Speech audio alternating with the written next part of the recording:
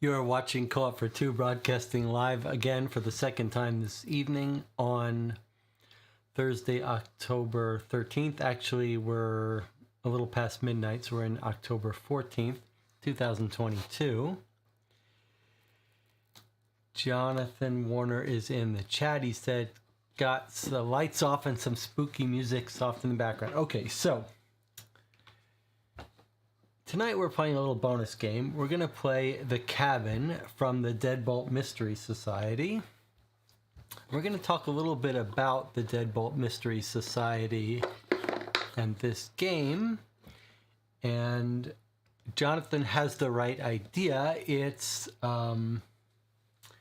October, and we decided we're going to try some creepy games.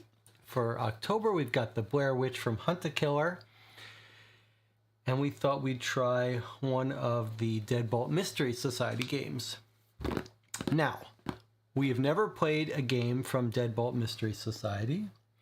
They're quite popular, and somehow they've got dozens and dozens of these games, these box games, all the same size, all for sale new when they're not on sale on the website. I think they're about $30. I bought this one plus shipping. I bought this one used on eBay for $20, including shipping, and there's a ton of them on eBay regularly. Doesn't look like you have to destroy anything, so hopefully everything's here and unmessed with. But they're reasonably cheap. As far as reviews, it's very hard to find honest reviews of these kinds of games. There are so many boxes of games available from the Deadbolt Mystery Society that it immediately raises all kinds of red flags. You'll see that there's actually not much in this box. That's normal. Hunt a Killer likes to put lots of props.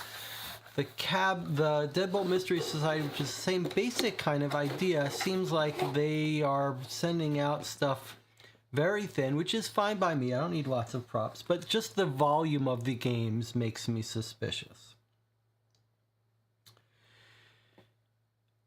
We're playing The Cabin because it turns out that Deadbolt Mystery Society, which you can subscribe to get a monthly subscription, but you can also buy these one-off. They're all single box games.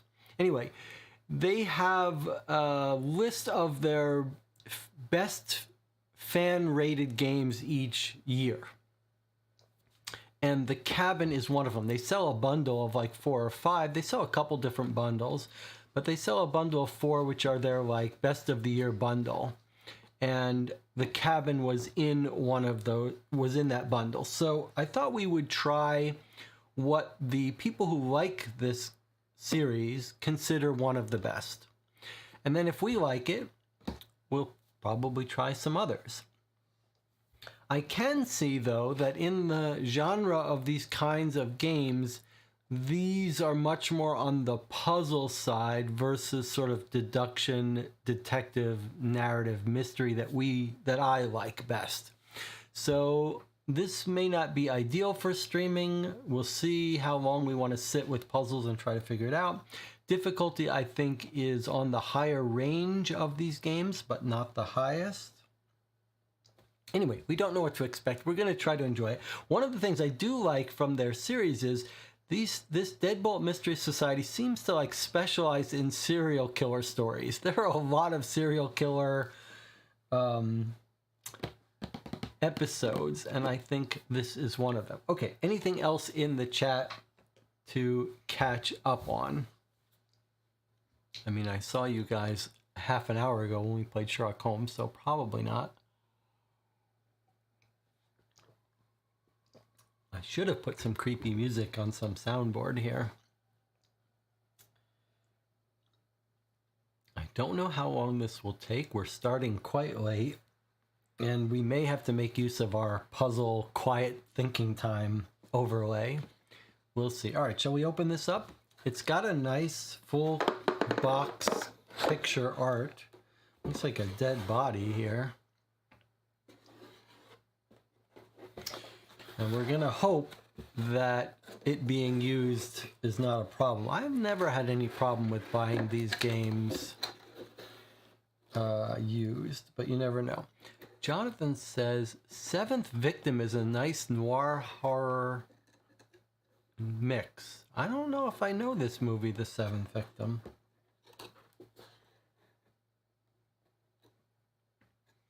All right, let's open this up and see what we've got. So it says start here. Let's start with this, since this is our first experience with these Deadbolt mystery games. Let's see what we've got. Compare everything in your box to the contents list for the box you are working. I should have done this first offline. Contents can be found here. If you think you're missing something, all right, we're gonna ignore that. Read everything. Our boxes are equal parts storytelling, puzzle solving, and good old-fashioned detective work. You never know when a detail, no matter how small, might be important. Look for things in the box that could feasibly connect to each other. See a strange symbol on more than one document in your box? Maybe they're used to suggest that those items fit together in some way. Our puzzles and the crucial pieces of information needed to solve them often fall into this category, so keep an eye peeled. Follow your instincts. The majority of each mystery is contained within the contents of the box. However, there are external components that appear at times that might warrant investigation. Websites, Facebook, email address, phone numbers. As a Deadbolt detective, you must follow all leads. Okay, so I did not know that. I did not know that this can make use of internet. Solve all puzzles. This may seem like an obvious tip, but far too often we see players try to finish our boxes without completing all of the puzzles. Puzzles give crucial information for the case. In almost every instance, you will need the information that the solution reveals. Yes, well, we don't skip things. Okay, well, it continues on the other side here. Many of our boxes employ the use of QR codes. The easiest way to read one of these is with your mobile phone. Some of the latest models of smartphones like iPhone simply require you to open your camera application and point at the code. If your phone doesn't support this feature, free QR code readers, okay, I think my tablet should be able to do that. QR codes and files might be password protected. In order to gain access to these files, players need to solve puzzles or complete other components within the box to reveal the password. Make sure you don't use caps or spaces, okay? Don't be afraid to use hint files, so each game has a hint file. I like that.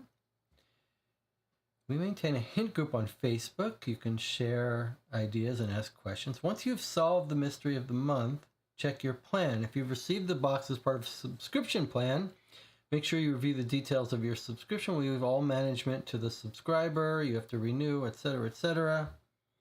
Okay. And then they've got a website and email. Reasonable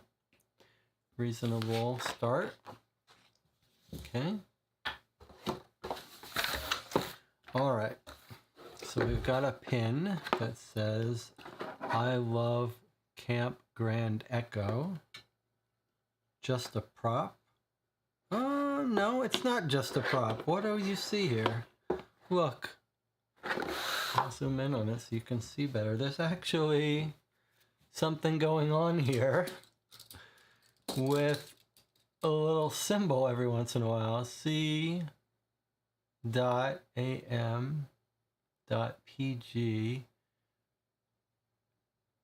CHO CMPGRNDECHO. Interesting. You got to take a moment to appreciate this little auto zoom plugin I wrote. I mean, that is useful. that you can zoom up and see that.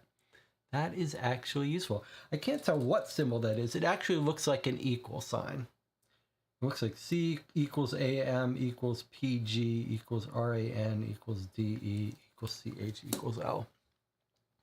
All right, so we'll put that to the side. Let's get out everything else in the box and then go through it.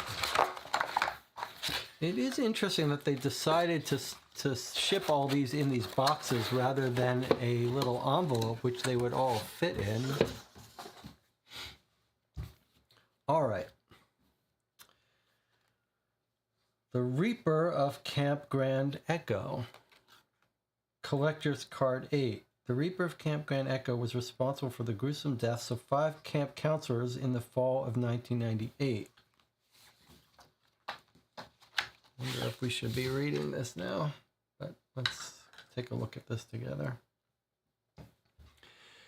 The Reaper of Camp Grand Echo was responsible for the gruesome deaths of 5 camp counselors in the fall of 1998. To date, the identity of the Reaper is unknown. The Reaper's motive is also unknown. The only concrete piece of evidence local authorities had about the case came from a single eyewitness, a camper who was the stepson of local newsman Rockford Callahan. According to the boy's statement, the killer was wearing a St. Jude medallion around his or her neck. No such accessory was found in the possession of any of the surviving counselors. St. Jude is most commonly known as the patron saint of lost causes. Collector's card number 8. I don't know if all of their games come with collector's card, but this is a creepy story. This is like a card. I don't know if this is supposed to be an in-game card that was found on the scene or just a Deadbolt Mystery Society collector's card. Okay.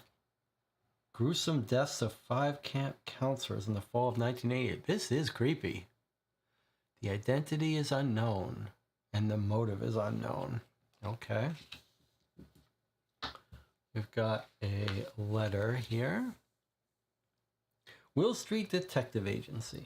If you've lived in the area long enough, you've heard all the stories about the Reaper of Camp Grand Echo. Some of the stories are urban legends, but not all of them. 5 camp counselors really died in 1998. They were all murdered in gruesome ways. The police never found who did it. The case has garnered a lot of notoriety over the years, and several different investigators have taken a crack at solving it. To date, no one has. You've all probably heard of Morty Callahan. If you haven't, you've surely heard of Morty Kane Productions. Morty Cian Productions, the company that Mr. Callahan owns. They do all sorts of reality TV programming, mostly of the horror variety. How do these two things connect, you might ask? Callahan owns Camp Grand Echo now and is planning to do a retrospective on the killings and reunite all the camp counselors who survived that gruesome night. He's hired us to be on site. We will all be posing as part of the production crew and investigating all of the counselors to see if we can determine which of them might actually be the Reaper. Callahan is certain that one of these surviving counselors is really the Reaper. No doubt capturing such a revelation on camera would be amazing for his show's ratings. The ratings are his problem. Catching the killer, however, is ours. I would recommend exercising extreme caution on this case. I don't trust Callahan. His motives for reopening this old wound are completely money-driven, and I have no doubt that he has a few tricks up his sleeve that he isn't going to share with anyone until the time is right. I believe he plans to try to incite the killer and draw him out. If that happens, we could end up with a second bloodbath on our hands. Of course, that is worst case. Still, I advise everyone to be vigilant, eyes open at all times. As always, thanks for your relentless pursuit of the truth, and like the Blue Oyster Cult used to say, don't fear the Reaper. It's Blue Oyster Cult was a pretty cool band with some great songs. They had a song about Godzilla, and Don't Fear the Reaper was their most famous one. It's a good song. Okay, I'm a little curious how, like, first of all, it's compelling. This is a compelling story that we had a serial killer who gruesomely killed 5 camp counselors in 1998. Then this guy who owns a TV show and owns the camp is going to create a reunion TV show to get ratings, but he's also secretly injected some investigators on site that are going to try to figure out which of the counselors from that time might have actually done it. And then it says the owner has got some tricks up his sleeve to try to incite the killer. What I'm curious about is this is not the way these cold case games tend to be framed. They tend to be framed as nothing is going to happen while you're playing it.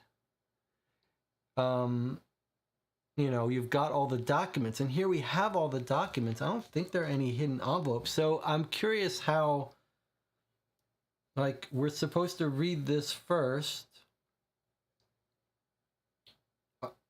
Since this is used, I'm a little concerned it's put back in a random order, but this does seem like what you would read first, but I don't know if things are going to change as we read more. Are we supposed to read these in order? I don't know.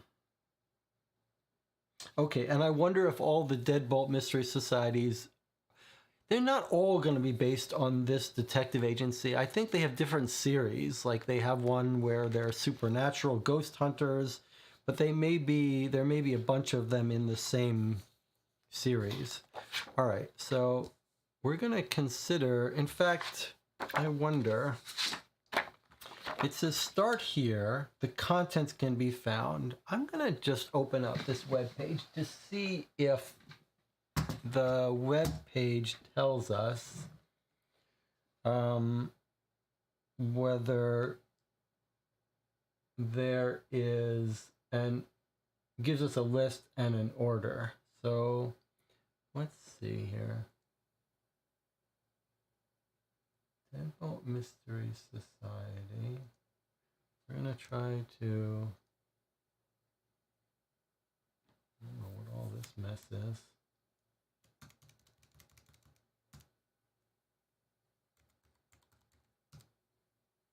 Let's see what we got here.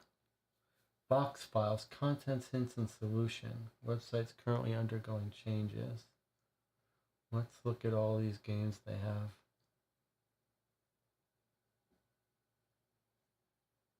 I don't know why their picture's not loading, maybe because of what they just said, but you can see there's so many games.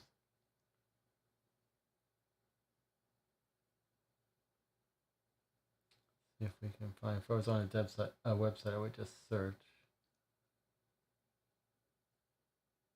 I don't know if they're in order, they're not alphabetical. There's the cabin.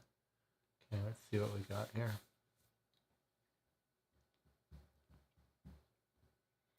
Contents list, hints, and solutions. Okay, let's take a look at the contents list. It looks like it's a PDF file.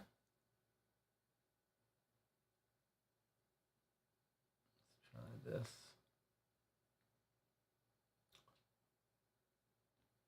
Oy. Okay. Let's try something different. I'm going to take it off this in case anything wants to do it. Let's try opening up in another app. Okay. All right. So terminal box. Why are we in terminal box? That's not right. It gave us the wrong file. Terminal files. Did I?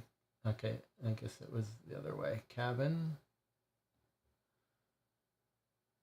Okay, it's because the picture weren't one. You could see how many different games they have. Okay, contents list 2022 version, content list original version. I see. So it looks like they revised it. Quick start guide original version. Original version. Solutions original version. Looks like they changed it. All right, which version do we have? Do we know? 2022 sounds brand new. So it seems unlikely that we have that one. The card said second edition. Did it? Boy, Jonathan, you were on point today. Where does it say second edition? Here it said second edition. Jonathan's right. It does say second edition. Of course, this doesn't list first edition and second edition, but I'm gathering that that means the 2022 edition. Okay, let's go back. Let's see the content list of the 2022 version. Okay. You can close this one. Close Razorhurst, Razorhurst, Razorhurst. Okay. Beginning brief. Collector's card. Sticker. Of course, does the order of these things matter? We don't know.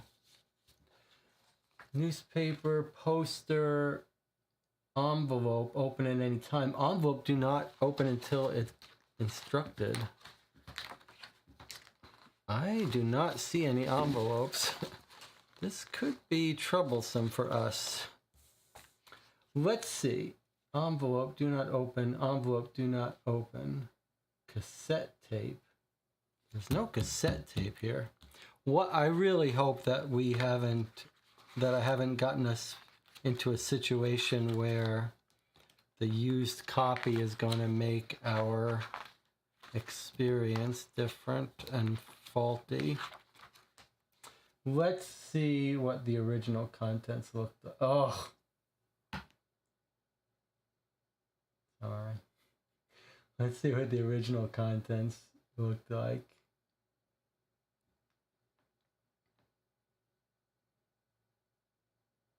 Okay, I got bad news for you. I think we've got the original contents, which was not in envelopes. Maybe original version second edition. This looks more like us. Full sheets. Echoes, sheriffs, no envelopes. This must be what we have. 4x6 cards, collectible card. Okay, I guess this is what we have. We do not have the second edition in envelopes, which is a shame. That seems like it would be better. But now, does it matter what order? Okay, we'll do the order that it's got here, I guess. Where does it say the pin? Where is the pin? Yes, the button, miscellaneous. Miscellaneous, collectible card, pin. All right, I think this does not give us an order. All right, we'll just go through this and we'll check on this to make sure we have everything. So, sounds like maybe I would have been better off buying this new. All right, that's all right. This is our first shot at this. We'll refer to this. Jonathan says it's interesting. It looks like they're going back and revising their old boxes. Yes, it does. All right. It addresses the exact question I had. Like, how are you going to make it so that its events happen? But, okay, maybe we're just supposed to read this in the introduction. The next thing is I've just learned some information that might be relevant. This is the seating thing, and that's listed last. So I'm going to pop this in the back. Maybe I'll go through these. Trying to think the best way to do it. I guess we just gotta go through these documents. Will Street Memo 2 urgent. Let's just see. Urgent, okay. Just gonna push that back so we read that a little bit later. All right, we're just gonna, you know what? We're just gonna have to go. We're just gonna have to go for it and do our best. That's what we're doing with this game. This is our first box. We're gonna see. We're learning how this works. All right, so let us just pick something to read. Okay, here's the handbook for Camp Grand Echo. This is pretty high production. Camp Grand Echo, where fun and adventure meet. Okay. I see a fire pit with a little cross. But otherwise, they look like they're just having fun. Kids having fun. 1998, when the original murders happened. Okay, let's see what we got here. Camp mission statement. Did everyone in the chat, Jonathan, did you go to camp, a summer camp? I went 1 or 2 years. I was not a fan of it. I remember I brought some computer programming books to camp and I would just read those. I was not much of a summer camp type person. Camp Grand Echo is here to provide a once-in-a-lifetime experiences for all children of all ages. Seated in the foothills of the Thornmeyer Mountains and located not far from Grand Echo Cave, our campgrounds are designed to teach skills like archery, rock climbing, and swimming, while teaching other more important lessons like friendship, community, and a healthy respect for nature. A little whale here. Camp history. The area where Camp Grand Echo and Grand Echo Cave are now located was originally settled by a small Chinook tribe. The tribe left plenty of evidence of their presence, but moved on suddenly without leaving any indicators about why they left or where they went. Yeah, maybe they were driven out. Some local historians think the Chinook left because they believed the area to be inhabited by malevolent spirits that were hiding in the nearby cave. The tribe was never seen or heard from again, and after several years, fur trappers moved into the area and set up a shantytown that eventually grew into nearby Wollaston. The town's population and commerce expanded gradually over the next few decades, but it wasn't until 1968 that Byron McCormick realized the money that could be made by turning Grand Echo Cave into a tourist attraction. Named so because of the strange acoustics that caused spoken words to reverberate for unusually long periods of time, Grand Echo Cave became a local landmark, and McCormick eventually bought all of the land around it. Thus, Camp Grand Echo was born. For the past 30 years, Camp Grand Echo has provided fun and memories for thousands of kids and will continue to do so for many, many years to come. Nice little owl. So we got like a whale and owl. And a little map here. Here's the entrance. It looks like cafeteria staff, camp office. Looks like, I don't know, this is an eating area or I don't know. Yeah, cafeteria, pool, arts and crafts, archery, bonfire, boathouse, horseback riding. And then we've got cabins, 1, 2, 3, 4, 5, 6. And there's the lake. Copper Ridge Hiking Trail to the west. Camp counselors for girls. In cabin 1 is Ellen Smith for crafts. I think you should be careful. Now, if you've got a common last name, you should be naming... Like, if you've got a common last name, you have to name your kids' first names that are easy to search. I guess in '98 they weren't thinking about these things. But I had a huge crush on a girl named Ellen Davis in high school. I've already told you about my crush on Bianca Fuchsman. But Ellen Davis was the other one. And there's no way to locate an Ellen Davis. That's gone into history. That's flown in the wind. There's no way to search for Ellen Davis. Okay, but anyway, in cabin 1 is Ellen Smith, who runs crafts, and Tina White. The two of them are sharing a cabin. They're camp counselors for crafts. Their cabin quote is, "Camping is nature's way of promoting the motel business." Dave Barry. Camping is nature's way of promoting the motel business. The cabin motto is, "You won't find a craftier cabin around." I love it.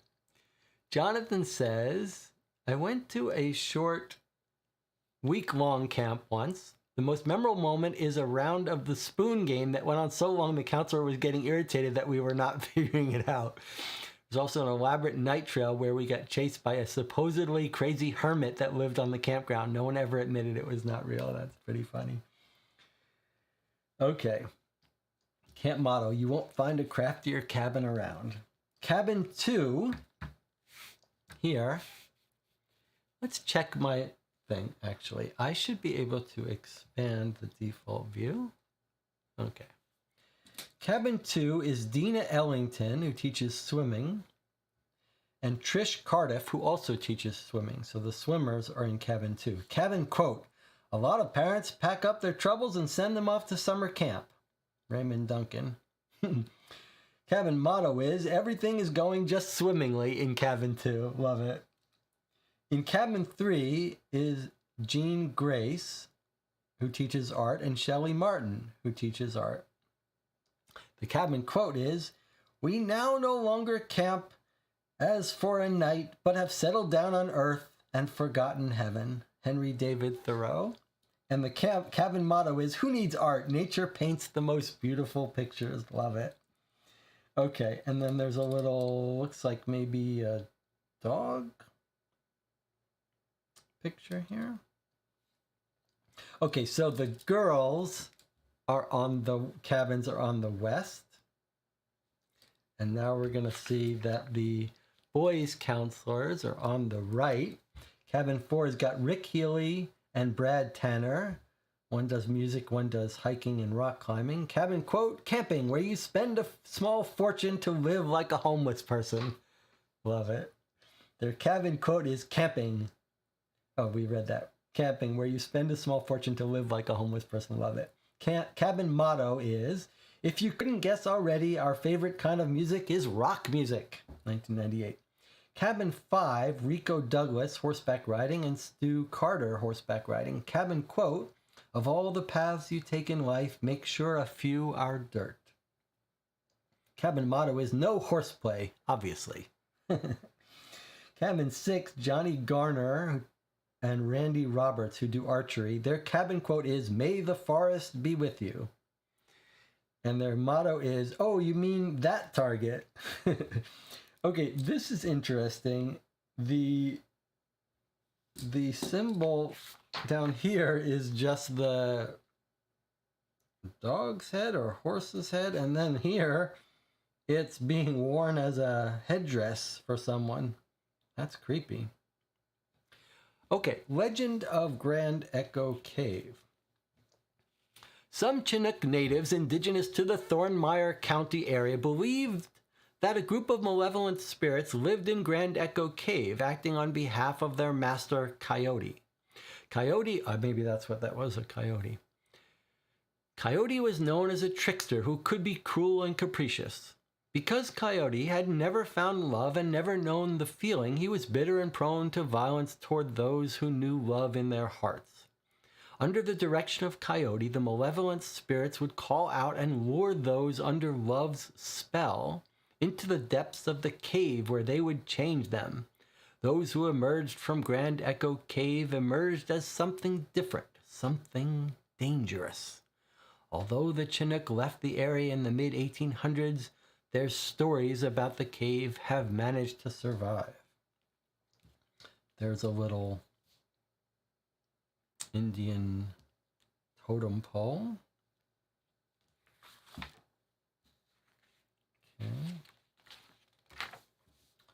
Okay, that was good. That was very nice. That was fun to read. So this was 1998. This was the brochure as it existed when the massacre happened. All right, let's briefly look at stuff and we'll skip through. We've got a weird little puzzle. DLLLULDRDLUU. Letters not in our pin. Some L's aren't in here, so that's different. Looks like these are the 4 different areas. This is kayaking, swimming. Oh, I guess they're all related to water. Okay, we'll come back to that later. Campground Echo Archery. So here's an archery sheet that they would use for scoring. And Trish, Stu, Jean, Randy, Rick, Tina, Brad, Ellen, Shelley, Johnny, Rico, Dina. These are all counselors, I believe. We've got 2 counselors in each cabin, so that we should have 8 counselors total. Sorry, 16 total, right? 6 cabins, 2 in each, 12 total counselors. 1, 2, 3, 4, 5, 6, 7, 8, 9, 10, 11, 12. Okay, here are our 12 counselors. And I guess from here we're meant to see who's a good marksman. What have we got? Trish has 28. Randy is the best with 30, score of 30, perfect score. And looks like the worst might be Brad here with a score of 14. 30 makes you a sharpshooter, 14 and below makes you poor. Okay, so we've got a little indication of who's good at firing a bow and arrow. That could be useful to us. All right, let's put stuff we haven't gone through in a nice little area here. All right, what have we got here? If I see an item that it looks like is telling us something new has happened, I'll put that aside. So we'll only go through ones that don't look like they're time appropriate. It is not death that a man should fear, but he should fear never beginning to live. Marcus Aurelius. This is Marcus Aurelius was what? It's either Rome. Is it Rome or the Bible? I believe it's something with Rome, maybe during the period of Jesus Christ. I'm not sure. Maybe someone can tell us who Marcus Aurelius is. Prepared to solve the box, unlock equals name of the one who calls plus first name of the reaper. No caps, no spaces. Name of the one who calls plus first name of the reaper. So it looks like when you're ready to solve it, you would go scan this and you would have to have figured out the one who calls and who is actually the reaper, whatever that means. So this looks like when we're ready to solve the case, we deal with this. Okay. And we've got a business card for our company, Will Street Detective Agency. Find us on Facebook. This looks like just an advert for the game. I'm going to put this in the pile of things that I don't think we have to revisit. And we've got this very spooky card here. It says 910. I used the fire as my scythe, cutting down the guilty like wheat, leaving only ash and sin in my wake. Don't bother looking for their bodies, though, you won't find them. To tell the truth, there isn't much left to find. Am I done, or are there others in need of killing? Time will tell. 910. Or if you reversed it, it actually looks like a 16. Might be, although that one looks like it is clearly meant to be read right side up. Okay, we don't know what that 910 means. We don't know where this card was found. Maybe we will find that out later. Okay, and then we've got some reports. Okay, I'm gonna push this one down to the back. Okay, what have we got here? 3 pages of Thorndike County Sheriff's Department crime scene stuff. October 5th, 1998, so this is back the original murder. On the night of October 4th, 5 camp counselors at Camp Grand Echo were murdered by someone wearing a Grim Reaper costume. No motive has been established for the crimes, and a suspect has yet to be identified. The method behind each of the killings was inconsistent. Drowning, stabbing, bludgeoning were among the methods used. Victim 1, this was on our box. This person might have been actually beheaded. Victim 2, doesn't say how they were killed. Drowning, stabbing, bludgeoning. Wow, victim 3 looks like they were tied up with rope, naked, and then stabbed. Victim 4, drowning, floating in the water. Victim 5, can't tell how they were killed, but looks like maybe in the shower. Yeah, this is no joke. This is an adult game, which I am quite happy to encounter. Most of these kinds of games aren't. Okay, here's some interviews that were done. Tina White, Rick Haley, Trish Cardiff. These are, oh no, that's double-sided. Okay. So we probably want to make a list of our camp counselors. I wonder if we should try using our tablet notes. We did say we wanted to get better at it. Let's see. Okay. Let's see if we can keep notes together online. Let's see if it makes it easier. So far, not easier. Okay, let's try.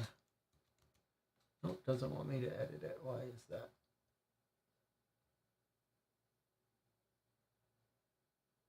There's a button down here, isn't there?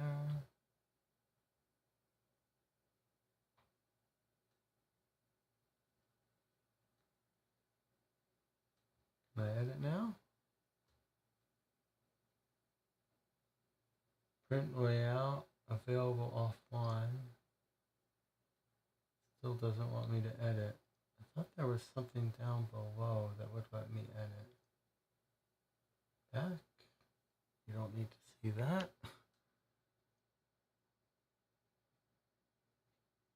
Where is the edit?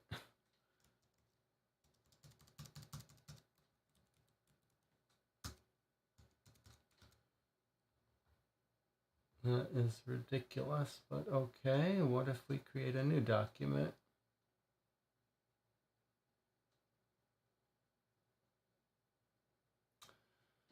All right, we'll just do a new document. Okay, the cabin. All right, let's list our counselors. Ellen Smith. We don't know that the Reaper was one of these. We just...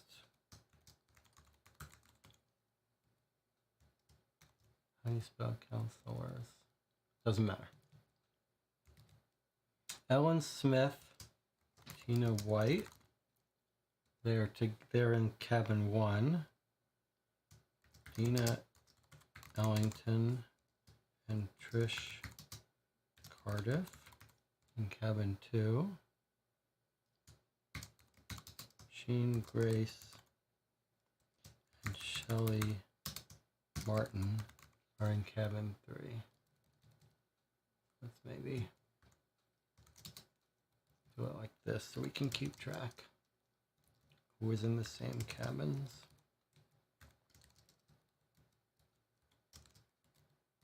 We can put their specialty later. I just want to be able to write down who survived and who died, etc. Cabin 4, we have Rick Healy and Brad Tanner. Cabin 5, we have Rico Douglas and Stu Carter. And then in cabin 6, we have Johnny Garner and Randy Roberts. I am finding the setup of this case and the gruesomeness of it quite compelling. Okay, let us resume here. Tina White, I can't believe this happened. Who could have done such a thing? These people were my friends. None of us ever hurt anyone. No one deserves to die like this. We were good to each other. Well, unless you count how we treated... Never mind. Okay, looks like they treated someone poorly. That has nothing to do with this. I don't really participate in any of the meanness, but I didn't do much to stop it either. I'm sure all of that is unrelated, though. I'm just thankful Rick is safe. I don't know what I would have done if something had happened to him. The two of us have a future together that could have easily been destroyed tonight. So Tina White, let's see if I can, where's my little cheat sheet telling me, where, oh, it fell off. Okay, well, I'm right here, so I can do it this way. I have a little cheat sheet telling me the Google Docs shortcuts. So she says she's with Rick Healy. Okay. Rick Healy says, I still can't believe Johnny, Rico, and the others are dead. So let's keep track. So Johnny, Rico, where is my, is it this? We're trying to remember what the shortcut is for there. So Rico died 1998. Johnny died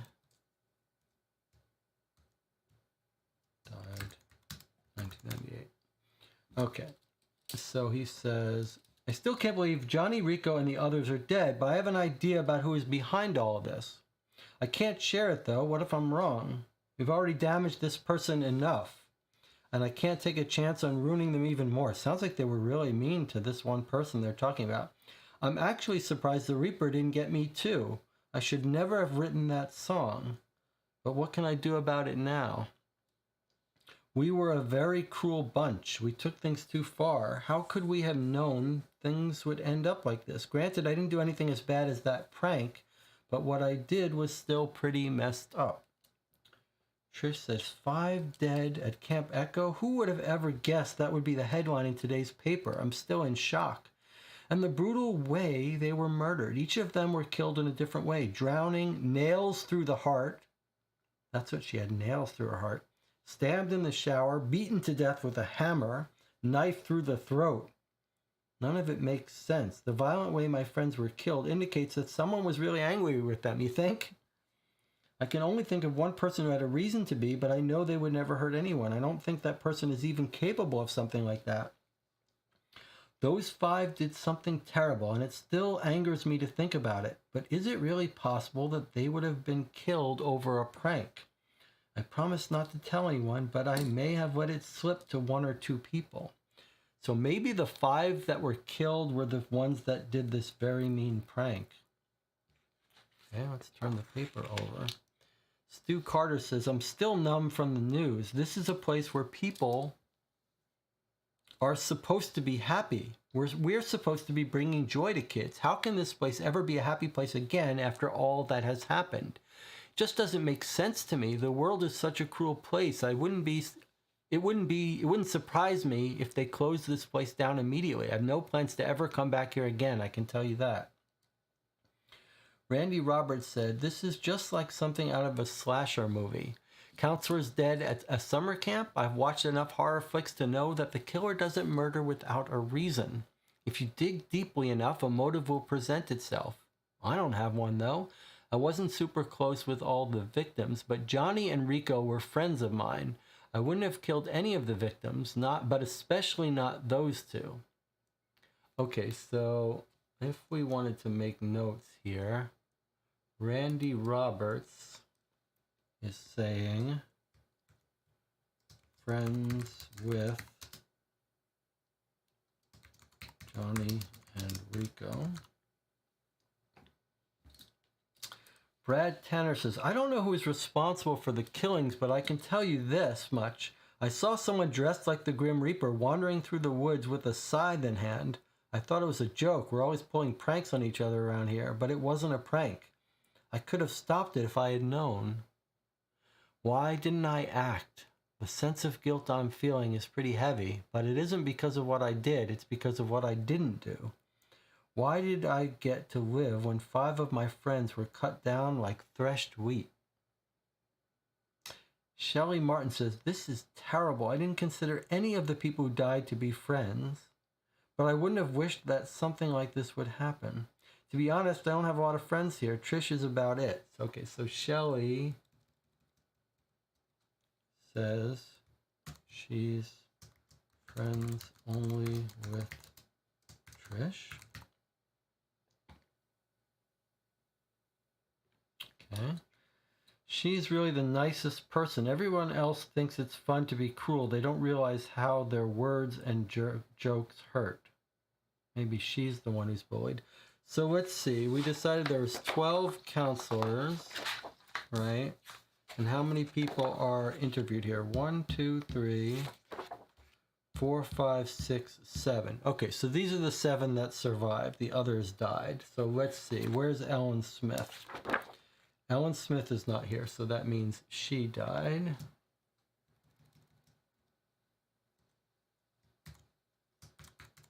Killed 1998. Okay.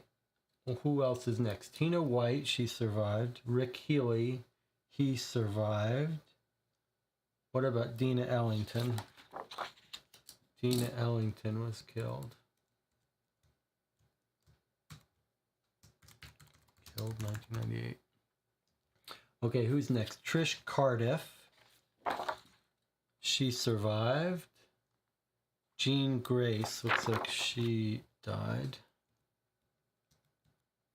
We're probably going to get this exact list that I'm keeping track of soon, but whatever. Okay, who's next? Shelley Martin, she survived. Rick Healy, he survived. His name is Healy. Okay.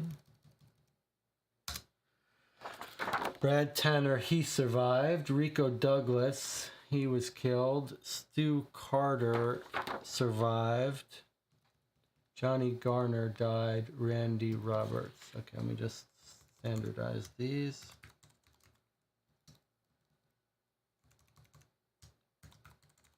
Okay, do we have our 5 dead? 1, 2, 3, 4, 5. Okay, we've got our list of who died. We've started notes on each of our people. So far, I'm okay. I mean, this is a bit light, but I'm liking this case. Okay. Let's look at this. Left behind by the Reaper at the crime scene where Johnny Garner was found. We think it may give some insight into the murders, but we haven't been able to crack the code yet.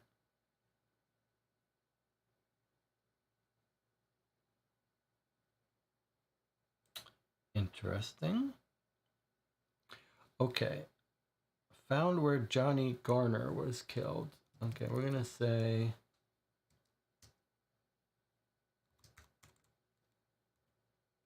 full page crypto puzzle found near body. The only thing I'll remark is these can't be pure anagrams because there obviously aren't enough vowels here for this to be an anagram, for it to be a scrambling of the letters. So there has to be some other way of decoding it. And it looks like in addition to missing letters. We'll put this aside for now, and we'll note that there's lots of detail in here that's probably going to be relevant for us. We'll add some notes on that later. Okay.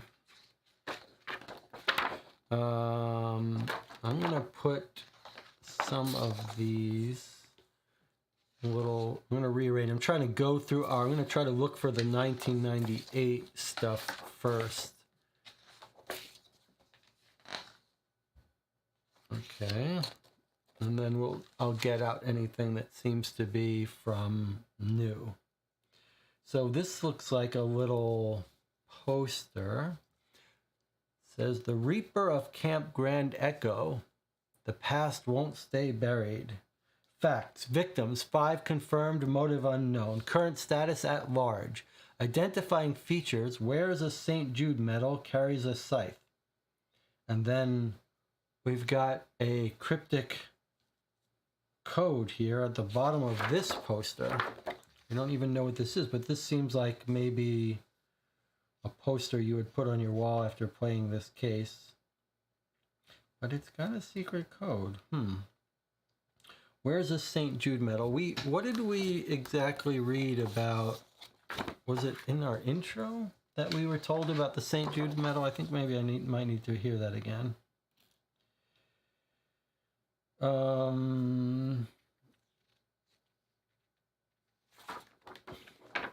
Where did we hear about the St. Jude medal?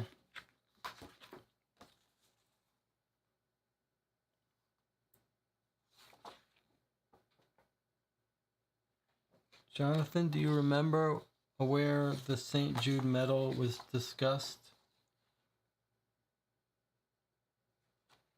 I know the guy told us he saw the someone in the costume with a scythe, but I know we heard about a St. Jude medal. I just don't remember where. Tells us how they were killed. Crime scene. Oh, maybe it was on the card. Yes, it was on the card. Okay, let's just remind ourselves what this card said about the St. Jude stuff. The only concrete piece of evidence, a single eyewitness, a camper who was the stepson of local newsman Rockford Callahan. According to the boy's statement, the killer was wearing a St. Jude medallion around his neck, and then they didn't find it anywhere. Patron saint of lost causes. So if we were going to add notes here, we might want to make a new section for notes. Okay, so one note. Control Alt 8, Control Shift 8. There we go. One note is camper, stepson of Rockford Callahan, who's a newsman, saw Reaper with St. Jude medallion. Eyewitness.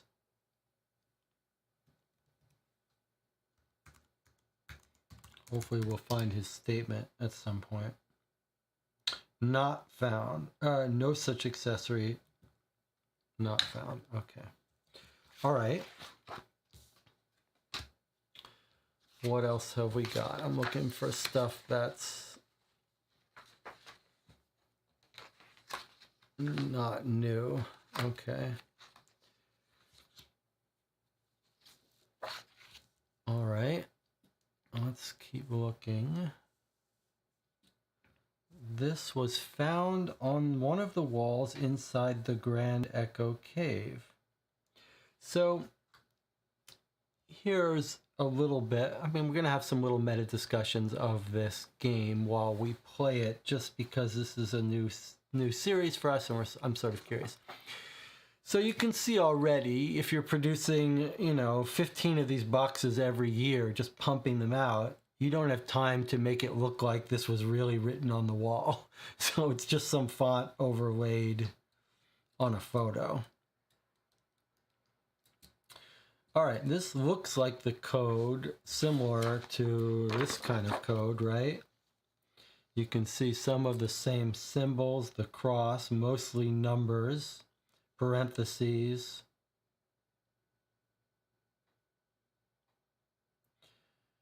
So looks like probably same code. There's that weird double cross symbol, and there it is down here. Okay, so these look like they're probably the same code, but maybe this is someone trying to reach out to this serial killer in a code they think they'll understand. I don't know. Okay. Then there's this. When someone tries to take what's mine, it forces me to reap. I will tell you who it wasn't. Yellow, yellow, yellow. Blue, red, blue. Yellow, red, yellow. Red, yellow, red. Red, blue, yellow. Yellow, blue, red. Yellow, red, red. What's my victim's first name? Okay. Well, here it looks like we've got numbers associated with these colors. And then here looks like a way to turn those into numbers. Yellow, yellow, yellow. So that's, it could be 10, 10, 10, 10, 9, 10. Looks like, every yellow could be a 10 or a 9. Every red could be a 7 or an 8, etc. I don't know how we would differentiate between the two for each. And then presumably we might scan this QR code and it will ask us for this password.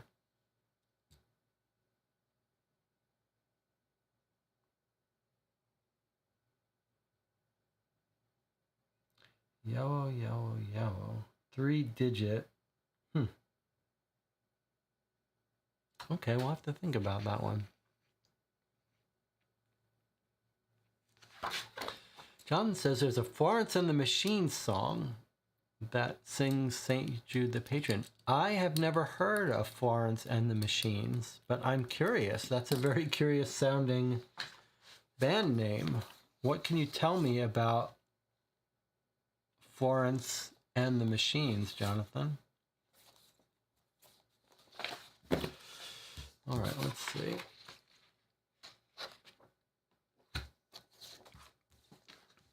Here's, I see we got some more stuff. Okay, we've got 2 code pages here that we don't know what they mean, but we recognize these symbols. These are symbols on the pages of the Camp Grand Echo handbook. These look like they could be anagrams. You could maybe rearrange them. So there's the whale symbol. These look like Indian symbols. So this whale corresponds to this code. I'm not sure how we would decode that. WOEP.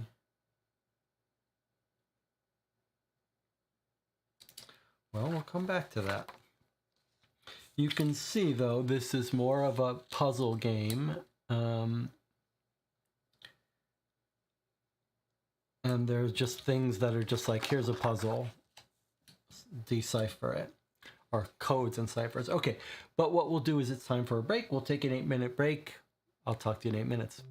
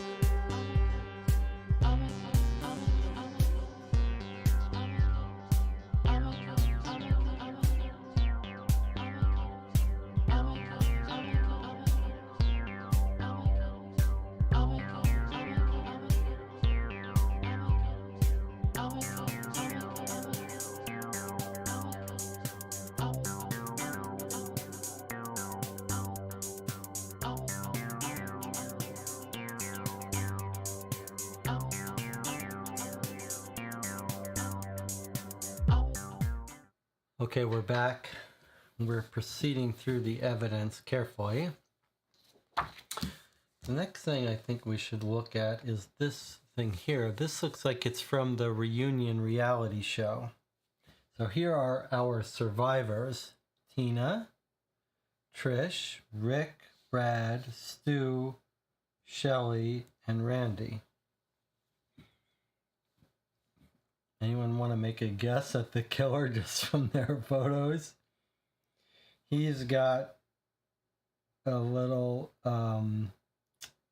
art that looks like it might be Native American Indian.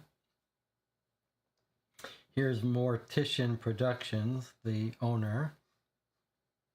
I mean, you might pick him based on that, like if he's doing this for revenge for something. All right, what have we got here? So these look like statements. Maybe these would be like promos that were shown in the advert for this show. Tina says, ever since I got the call about spending one more night here, I've been thinking about the night 5 of my friends died all those years ago. Police never figured out who the murderer was. I'm not going to throw any names out, but I will say one thing. The past never stays buried. No matter how much we wanted to, dig up the time capsule that we buried the week before the murders. I bet you will find some answers in there. There should be some information about the prank in there. There's one other thing I've been thinking about since I got the call about coming back here. I will get to see Rick again. The thought makes my heart race a little. Strange how I can think about such a thing in such a place like this, where such horrible things happened. Okay, so there's Tina, who was with Rick back then in 98. She says, dig up the time capsule. We'll get a clue. That's intriguing. Rick says, Callahan reopened Camp Echo almost 20 years after it closed because of the murders. That means 20 years with no campers. Yet somehow, some way, the song I wrote all those years ago has managed to survive. The campers were singing it all at the end of this year's camp. I wanted that song to die so badly, and I regret ever writing it. I thought that song would stay buried forever. It wasn't my proudest moment. I'm not the same person I was back then. I think Tina would attest to that. She and I aren't an item anymore. But I never stopped thinking about her. We haven't been together since camp closed all those years ago, but here we are in this same place. Maybe fate is giving us a second chance. I never really stopped caring about her. Maybe we can rekindle what we had in the past. Stranger things have happened, you know? I wonder what that song was. It looked like the new edition may have come with an actual... It couldn't have come with an actual cassette, because you wouldn't have, most people wouldn't have a way to play a cassette tape now. Trish says, honestly, I expected nothing good to come out of this return to Camp Echo other than the 10,000, which will really come in handy. But fate has a way of throwing curveballs at us when we least expect it. I never really noticed Stu when we worked together, but he is really something. Sweet and handsome, also single. I think he's the only one of us who never got married. How did I miss that 20 years ago? Maybe being married to an abusive man opened my eyes to what I really wanted and what I needed to steer clear of. It's not often life gives you a second chance. I won't waste this one. So this is like the adult reunion. They're all reflecting on their lives and past loves at camp. Stu says, 20 years ago, I had a lot of feelings bottled up that I was afraid to share. I've regretted not speaking up ever since. I now have the opportunity to fix that, and I'm going to make sure that I don't let life pass me by this time. It isn't every day you get a second chance to tell someone how you really feel. Because of that, I'm thankful to Morty Callahan for bringing us back here. That's worth more to me than $10,000. So she likes Stu, Stu likes her, Tina likes Rick, Rick likes Tina. Randy says, I put the tragedy of Camp Echo behind me a long time ago. You can't carry that burden with you every day. It gets too heavy. I came here with an open mind, eager to see old friends and make an easy 10 grand. What I didn't expect is to see how some of us have changed so dramatically. Brad has lost a ton of weight and gotten in great shape. He was kind of heavy back in the day. Husky is the word the jeans companies used to describe the size he wore. Anyway, enough about him. What about Shelly? Oh my God, she is a knockout. There's Shelly. And who's talking now? Randy. Here's Randy talking about Shelly. So Rick and Tina were talking about each other. Rick and Tina. And then Trish and Stu were talking about each other. And Randy's talking about Shelly. Oh my God, she's a knockout. I wouldn't have recognized her if she hadn't told me who she was. I don't know if she's had plastic surgery, learned how to properly fix herself up or what, but she is gorgeous, and the two of us have hit it off. She isn't like the girl I remember. For starters, she isn't a mousy wallflower who's afraid to talk to people. She oozes confidence now, and who could blame her? She's definitely an example of the caterpillar turning into a butterfly. Unless something else weird is going on and she's not the same person. Okay, here's Brad. Brad here. Brad says, none of us are the same people we were 20 years ago, but Shelly is the one who's changed the most. I had to take a second look at her when I realized who she was. I never had much to do with her back in the day, but I think I will try talking to her this go round. Yeah, you think? She has blossomed into a beautiful woman. Hopefully she doesn't hold any of the things against me that I said when I was young and stupid. Maybe I'll start out with an apology and see where things go from there. If she accepts my mea culpa, then I will ask her to have dinner with me. Stranger things have happened, you know. I wonder if Shelly isn't someone else. Let's listen to Shelly. Shelley says, there comes a certain point in life when you have to decide who you want to be. After the murders, I decided I didn't want to be the mild-mannered Shelley everyone knew and mostly disliked. I wasn't sure if such a thing was possible, but I was determined to give it a try. I wanted to make myself into something new. I never really thought about a reunion at this place. Given what we went through, this isn't the kind of thing you ever really imagine. I almost turned down the invitation, but when I got to thinking about the way people viewed me during the summer of '98, I wanted to show them how they had misjudged me. I wanted them to realize that they were wrong about me. I'm not the same girl I was back then. Of course, some parts of a person don't change no matter how much they try. I guess in ways I'm the same girl I was back then. The darkness inside me is still there. I just do a better job of hiding it now. John says, we don't know for sure. Stu was talking about Trish just now that he's got to speak up. Let's see. Stu, 20 years ago, I had feelings bottled up. I've regretted not speaking them. Oh, you're right. Stu is not say who he cares about. That's a good point. Trish likes Stu, but we don't know who Stu's talking about. Camp Blood. That was the name of that's going to be the name of the show, the reunion show. All right. I like it. Let's see what else we have to look at. So there was this we looked at before, and then there's this, which 1, 2, 3, 4, 5, 6, 7, 8, 9, 10, 11, 12. So 12 counselors sitting around the fire, but we don't, this says north is, that's weird. Why is it's getting confused by this? That's interesting. Something about that made it think the markers were there. Okay, so I was talking about this little sheet. We've got 12 circles around a thing. There's 12 counselors originally. We don't know who's who, what corresponds to what, and the only thing we see here is this is pointing north is this way. But these are numbers. Let's see.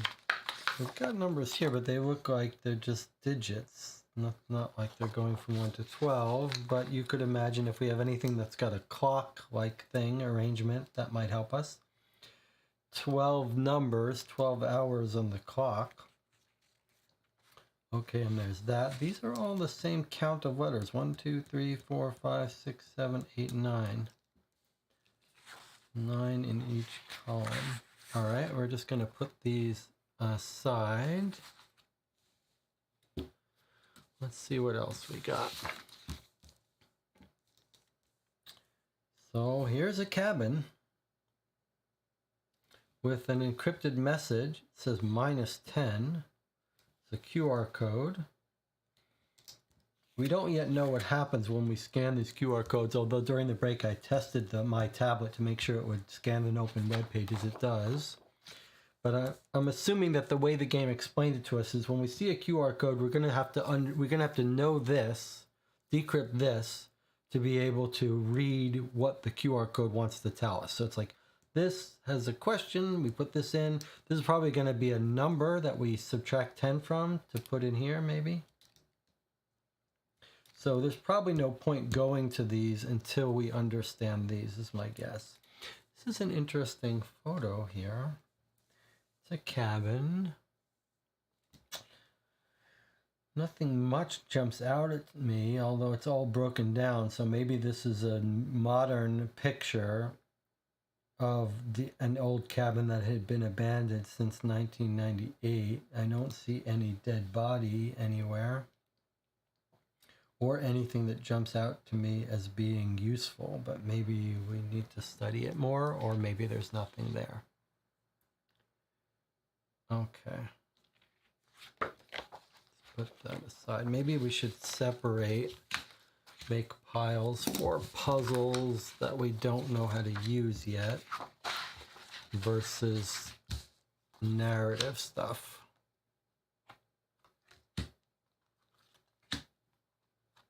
Narrative, puzzle, that's narrative. Consider this I guess I would probably consider this narrative. It's not a puzzle to solve, it's just showing us who's a good archer, I believe. I wanted to I use fire as my scythe, cutting down the guilty like wheat, leaving only ash and sin in my wake. Don't bother looking for their bodies. You won't find them. To tell the truth, there isn't much left to find. Am I done, or are there others in need of killing? Time will tell. Okay, 910 or 910. I don't know, but that's a bit of a puzzle for us. This is definitely a puzzle for us. This is a puzzle for us. This is a puzzle for us. This is narrative, although it looks like you can probably see, we've got our 5 victims. We can see one woman with nails. Oh, those are nails. I thought those were stab wounds, but they're actually nails in their chest for reasons we don't know. We don't know if these murders happened, if the method of murder was based on something. And then we've got another puzzle here. We've got a whole bunch of puzzles in this game. I'm calling them puzzles, or whatever they are, encrypted messages. Okay, and here's another one. Let's see, red writing on some board. No context. Most of these puzzles are coming completely lacking any context.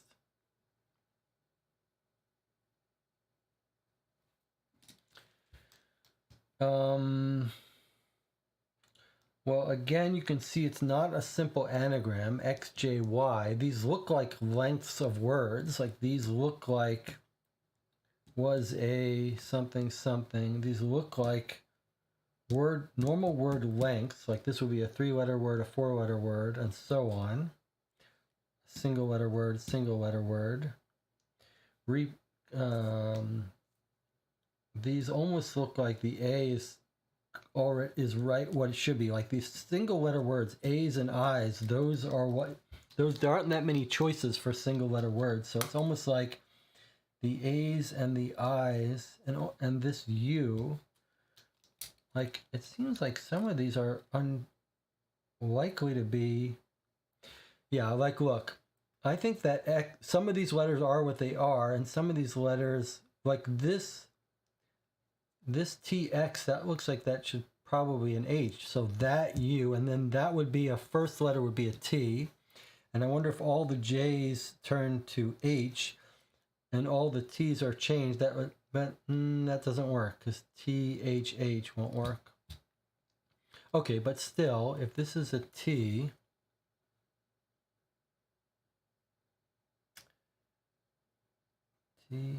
what would be a double letter here? You don't have too many double letters. They're all going to be vowels. So that would be an O, an E. Any other two-letter vowels? O, E, not an A.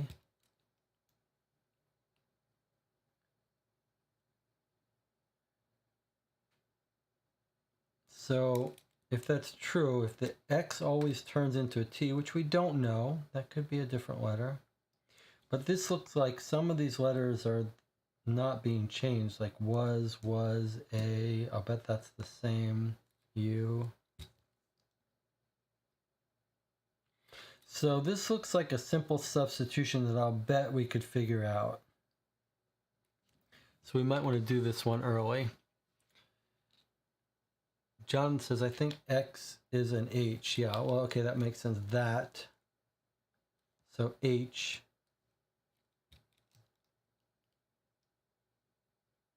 But what three-letter word starts with A? Well, anyway, I think we can figure this one out. We will come back to this. Don't do it on your own. I think that might be the first one we work on, since that seems like a nice one to work on. Whether there's a key to that other than just figuring it out, I think we could probably figure it out. Okay, here's another puzzle short of any context. Shot archery dock boat the at female and bleeding in drowned. Okay, this looks like it's just a scrambled message.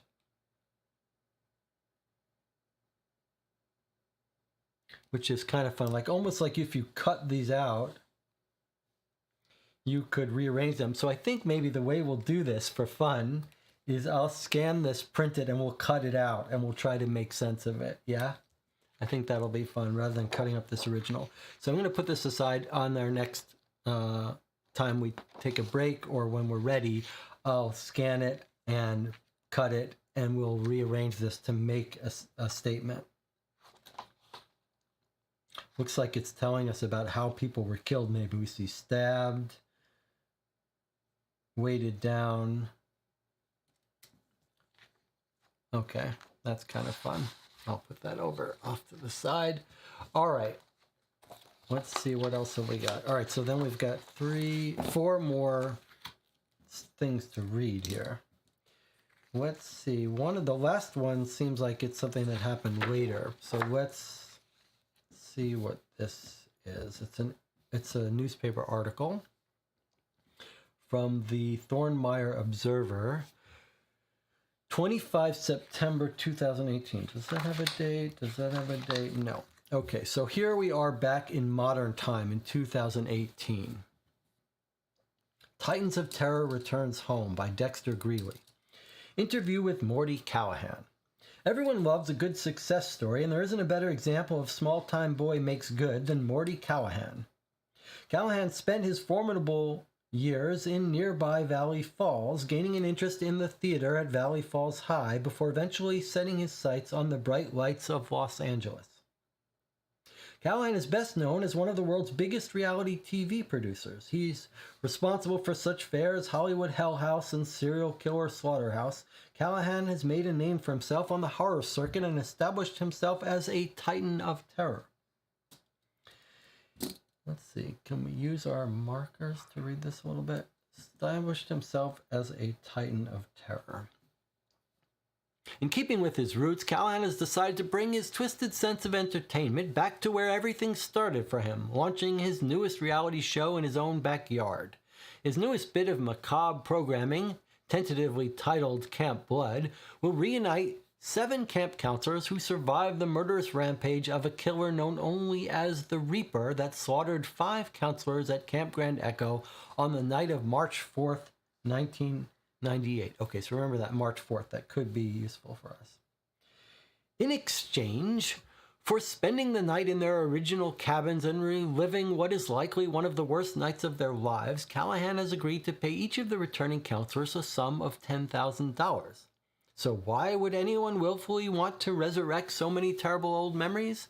After claiming for years that the Reaper had to be one of the surviving counselors, Callahan no doubt is going to try to unmask the villain and solve a crime that has gone cold for 20 years, and to do so on camera. Such a televised revelation would be ratings gold. But does something else lie at the heart of this public spectacle? Callahan agreed to sit down with us recently and answer some questions about his career and plans for one more night at Camp Blood. Observer: thanks for agreeing to talk with us. Let's get right down to the most obvious question. A maniac wearing a Grim Reaper costume killed 5 camp counselors 20 years ago. Now you want to bring the case back into the public eye. Why resurrect the past after so many years? Callahan says, great question. You've heard the saying, those who forget the past are doomed to repeat it. Maybe this is just my way of trying to close the chapter on this particularly grisly book. The culprit was never apprehended. Technology has advanced so much in the past 20 years. Maybe forensics can help. Maybe putting everyone in a room again and forcing them to talk about it could help.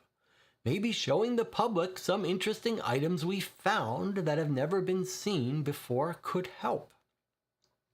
Observer: you're well known for your macabre fascinations. Is the real purpose of this show to catch the person who was responsible? Or is this just another way of tickling your terror bone, so to speak? Callahan: if possible, yes. I want to catch the person responsible for so much bloodshed and carnage. Why wouldn't I? If I can use my celebrity and influence to create an environment that draws the killer out again, I owe it to those surviving counselors to give them closure. I have a particular history with Camp Grand Echo that goes way back. I have a certain vested interest in finding out who did those terrible things to those 5 counselors. The observer says, well, what kind of history do you have? Callahan says, well, let's just say that Camp Grand Echo was partially responsible for making me the man I am today. Observer reporter says, cryptic. Is he the guy that they did a prank on? Well, what else would we expect from you? Callahan says, I can't give everything away. Who knows? Some of it may come out in the show.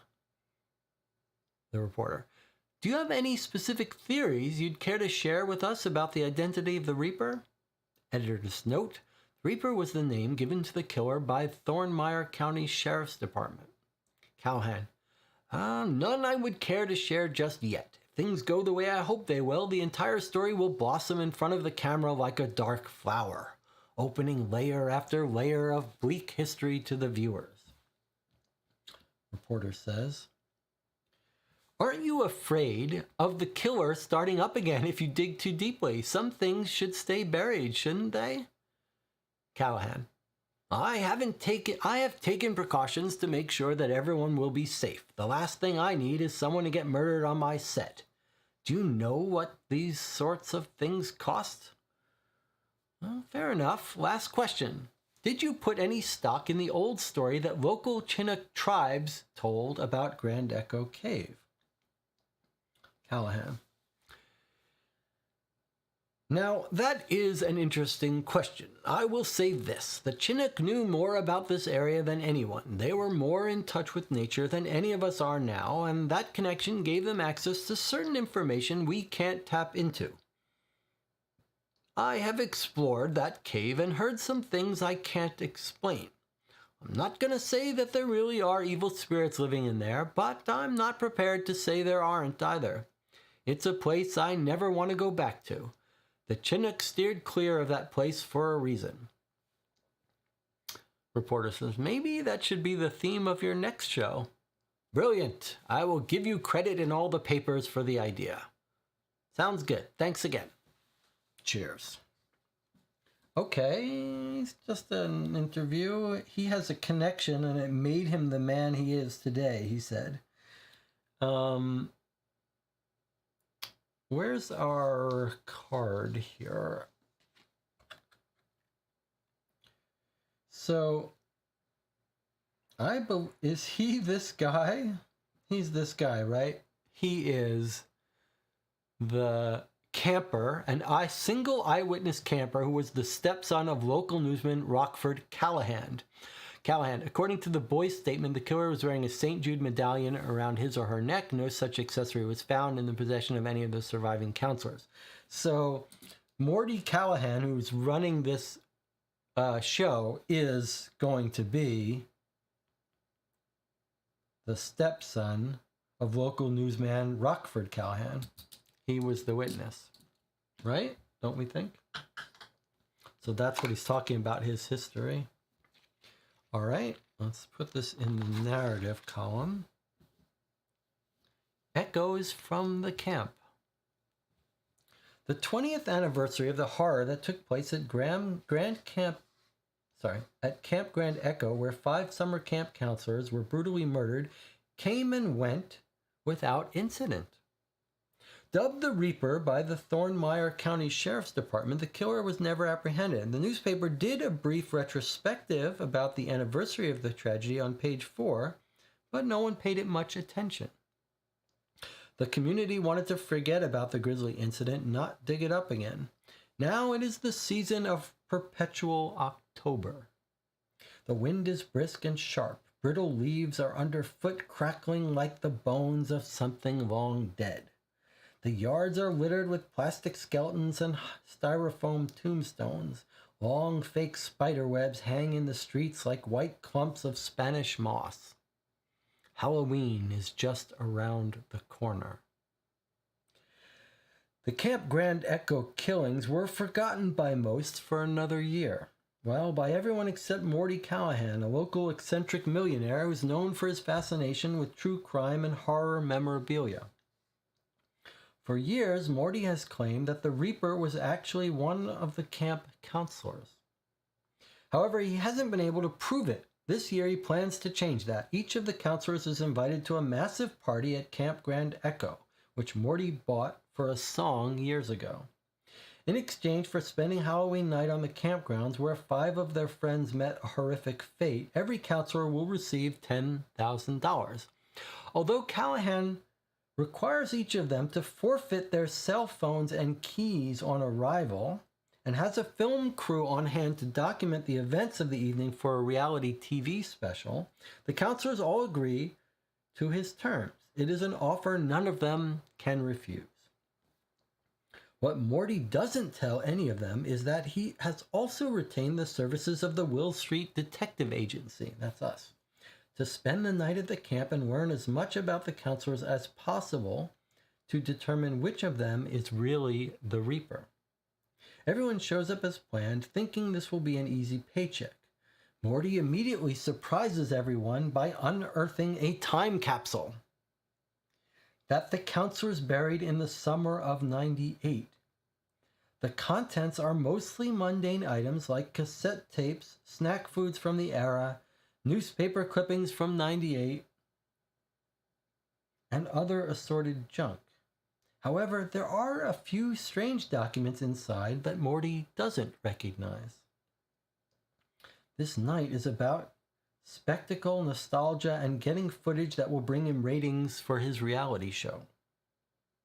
The best way to get ratings is to draw the Reaper out again after so many years, and he knows just what to do.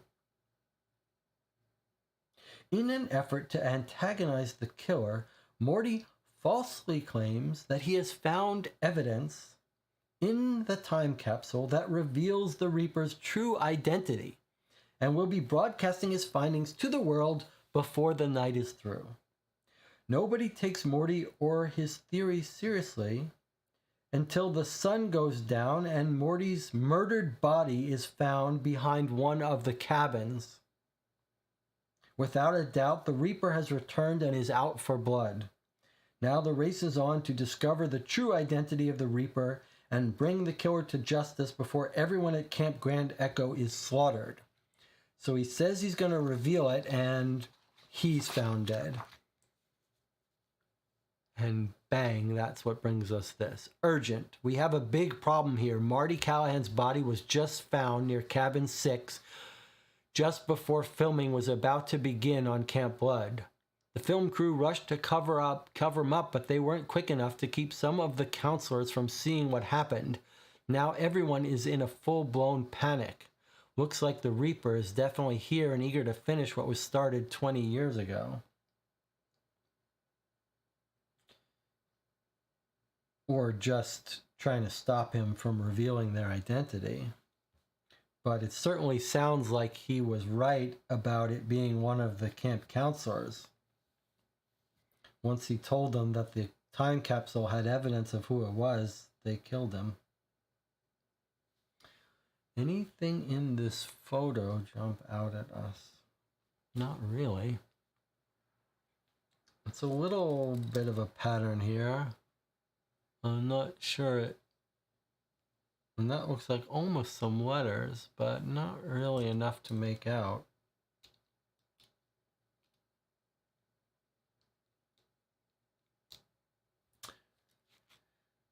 Doesn't say how he was killed though, huh?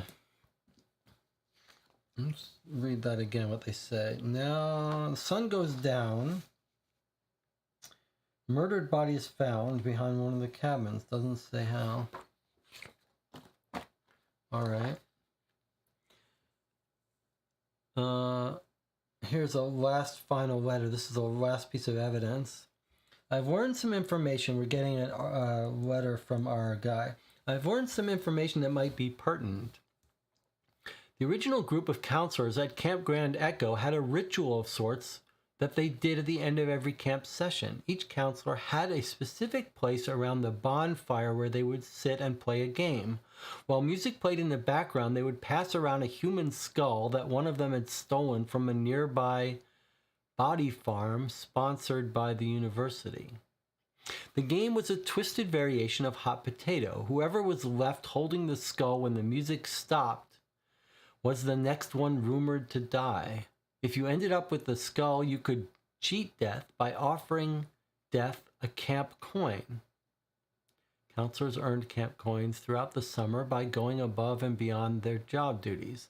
The game would end when one of the counselors ended up with the skull and had run out of camp coins with which to cheat death. When Callahan opened the time capsule, an order of seating at the counselor's bonfire was one of the things inside. So maybe maybe all of these items we're looking at were found in the time capsule. All of these weird things. Okay, so he's saying this was found inside.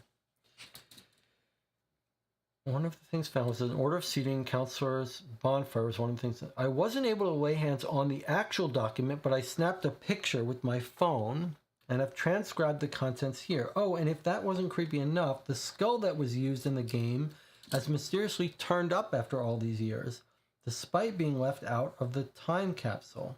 It was just sitting there near the fire like someone wanted it to be found. A strange card was stuffed in its mouth. Can it get any weirder? I think maybe they're saying this is the card that was stuffed in its mouth. I used the fire as my scythe, cutting down the guilty like wheat, leaving only ash and sin in my wake.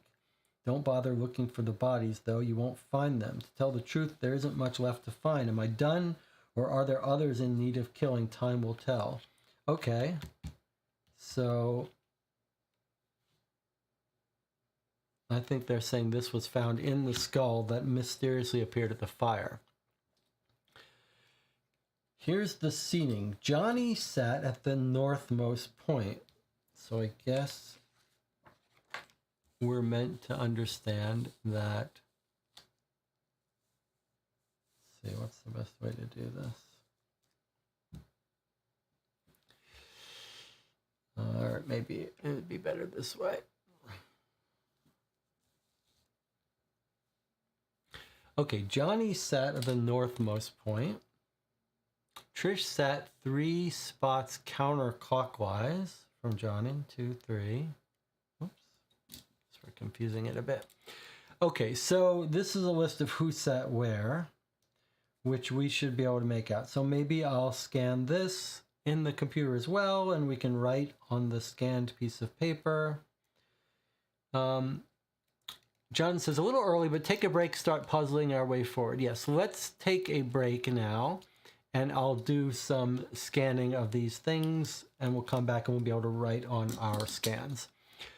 All right, I'll see you in 8 minutes. I'll scan these things. We can write on them.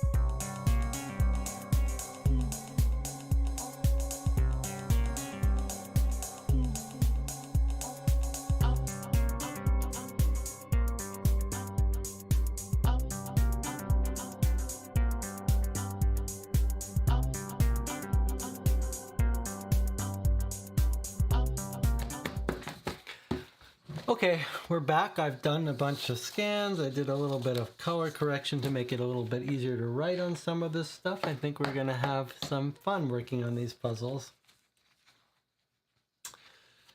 Let's put the originals off to the side for a moment.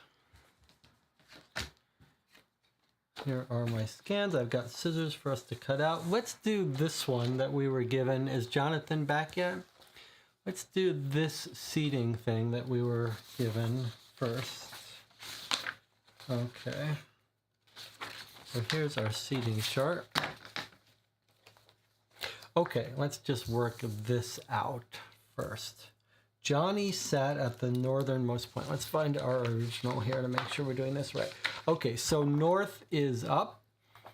So Johnny sat at the northernmost spot. So here is Johnny at 4. So Johnny's 4. Trish sat 3 spots counterclockwise. 1, 2, 3. So here is Trish, who's number 1. Stu faced Trish, so that would make Stu here. Okay. Rick and Tina sat beside each other, so we don't know yet where they are. Jean sat clockwise 1 spot from Trish. That puts Jean here. Okay. Tina sat clockwise 2 spots from Stu. So 1, 2 is Tina. Okay. Rick sat counterclockwise 4 spots from Jean. So 1, 2, 3, 4. That puts Rick here. Okay. Rico 2 spots clockwise from Johnny. Okay. So here's Rico. That's 6. Brad 1 spot clockwise from Rick. Okay, that puts him here. Brad is at 11. Okay. Ellen sat somewhere clockwise between Tina and Trish. We haven't, oh, here's Tina. Here's Trish. So she's somewhere here, Tina. We don't know enough yet. Okay, Shelley sat somewhere counterclockwise between Stu and Dina. Counterclockwise between Stu and Dina. I guess that means start at Stu, and go clockwise to Dina. We haven't put Dina on the map yet. Randy 3 spots clockwise from Shelley. And we don't have any information about Shelley. Okay, so this is kind of fun. We've got a couple of... This is the stuff that was easy. And now we've got to figure out the stuff that's not as easy. Okay, Stu faced Trish. We got that. Rick and Tina. Okay, so Rick and Tina sat next to each other. And we've got Tina. And we've got Rick. So actually, we didn't need that information. We found them on independently. Jean clockwise from Trish. Okay. Rick counterclockwise. 1, 2, 3, 4. All right, we got that. Okay, so where do we got? So we've got the part about Rick and Tina sitting next to each other. That's all solved. So we've got all of these. It's the last couple that are more ambiguous. Ellen sat somewhere clockwise between Tina and Trish. So Tina and Trish. So between Tina and Trish, we know Ellen's here. Okay, well, there is only 1 spot for her. So that means Ellen must be here at 12. Okay. Dina sat counterclockwise 3 spots from Rico. So I guess I didn't write that down, but we actually got a specific place. Dina counterclockwise from Rico. So 1, 2, 3. So we know Dina is at 3. Counterclockwise, 1, 2, 3. Okay, so that's fine. Now Shelly somewhere between Stu and Dina. So there's only one spot open counterclockwise between Stu and Dina, and that's at 5. So that's Shelly. And that's it. That's our list. Oh, no, who's at 8? Or which one am I missing?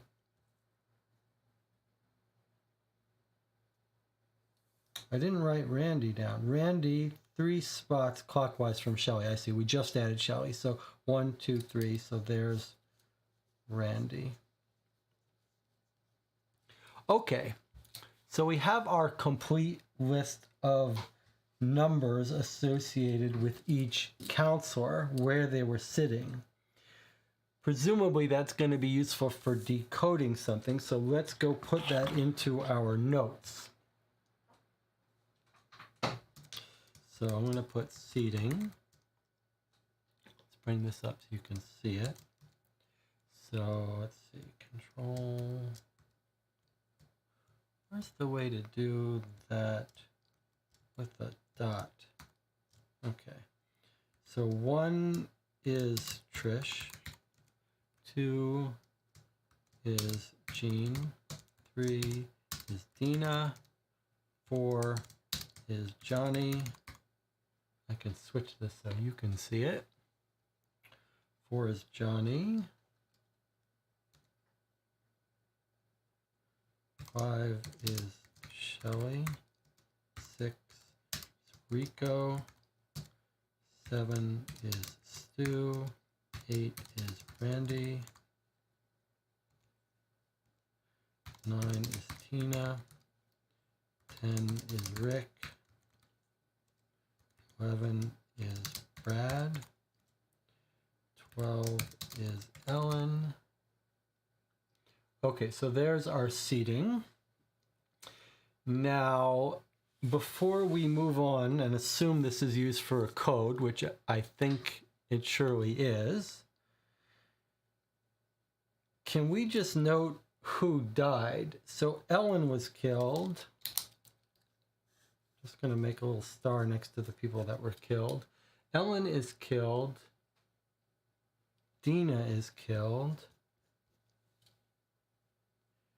Jean is killed.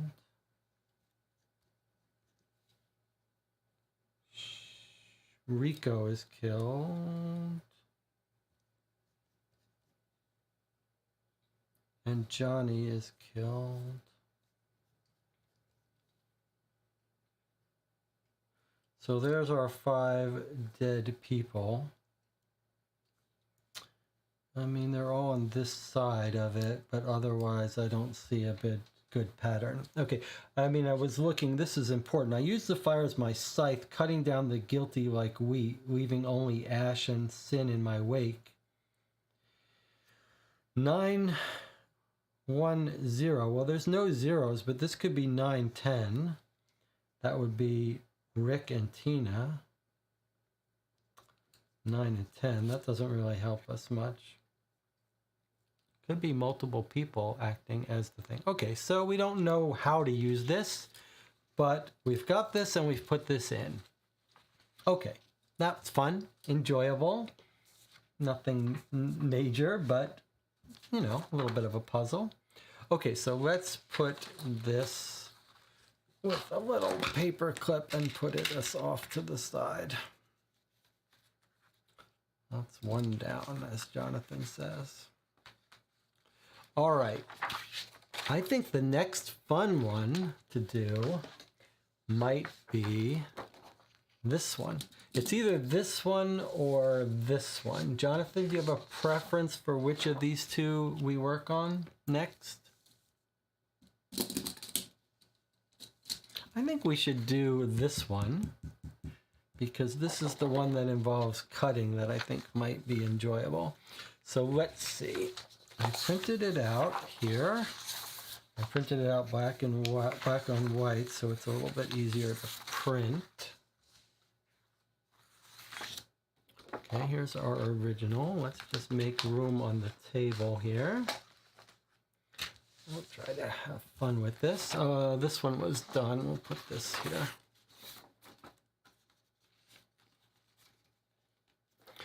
Okay, so here it is. I've printed this out here. I've just inverted it, and I've got scissors. Jonathan, you're still here?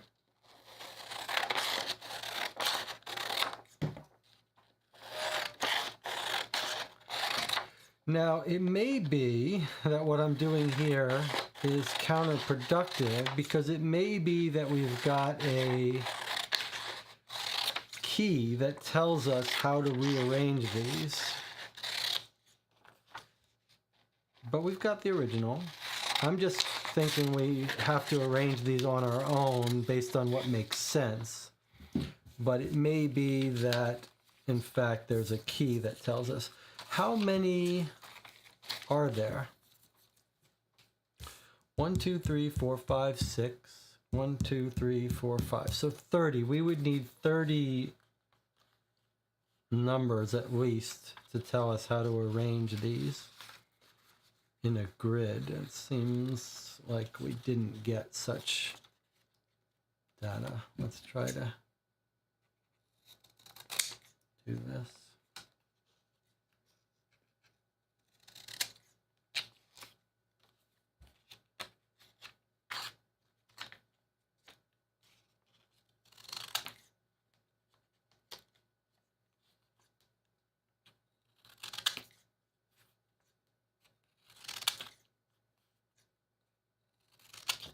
Hopefully I didn't mess any of these up. It's not the neatest job, but let's see what we can do here.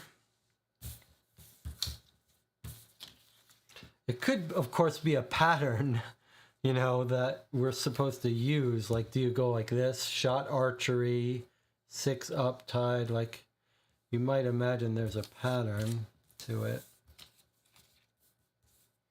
But you could also imagine that we're just supposed to arrange it. What do you think? The cutting one, I guess I'm a bit curious if there's some other piece that's supposed to help us arrive in order. I think it's certainly possible. It's certainly possible, perhaps even likely.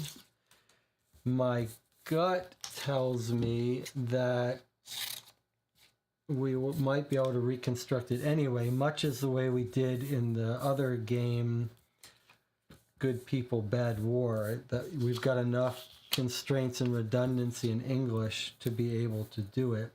So maybe we should have put this one off, but let's play with it for a little while, and then we'll just pick up our pieces and move on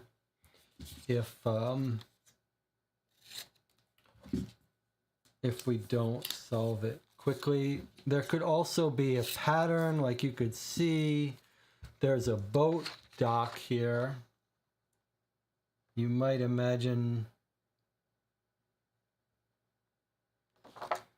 I'm not sure, but let's play with it. Let's play with it.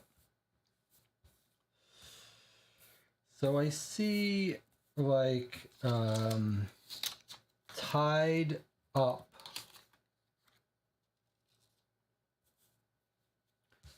Tied up, falling down. Cabin 6 in counselor down was midnight. Found stabbed was missing. Female at the boat dock. Female at the boat dock and bleeding in. No, that doesn't work. I wonder if it doesn't circle around. Female at the boat dock. Stabbed, found, tied up. Female at the boat dock. Stabbed, found, tied up. Let's try that. Let's try rearranging it here. in that kind of way. Female at, I'll move this down so you can see the original and work on it too. Okay, female at the boat, female at the boat dock.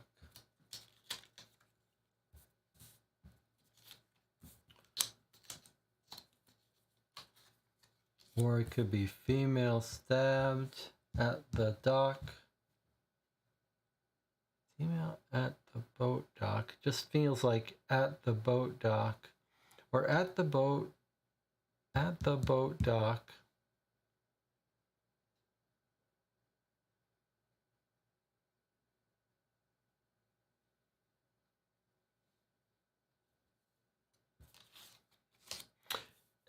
In our photo of the desk, this does seem like this is related to our desk. So she was tied up. She wasn't stabbed though, actually. She had nails. So where's tied up?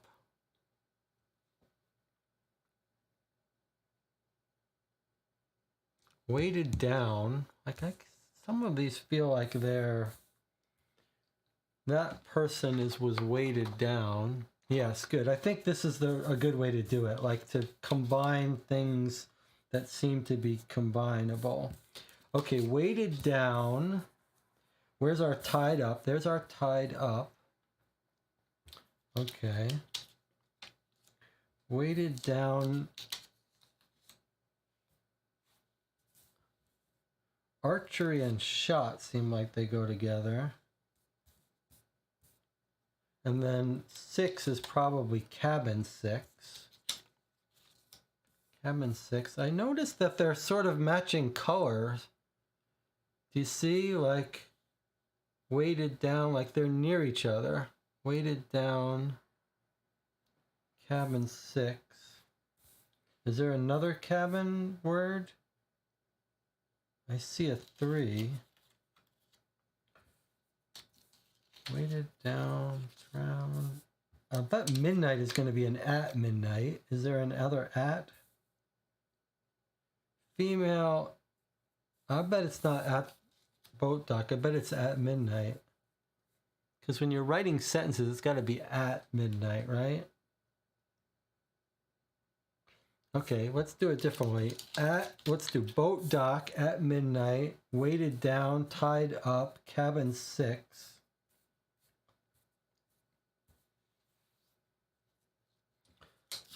I'm guessing it's going to be female counselor. And then it's going to be like was stabbed. And let's see, drowned, falling, weighted down, falling down, shot. I have to guess that archery and shot would go together. Cabin 6 could also be cabin 3.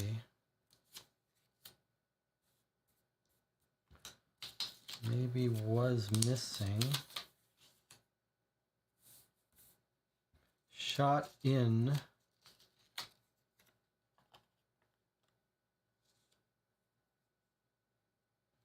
These are all sentences. That means archery shot doesn't make sense as a sentence, but what would it be? Shot in. Could be shot in cabin 6, in cabin 3, found in, pushed.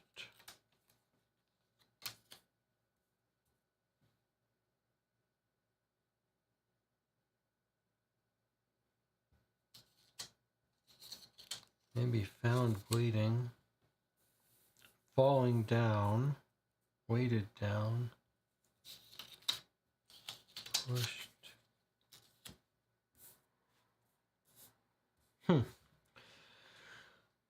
Like you could imagine, female counselor was stabbed at midnight. Let's see if some of these things we can't I want you to notice something else I just noticed. Look at this. Can you see that there's a double line here? There's a double line here. I wonder if we've got two sentences. And here's one.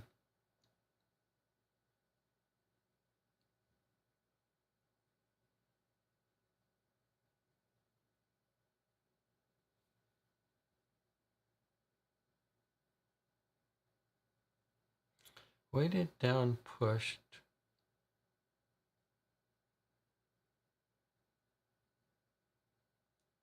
Three drowned and weighted down.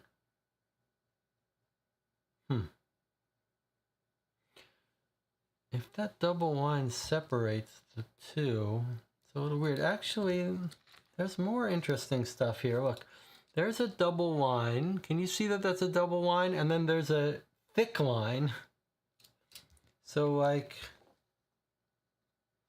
these lines look fairly consistent. But then we've got a thick line and a double line.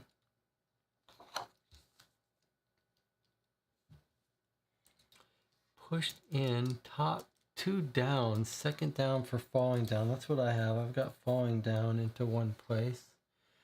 Why is there a thick line, a double line, and the rest of them look fairly normal? It's kind of cool.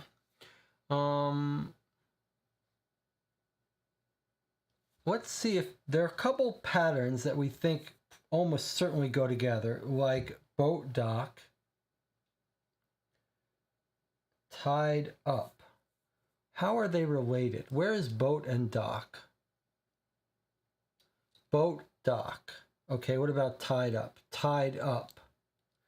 So I'm wondering if everything isn't adjacent to each other. Boat, dock, tied up, found stabbed, female at the boat dock, found stabbed, tied up, cabin 6, archery shot, midnight was. Is everything adjacent? Falling down was missing and bleeding.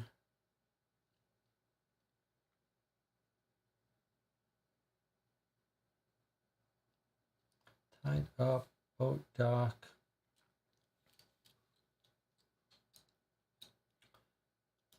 Found stabbed. I think they're all adjacent. Found stabbed. Let's see if the cabin one works for that. It's going to be cabin 6 or cabin 3. Where's our cabin? Okay, cabin 6. All right, what else? What other pairs? This is going to be counselor in cabin 6. Counselor in cabin 6. Okay. Counselor in cabin 6. And then if that's true, counselor in cabin 6, then these have to be together. Archery shot was midnight. That's hard. That's a little awkward.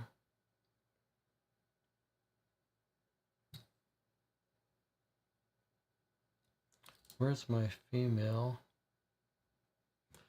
Female counselor. It's gotta be female counselor in cabin 6. Tied up. Weighted down and drowned. That's going to be weighted down and drowned. Tied up, weighted down. I don't know if that's part of it, but it's weighted down and drowned.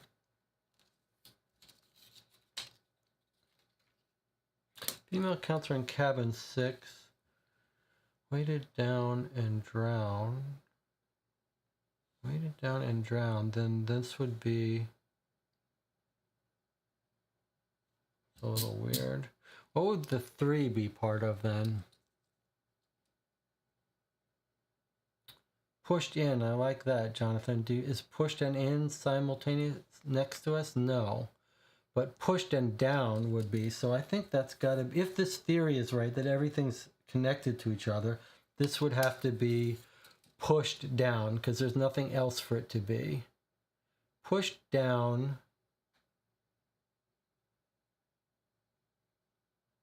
I don't know what else it would connect to, so maybe that ends there.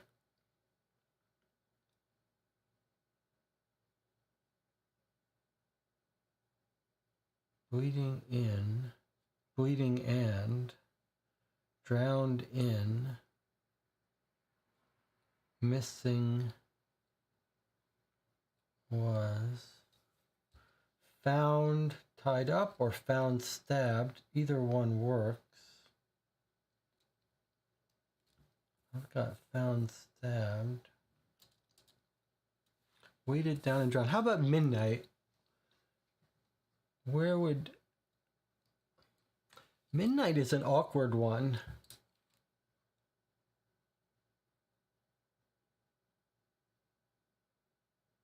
Would it be cool if, like, you're supposed to separate these? Sorry, you can't see that top one. Let me move this down a little bit more. It would be kind of cool if what that line is supposed to say is that, like, these are adjacent to these. Like, this was over here, so pushed is next to shot, 3 is next to archery, like that. I wonder. Might want to print this out again.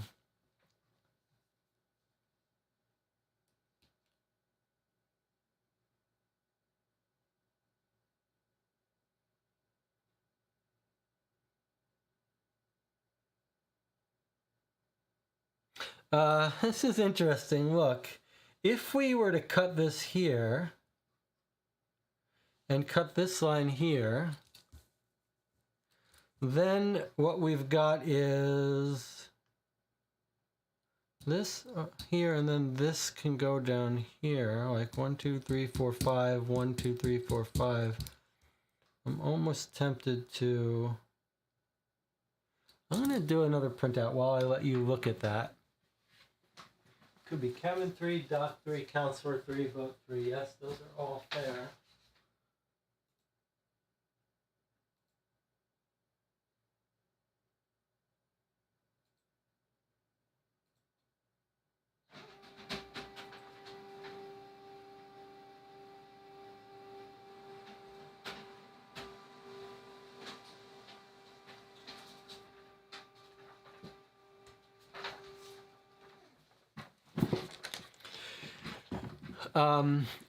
Let's think of it this way.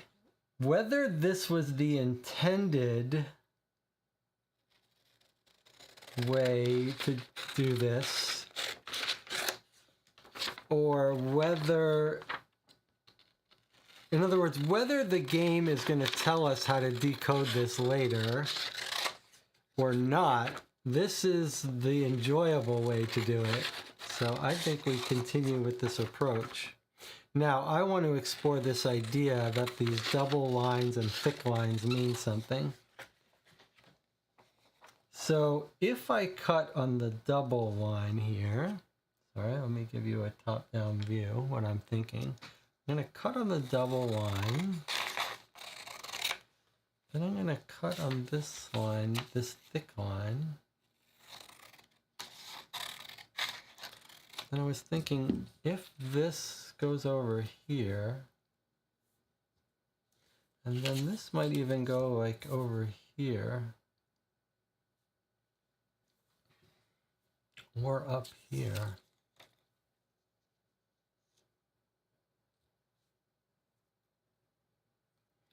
I was wondering if that wouldn't, and shot down and bleeding.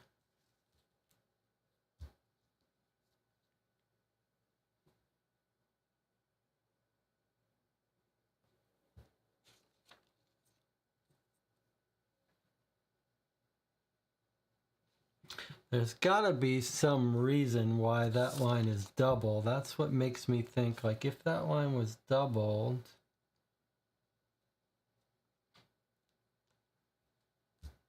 counselor was, could mean that this was go in the middle. This last one. Shot down, pushed down. Found missing. Boat dock, it's got to be clearly.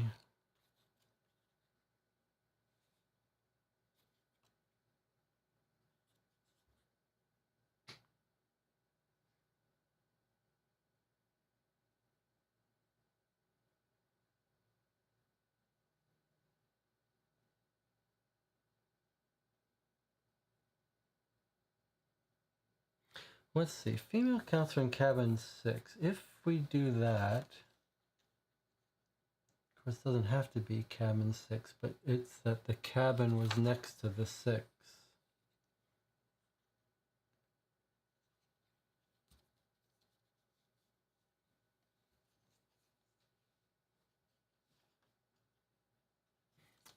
I'm not sure about that. Jonathan says, I'm going to eliminate counselor from the list of options that go with numbers since we have female. Female counselor does make the most sense to me. Yes, I agree with that. Female counselor in cabin 6.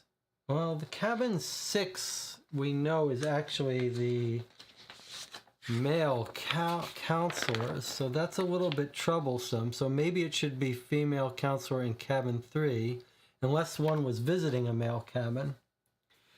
The only problem is if it's female counselor in cabin 3, then it's not adjacent to that word, which is bothering me.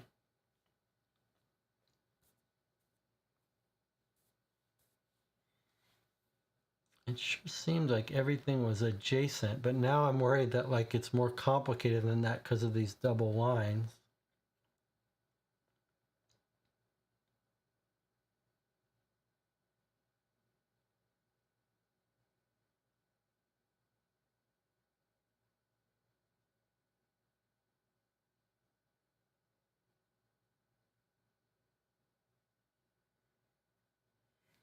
Let's see, if we turn and was found dead. I'm just looking for connecting words.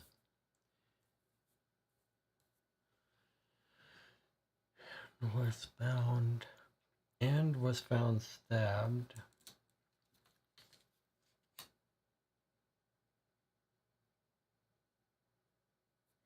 Stabbed at the boat dock would work. Found stabbed. Oops.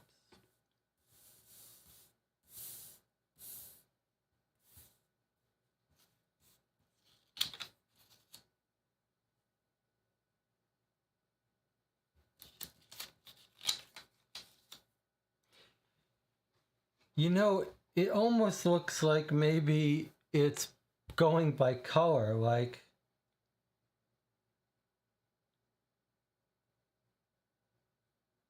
this.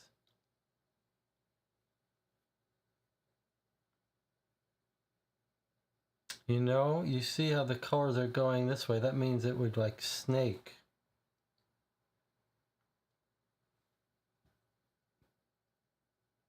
But it can't be quite so simple. And the female at, yeah, it doesn't work quite, doesn't quite work.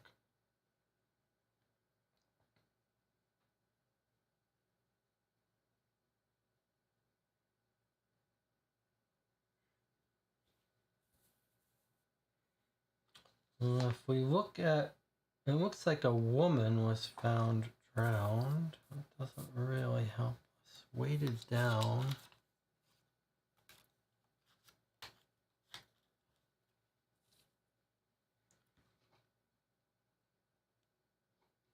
What word would go with archery? Female and counselor are different colors. It's true, they sure are.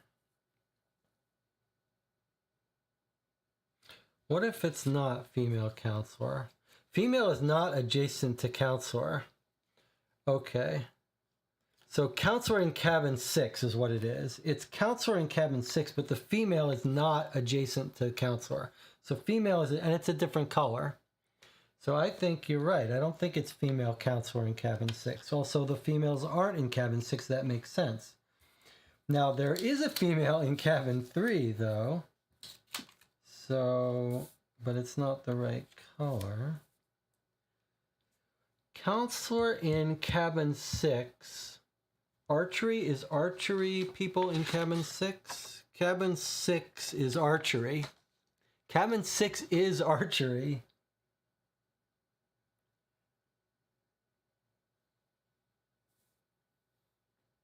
Cabin 6 is archery, and it is this in archery cabin 6. Counselor in archery counselor, but where, if they're all adjacent, what would it be? Counselor in cabin 6, archery, shot midnight, maybe. Counselor in cabin 6, archery, shot midnight. And then this is going to be female in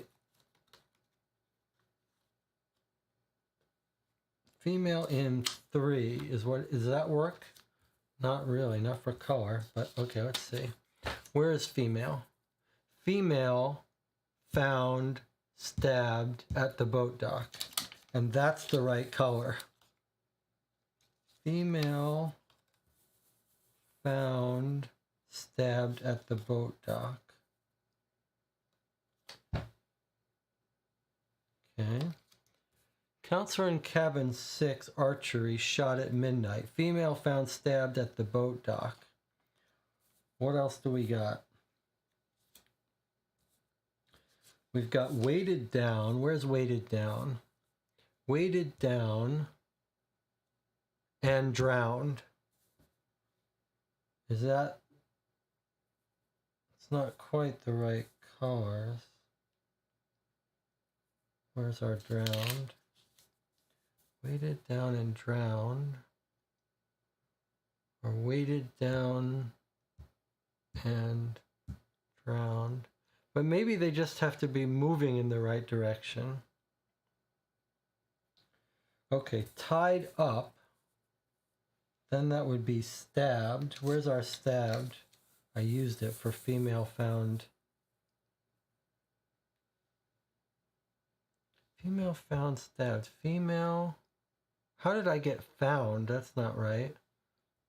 Oh yeah, female found tied up.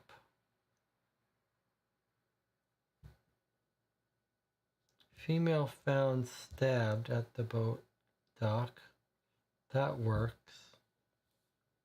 At the boat dock, but also tied up, stabbed. She wasn't tied up and stabbed though. She was tied up and put nails in her.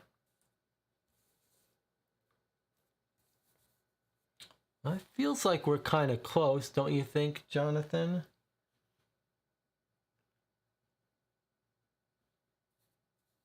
I mean, it could just be we're off on a wild goose chase, but what would be the 3? I will note that, look, 3 nails. So is this going to be stabbed 3 times, but it's not stabbed is not next to 3. And so far, that's what I've been using as my guidance. And 3 is quite light. 3 is next to and weighted, pushed 3, pushed down makes sense. Where would the 3 go?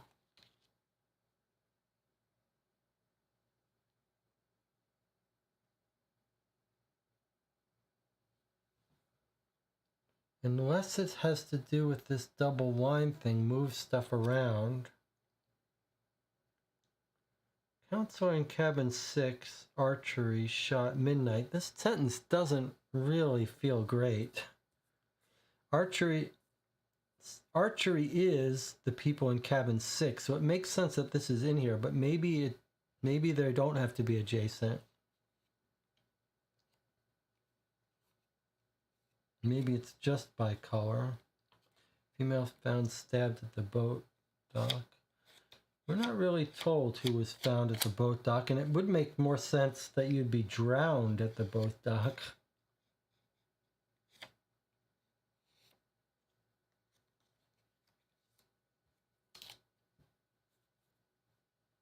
What would be missing?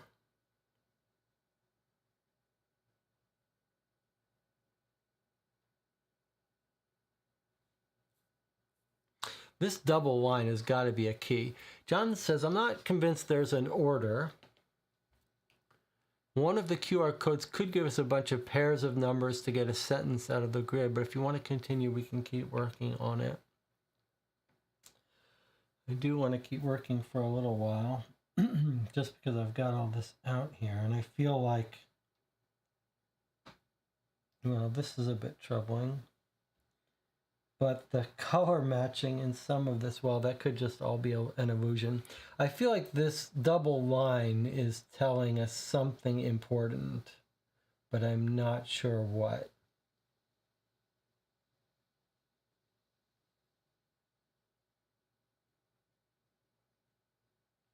But weighted down and drowned seems right.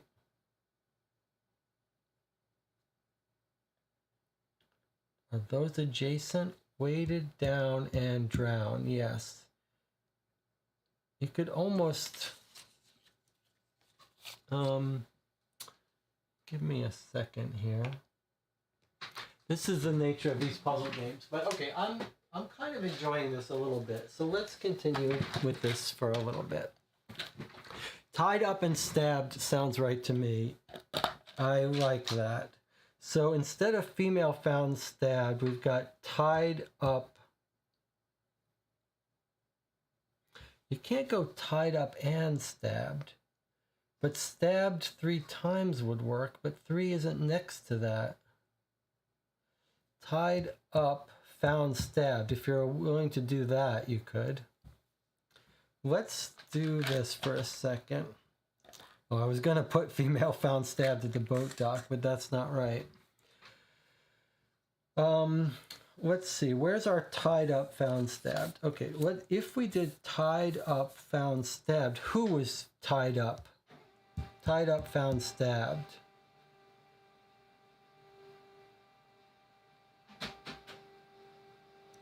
Counselor in cabin 6, tied up, found stabbed. That's possible.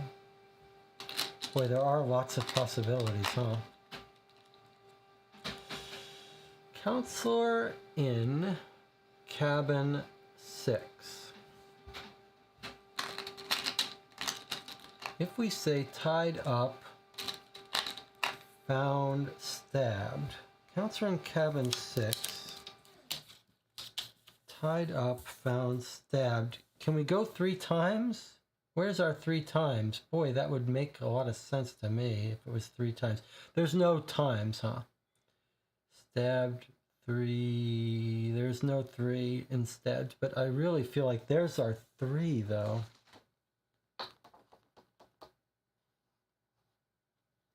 But okay, let's do counselor in cabin 6, tied up, found stabbed. What else? Female at the boat dock.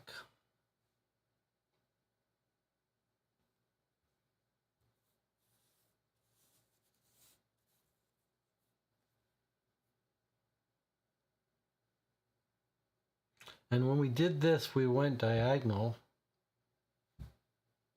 Counselor in cabin 6, tied up, found stabbed. Pushed down.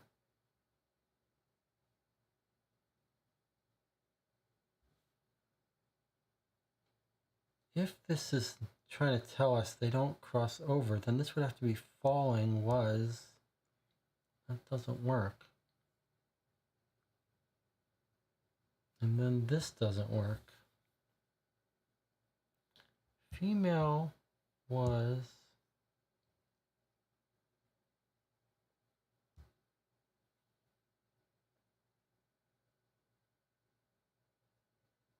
shot at midnight was female. Shot at midnight was female.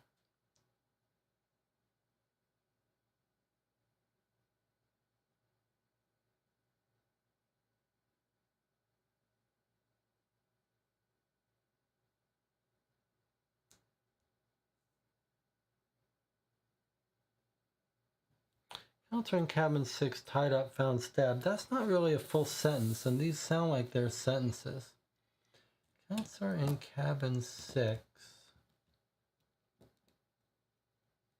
was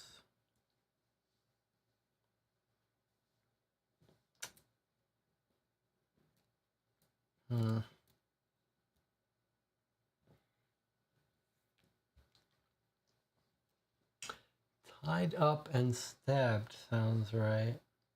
But where's the and come from? Tied up. There's no and next to up if we're assuming these are all adjacent. Counselor in cabin 6. Boy, that just... But it could be...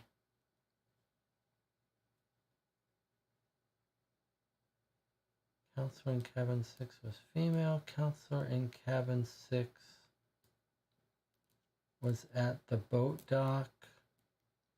Counselor in cabin 6 was at the boat dock. If you let things jump around anywhere, you can get almost anything.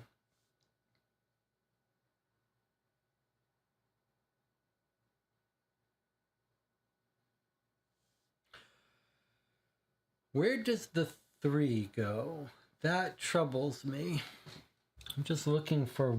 I think it was Terence Sinowski who talked about, or Paul Churchland in neuroscience. He was talking about how to understand the brain, and he used an expression that always stuck with me.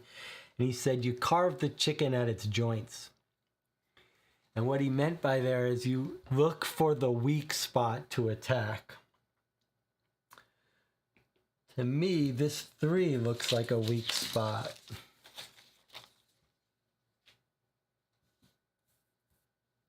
Because there are not many things that work with that 3.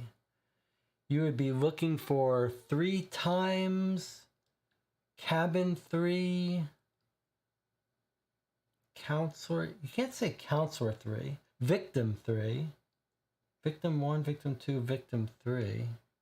We don't have a victim.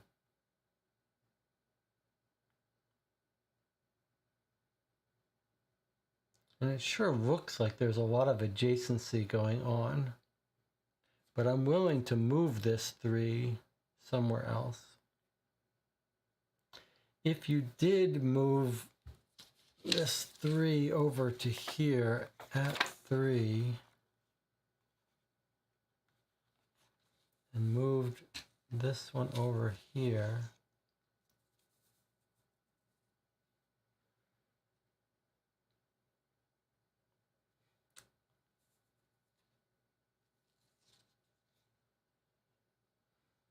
shot down.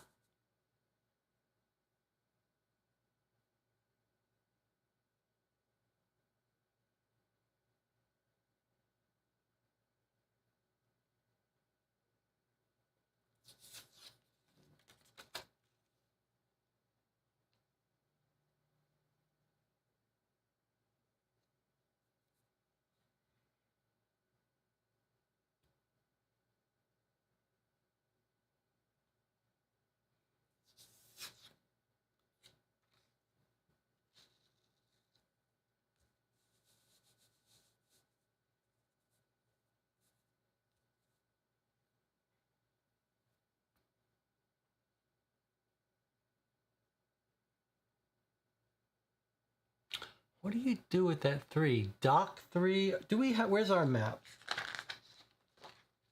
Are we told there are 3 docks? 3 of anything? We've got cabins go up to 3, but we don't have multiple docks. We only have cabin 3.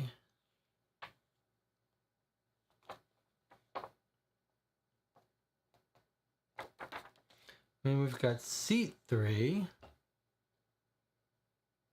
These sure seems like sentences, though. Victim 3. One was bludgeoned, one was stabbed, one drowned.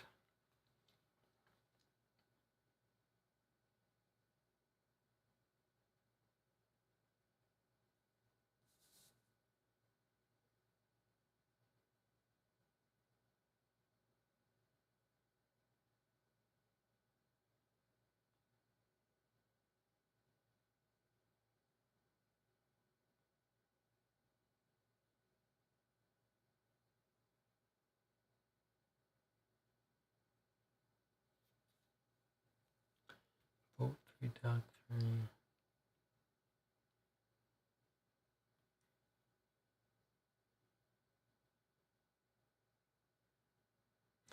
Let's take a look at that.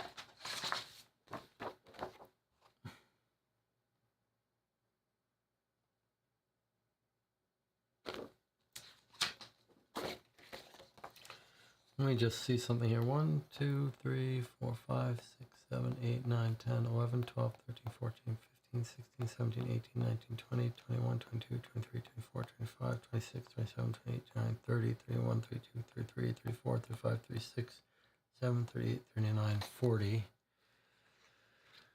No, here we have 30 words.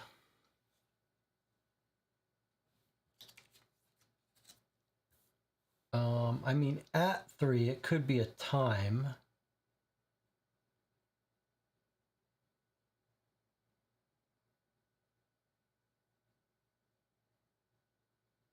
If I cut here at this double line and cut here at this line, I get this. That would let me put the 3 somewhere else. Is there a 3? That doesn't make sense.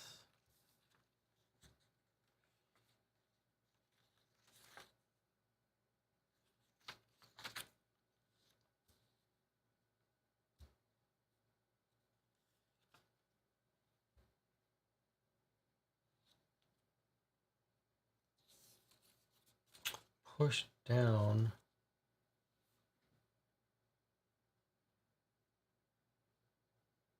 If I move these over there.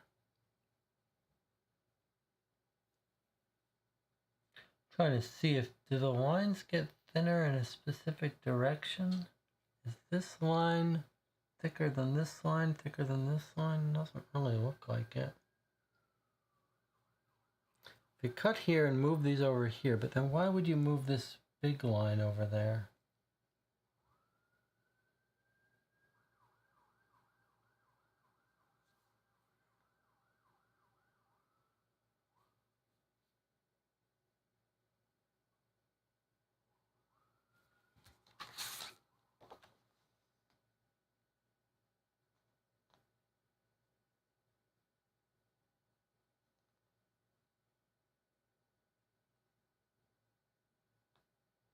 What is that trying to tell us, that double line?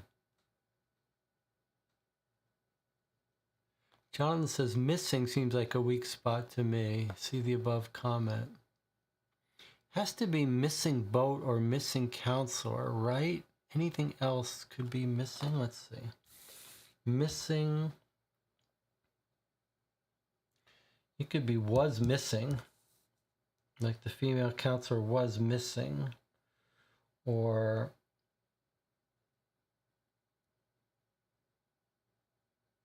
so was missing.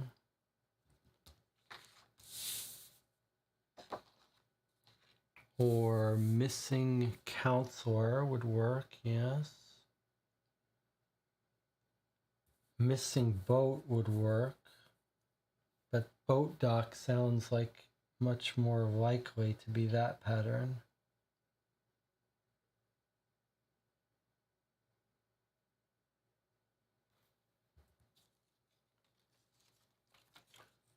was missing. That would have that not be moved. That's very troubling to me to have that double line not mean something moves.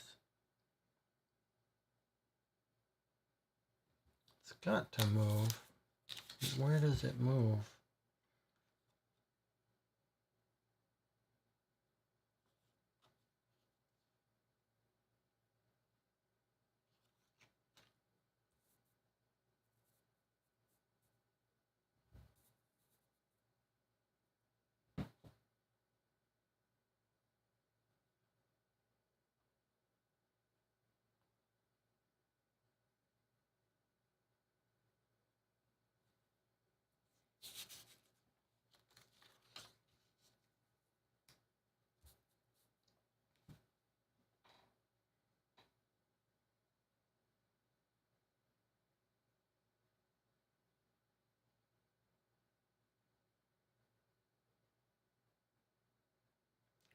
Counselor in cabin 6 was missing.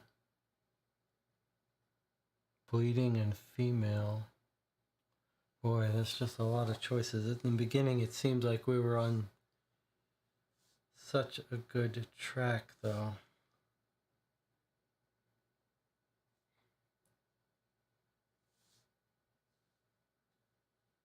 That double line really throws so many possibilities at us if you're really moving this around. Is this one of these things where you can fold it? Falling down in... Like if we fold it, do we get something?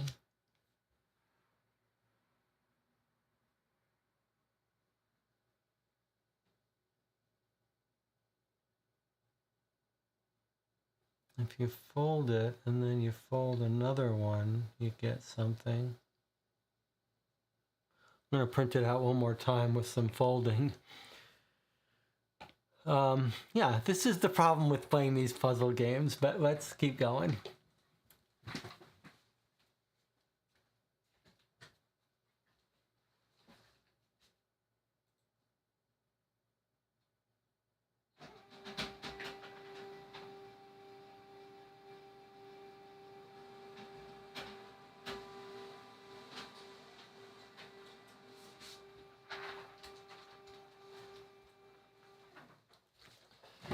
All right, let's try something else. This double line is surely telling us something that we're not quite getting.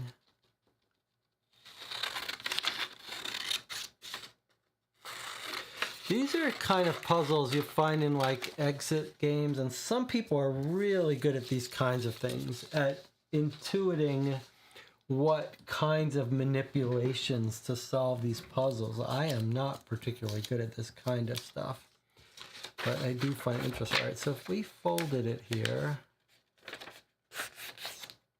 and then on this side we folded here, and why am I folding there? I'm not sure.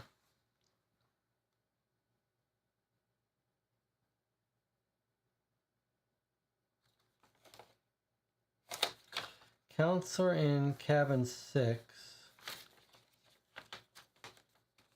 Archery, shot, boat dock, and drowned. And drowned in the boat dock.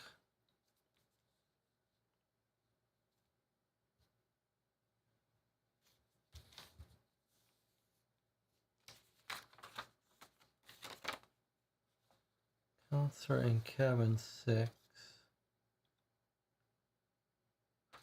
Midnight would have to be, you'd have to be an at midnight.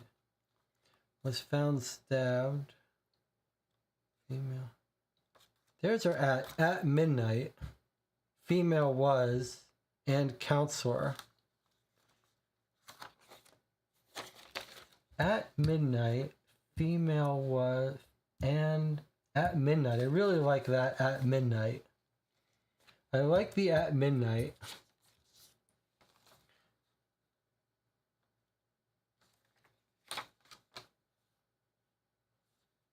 At midnight,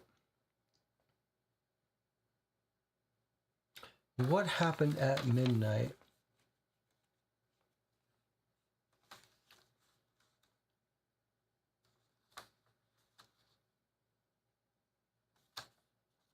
Was missing.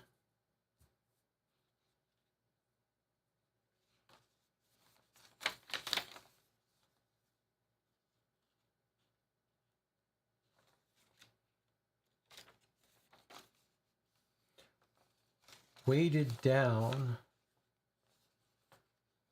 and drowned. Weighted down and drowned in the boat dock, bleeding in the boat dock, and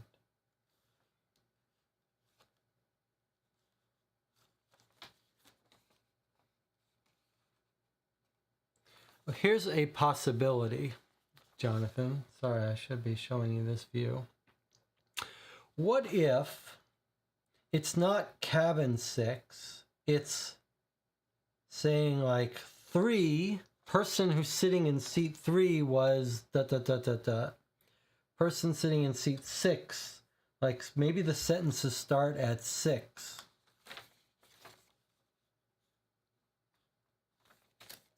I'm going to say they don't go diagonally. 3 is the one that is bothering me the most, because I don't see how you make a statement with that 3.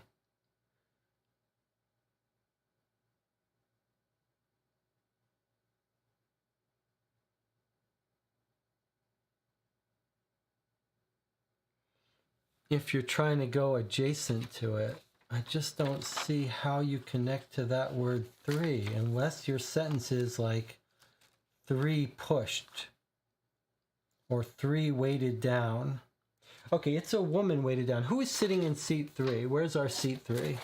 Seat 3 is Dina, and she was killed. Okay, look, hold on a second. 3 was killed, and 6 was killed. So maybe that's what it's saying. 3 is Dina, and 6 was Rico. So what if it's saying 3 was 3 pushed down, weighted down. Boy, that's awkward. 3 pushed. 3 weighted down and drowned in the boat dock. 3 weighted down and drowned in the boat dock. 3 weighted down and drowned in the boat dock. Which here would be 3 weighted down and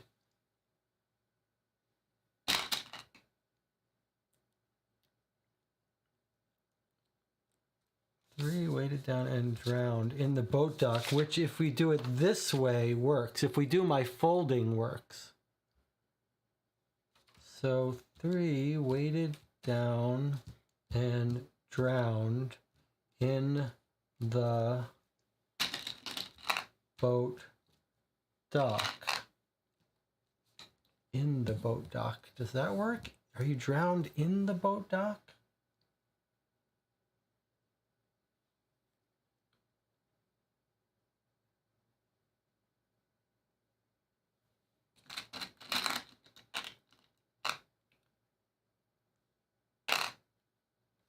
Let me take these off. 3 weighted down and drowned in the boat dock. Okay. And then you'd have to start there, right? 3 weighted down and drowned. 3 weighted down and drowned in the boat dock. But then how would, then the other one would be 6. 6.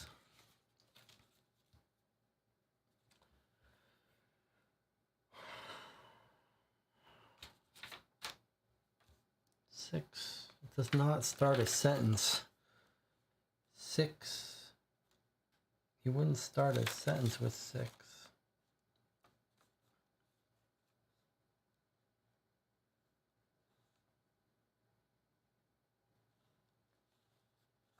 You could also say 3 pushed down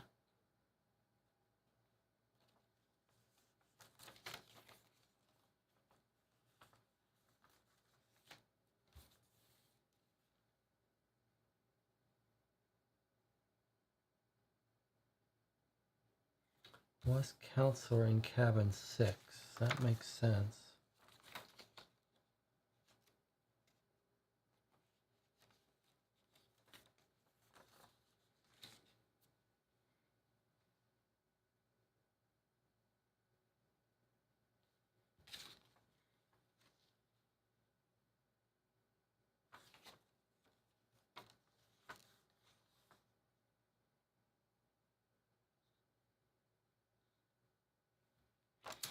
Three weighted down and drowned, missing bleeding in the boat dock. I mean, you could.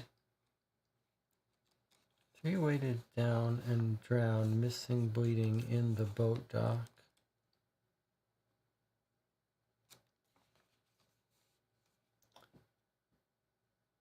Archery shot.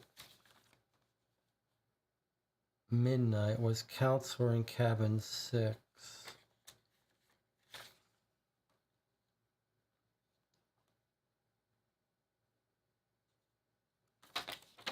Archery. Maybe when we find more clues, we'll know, like that archery was at 6, was at midnight and all that. 3 weighted down and drowned, missing, bleeding in the boat dock. Counselor in cabin 6. Archery shot midnight.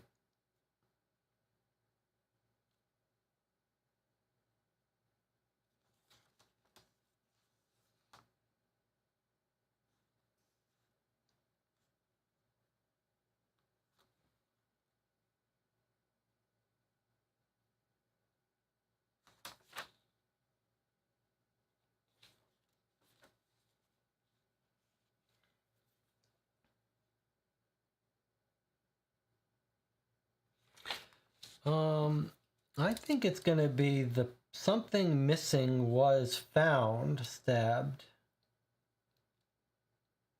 I wonder if it's like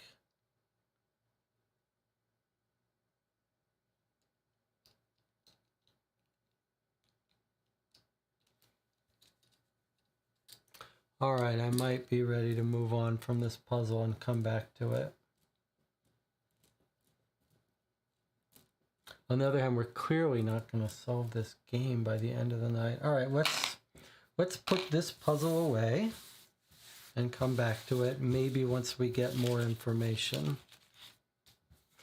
I think it actually is compelling to stick with it and work on it, but let's put it aside for now, use some discipline and come back to it. And let's work on this one.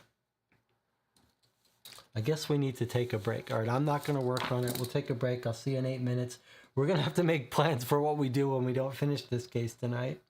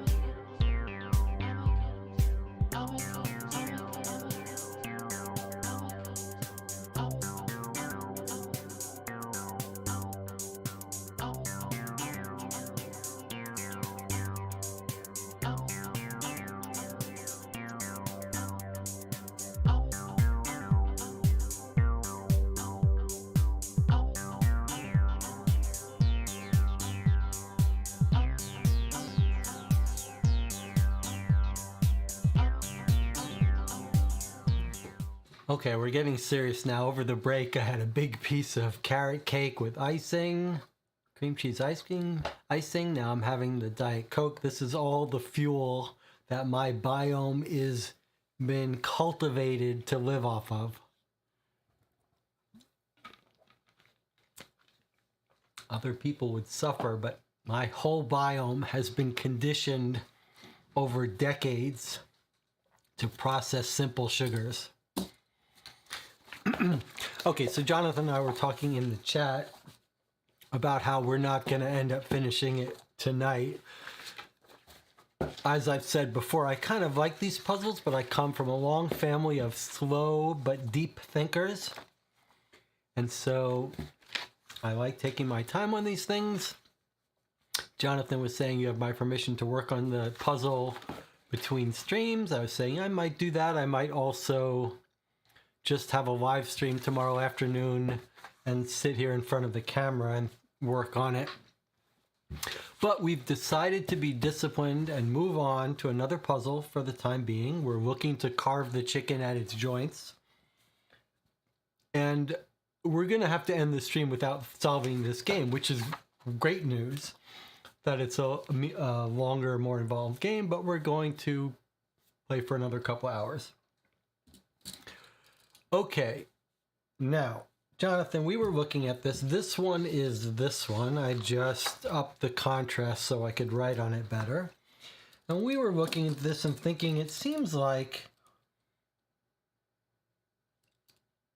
some of these letters are what they are.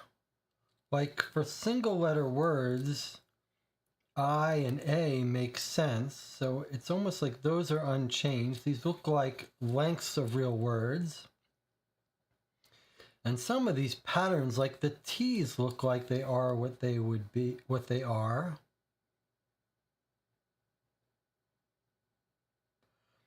And then other patterns are like, here's two J's.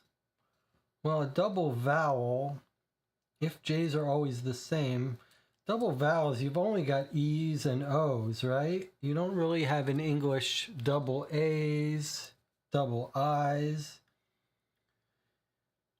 And it almost seems like the like is a L-I-K might be what it is. So let's try writing some of this. We think maybe the X is an H, we were thinking, right?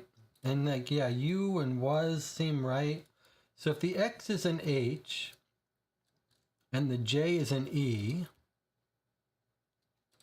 so TH, and we think the A might be what it is, so that U, if the J is an E, TE, T, E, E, T, H. It seems like maybe the I and the S are unchanged. So this is TH. Might this be ER? So if this is THE and E, it means G's are R's. So every time we see a G, we should see an R. R, R. I'm just sketching stuff in here. We think was is was. There's an R and an E and a T. That's a problem. Oh, that's an H. X we said was H. Okay, her. H-E-R is her. Okay, this just confirms our thinking that G's are R's. It ends in her. What else do we have? Any other X's are H's. J's are E's.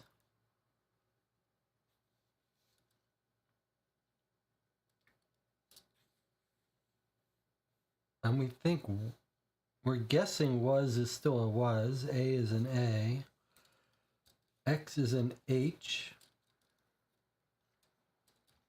H, H, I capitalize these, J is an E, J is an E, I is an I.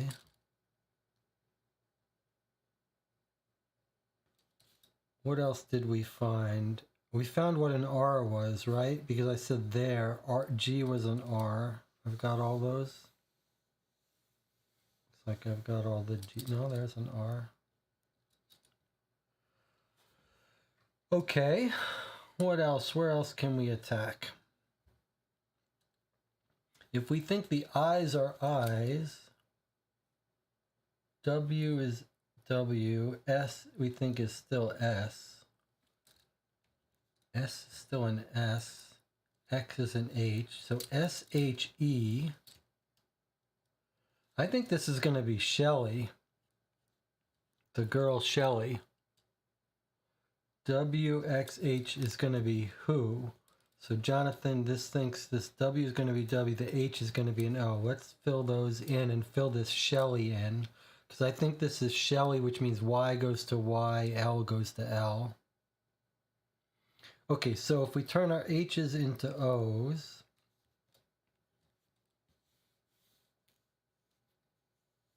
any other H? There's another H.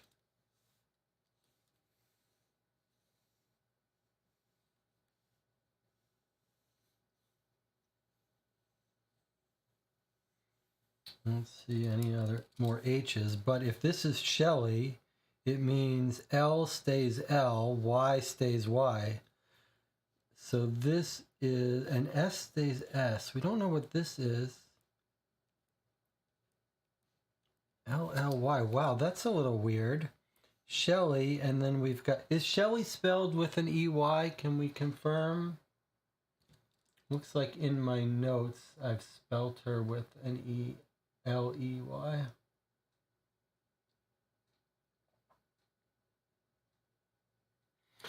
Okay, what else you got, Jonathan?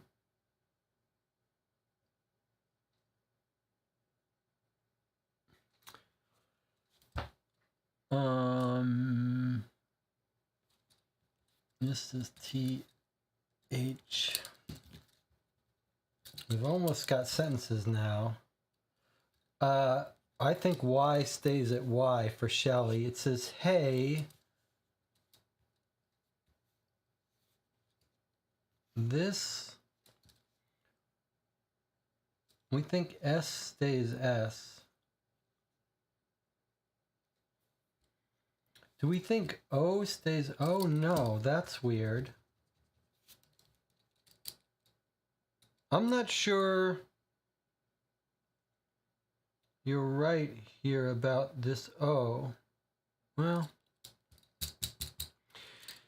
and then we need a three-letter word with a W with Y staying as Y.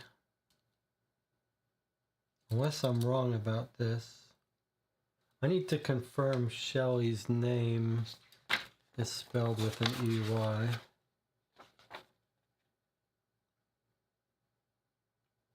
S-H-E-L-L-E-Y. I think this is S-H-E-L-L-E-Y. That means the L's stay the same. The Y's stay the same. If the Y's stay the same, this is a W-Y. This could be yet, but we already have a T, so it can't be yet.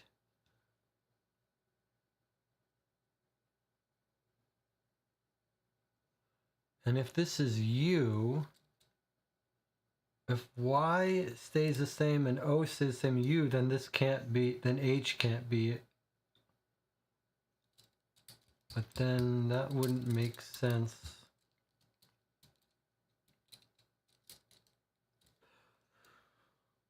We think A stays A. So this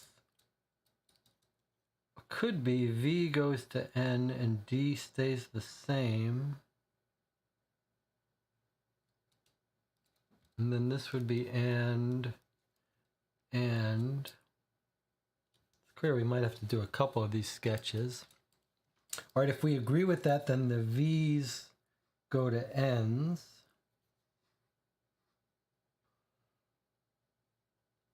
Any sign that it's symmetrical, that when an X goes to an H and H goes to an X? Let's do the rest of the ands though. Any other V's? That would be an N, A.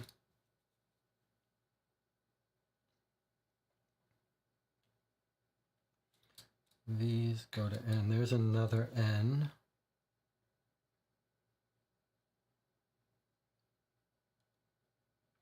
This is slightly troubling here. O-N blank E. What word is O-N blank E? Is that a thing? Own.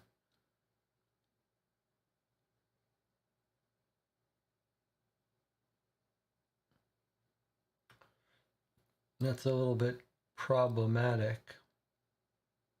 I'm having a hard time thinking of a O-N blank E word. O-N-L-Y, yes, but that would make J's go to Y's. That doesn't work for us. I think we're pretty sure J's are E's. It makes for Shelley, which really feels right to me here.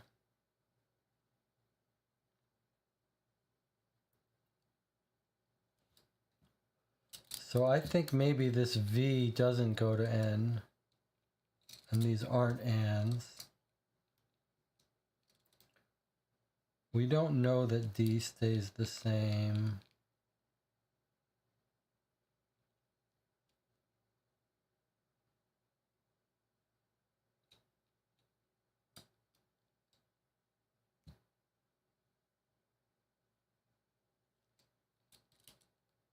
I think L stays L, and I stays I. I think this might be girl. Named. There we go. Look at that. This is going to be a girl named Shelley. G-I-R. R stays the same. So N goes to D, and V goes to N.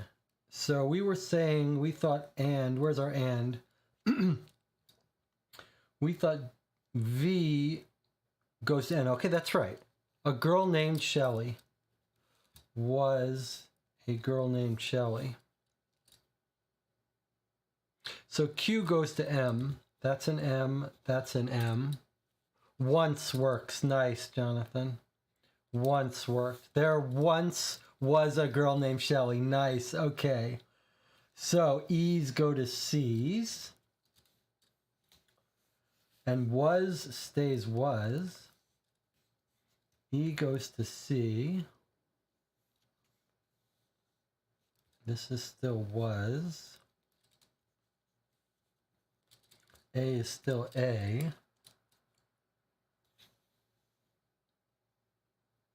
J goes to E. A stays A. J goes to E. L stays L.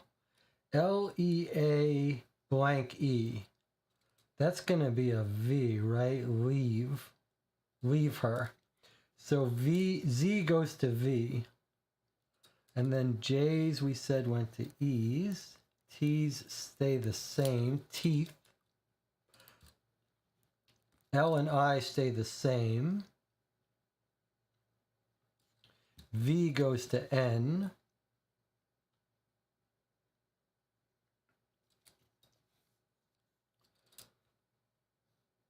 What did we say happens to the N's? We don't know. We know that V goes to N, but we don't know what N is. W-O-U-L-D, that would work, right? We think the N's, I think the N's are going to be D's, and the U is going to stay a U, and I think W is going to stay a W. That would make W-I-T-H. S stays S, I believe, yes.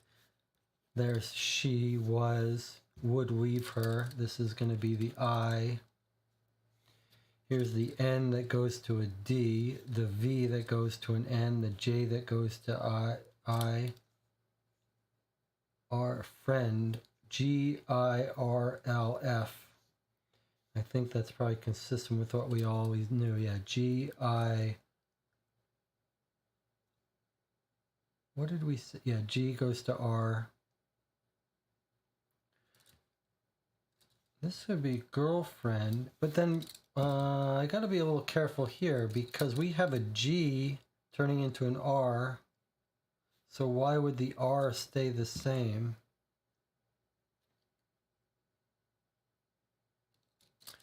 I think this is going to be, hey, Rick. R-E-M-B-E. Remember this. Okay, someone's writing to Rick.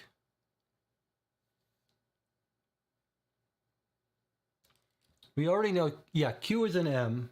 Yes, Jonathan. Based on this word remember I have here, I think the Q's are M's. So M is M-Y. Yes. She was my girlfriend, I would leave her. So this is going to be if. There's a P going to an F. That's going to be F-A-C-E, face. L stays L, I stays I, K stays K. Like a... J goes to E, T goes to T. I goes to I. J goes to E. Z we did have a translation for. It was a V. Retriever. And a face like a retriever. If she was my girlfriend, I would leave her. Oh, it's a rhyming thing. That's pretty cool. Okay. Hey, Rick, remember this? We thought O goes to O, and what did we translate F to? G. Remember this song? Oh, here's the song that guy wrote. Hey, Rick, remember this song? Oh, remember this song that you wrote? W-R-O-T-E. So G goes to R. Hey, Rick, remember this song you wrote? There once was a girl named Shelley who was, this is going to be ugly and smelly, with teeth like a, what did we translate? And a face like a retriever. If she was my girlfriend, I would leave her. Okay, so the only other thing is here, this was a V. This is going to be beaver. B-E-A-V-E-R. Okay, here we go. We fully translated it. Hey, Rick, remember this song that you wrote? There once was a girl named Shelley who was ugly and smelly with teeth like a beaver and a face like a retriever. If she was my girlfriend, I would leave her. Okay, well, he said he wrote this cruel song. He regrets it, and here we've translated it. Okay, that was pretty fun. These are the kind of ciphers and crypto type things that I actually find enjoyable. You don't have to know a code. You're not told how to decipher it. You're just doing constraint satisfaction on English. And probably they left a lot of letters unchanged, but probably even if they were changed, there's enough redundancy in English that we could have gotten it, especially once we figured out it was song. But that was quite enjoyable. Okay.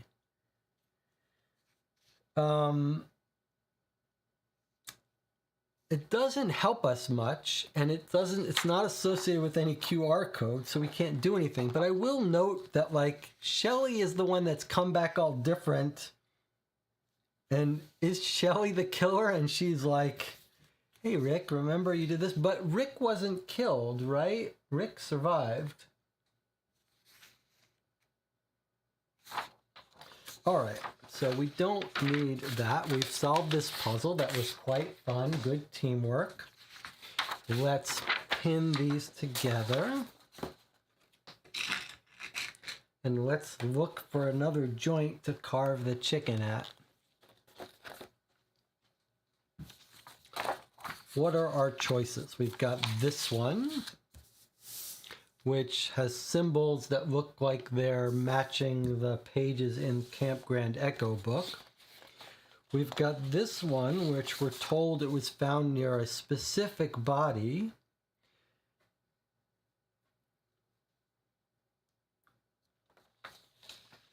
There's this one, which is this one with the QR code, with the cabin. There's this one with these numbers that we don't quite understand, which seem to match the same numbers here.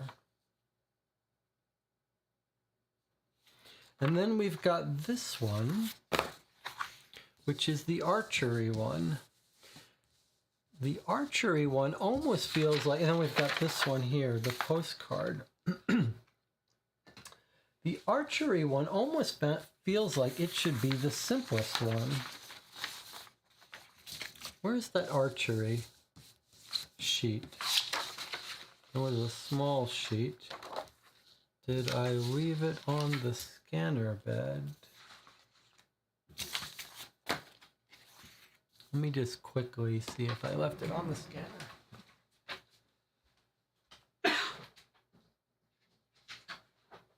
Yes.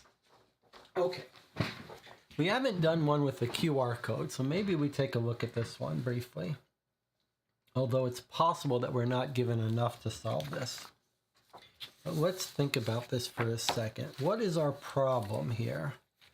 What is our dilemma? What's my victim's first name? When someone tries to take what's mine, it forces me to reap. I will tell you who it wasn't. And then it says, what's my victim's first name?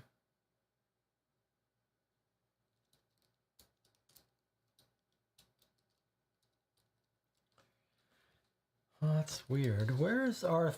Let me just see something here. This says, prepare to solve the box. Unlock equals name of the one who calls first. First name of the reaper. Okay, that's different. Just want to make sure it's not the same symbol. Actually, it looks like it is the same symbol.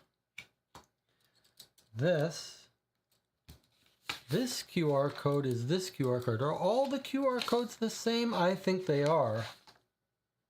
Okay, I think all of the QR codes on all of the clues, puzzles are identical. They are.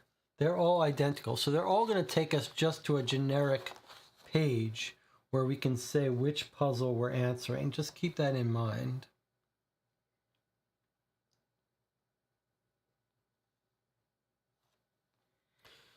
But yeah, what do the rules say about the QR codes? Let's look at this again. Many of our boxes employ the use of QR codes. The easiest way to read one of these is with a mobile phone. QR codes and files might be password protected. In order to gain access to these files, players need to solve the puzzles or complete other components to reveal the password. When putting in passwords, don't use caps or spaces. Don't be afraid to use hints. No, we're not using hints if we can help it.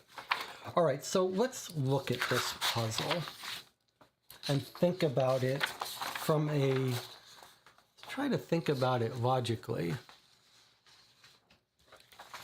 Jonathan says we go around the campfire based on the numbers given by the target. If yellow is 10, we start at 10 and go clockwise 10.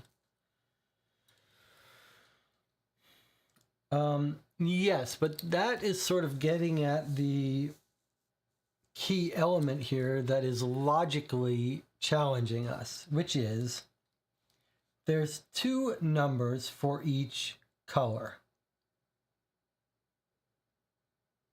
I'll note here that there are no blacks or whites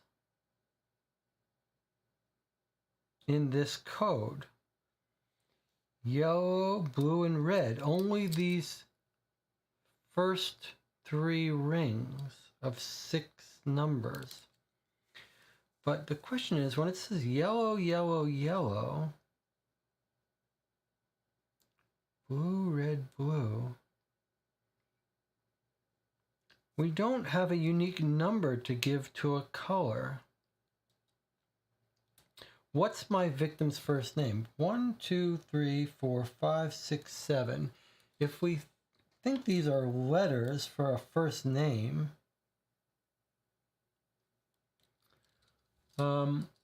I'm just looking at who has a 7-letter name as one option. Only Shelley has a 7-letter name.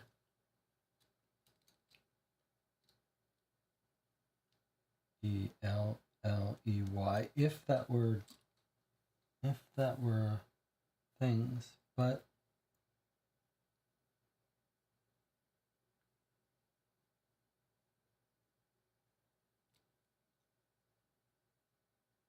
yellow. Like what?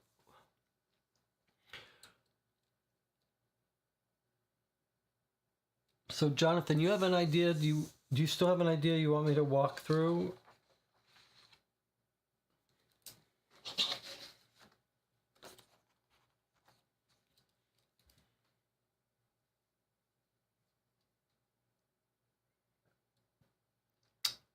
Jonathan says there really are 3 circles in yellow. It's true there are, but there are only 2 in red and 2 in blue. Blue, red, blue. What would that? If we went yellow, then it says blue, red, blue. Doesn't make sense.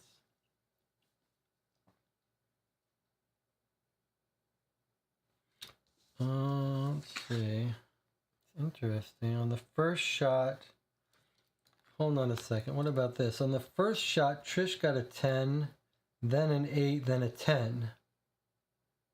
That would mean yellow. What if it's like this, Jonathan? Trisha got a 10, then an 8, then a 10. So her triple color would be yellow, red, yellow. Yellow, red, yellow. Yellow would correspond to Randy and Jean. Both got a color pattern that would match that.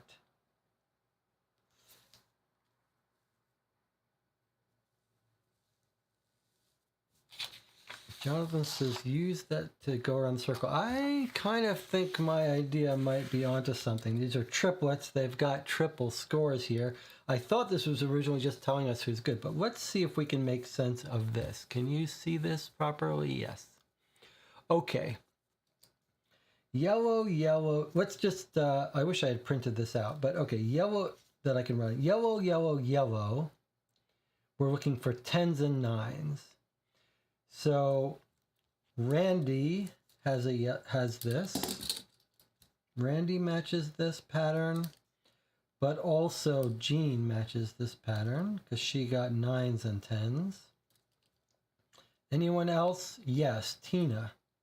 Tina is also a super shot. She got 10s and 9s. Okay, blue, red, blue. So we're looking for a 6 and a 5 here. So we've got Brad and Shelley. It would be nice if we could write it down. If I had scanned it, we could much more easily write it down this way. Wonder if it's worth doing. Let's try it. Let's do it like this. Let's do it like this.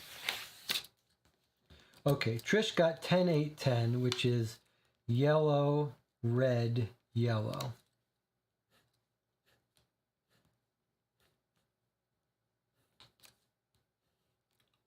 Someone asked me if I had graph paper last time. That would have been helpful here. I think this is going to be the easiest way to do it. Okay, yellow, red, yellow is Trish. Stu is 8, 9, 8. Red, yellow, red. So he's got red, yellow, red. Jean is yellow, yellow, yellow. Randy is yellow, yellow, yellow. Rick got red, blue, yellow. Red, blue, yellow. Tina got yellow, yellow, yellow. Okay. Next up is Brad. 5, 4, 5 is blue, black, blue. So we're going to say blue, black, L for black, blue. Okay, Ellen got yellow, yellow, yellow. She's another triple yellow. Shelly got blue, red, blue. Blue, red, blue. Okay, Johnny got yellow, red, red. Red. Rico, 798. 798. So red, yellow, red. And then Dina got a yellow, a blue, and blue. Yellow, blue, blue.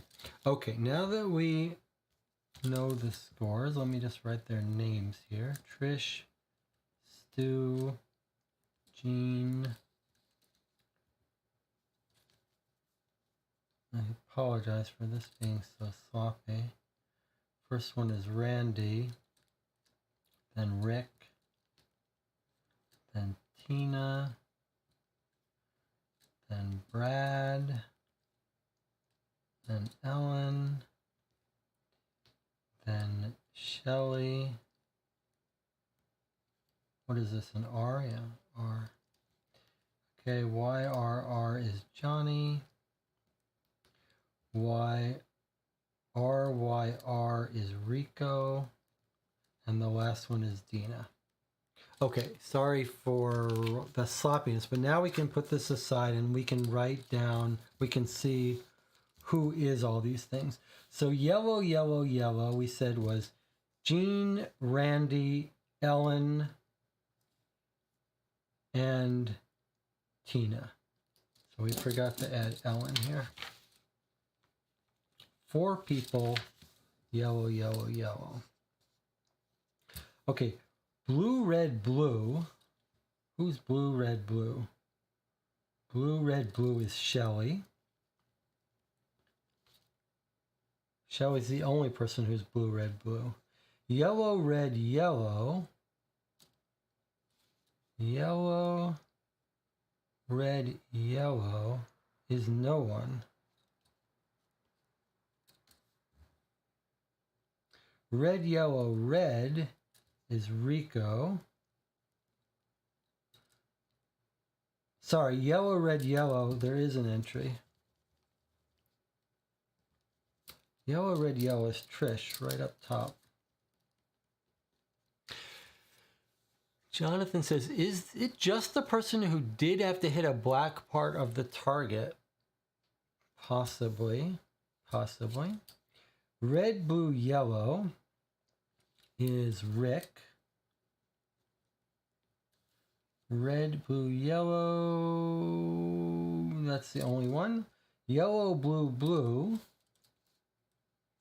Yellow, blue, blue is Dina. Yellow, red, red is Johnny. Yellow, red, red. Okay, so who don't we have? 1, 2, 3, 4, 5, 6, 7, 8, 9, 10. 1, 2, 3, 4, 5, 6, 7, 8, 9, 10. There are 12 people. Does that mean there should be... Who are we missing here? Did I miss one?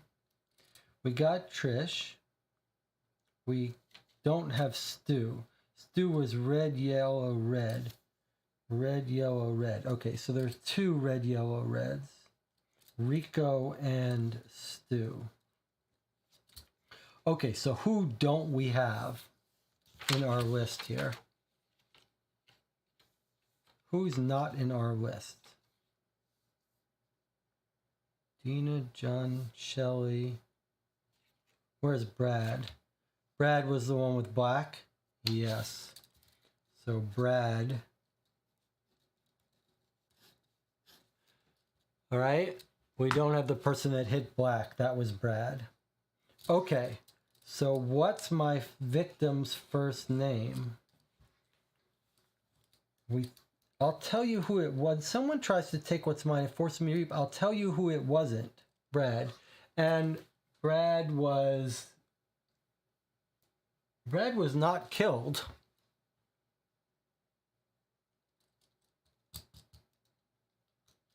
Brad was not killed. He was at seat 11 and he's still alive.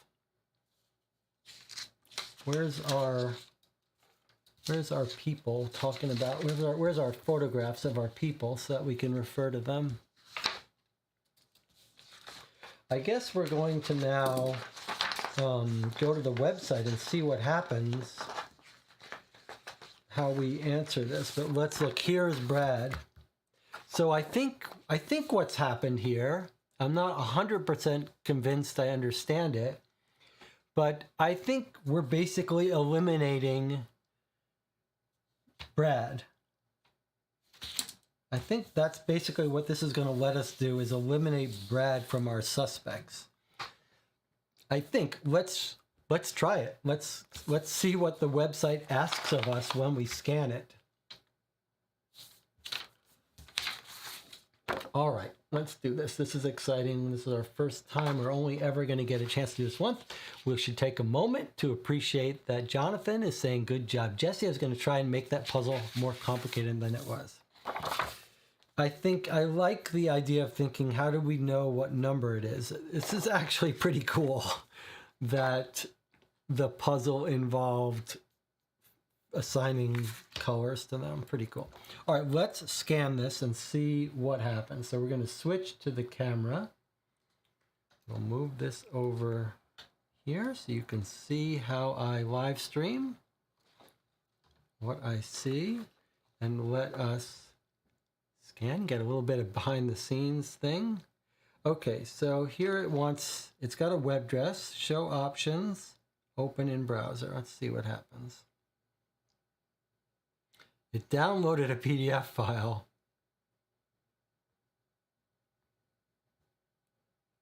The file is password. Oh, sorry, you didn't see this. Okay, I should have switched it to that. Sorry, you didn't see when it scanned it. I scanned it. It said opens a web page.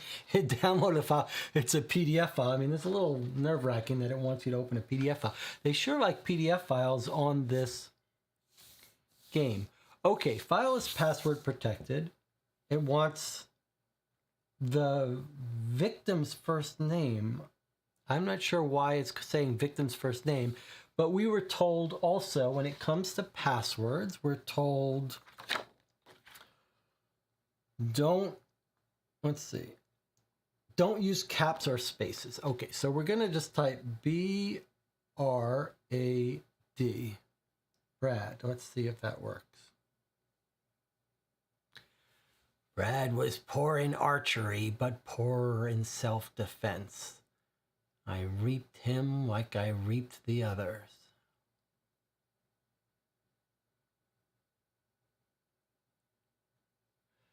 Oh, fine, but I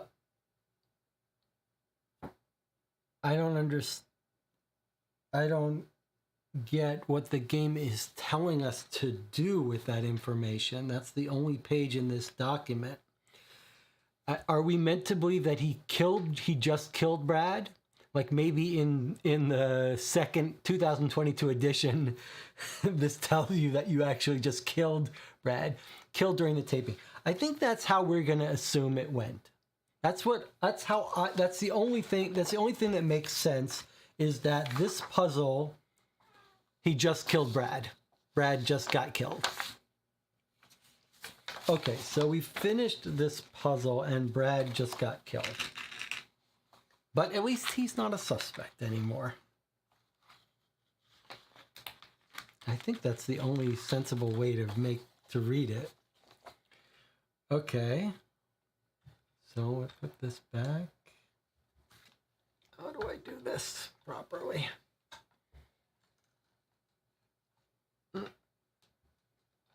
Okay, I think that's the only way to make sense of that.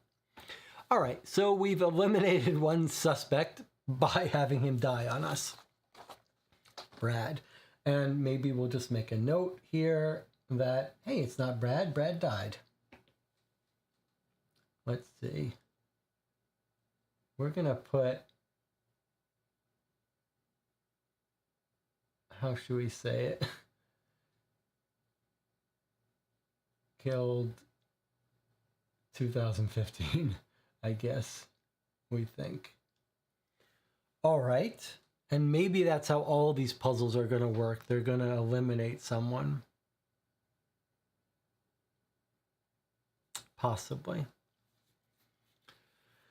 All right, well, what's our next joint of a chicken to attack? The number puzzles feel like they might have to do with the seating arrangement.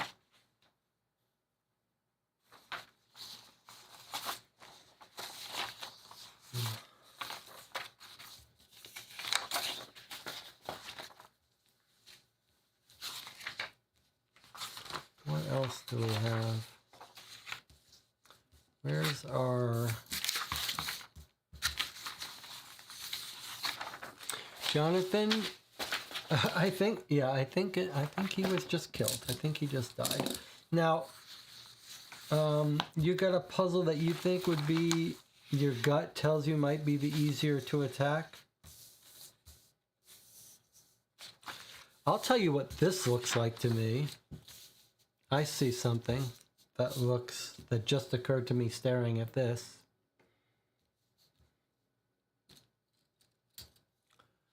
Do you notice anything about these letters? I'll tell you what just jumped out to me.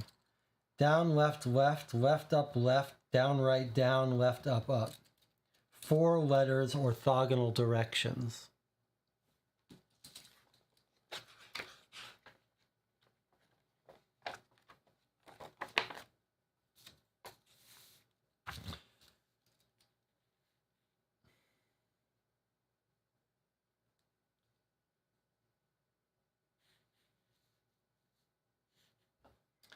But how do we use that? Down, left, left. What does that mean? Here's where the swimming is. These are all swimming related, and we don't know where these are.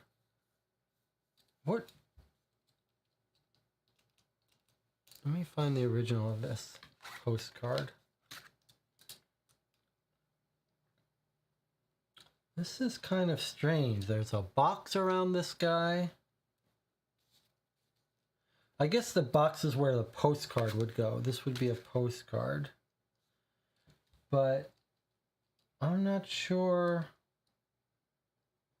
4 symbols. Down, left, left, left, up, left, down, right, down, left, up, up. These don't match symbols here except for the oars. But otherwise, these aren't on our map.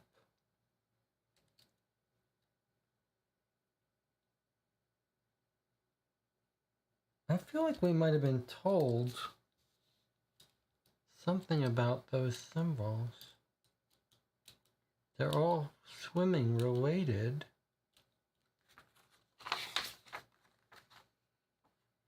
Who's the swimming people?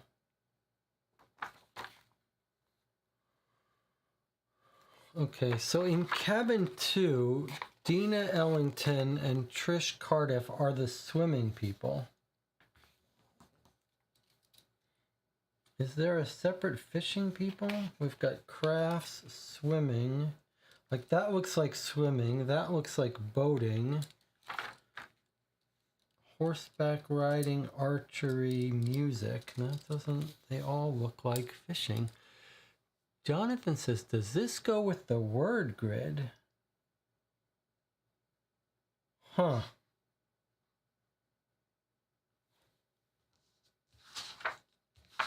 That's an interesting idea. They're all water related. Well, this is a dock. These could all be related to water deaths. Down, left, left. This looks like the boat dock. So let's look at our boat dock. Boat dock. Down, left, left. Okay. Down, left, left. Found female at the... Down, left, left. Found female.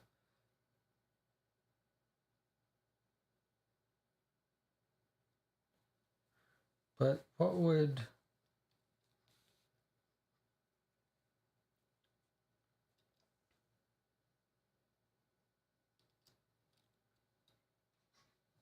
Let's count the words. 1, 2, 3, 4, 5, 6, 7, 8, 9, 10, 11, 12. It would be 12 words that this would give us.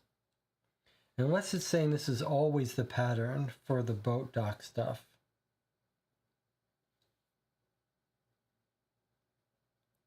Down, left, left. But boat dock looks like it's going up. The boat dock, these are all left, up, up. It's a very good idea, Jonathan, that this is part of this. This is water, this is water. There is a boat here.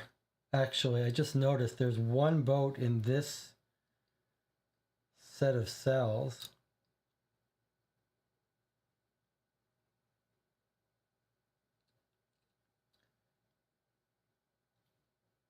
Down, left, left. Tide, found, stabbed, boat.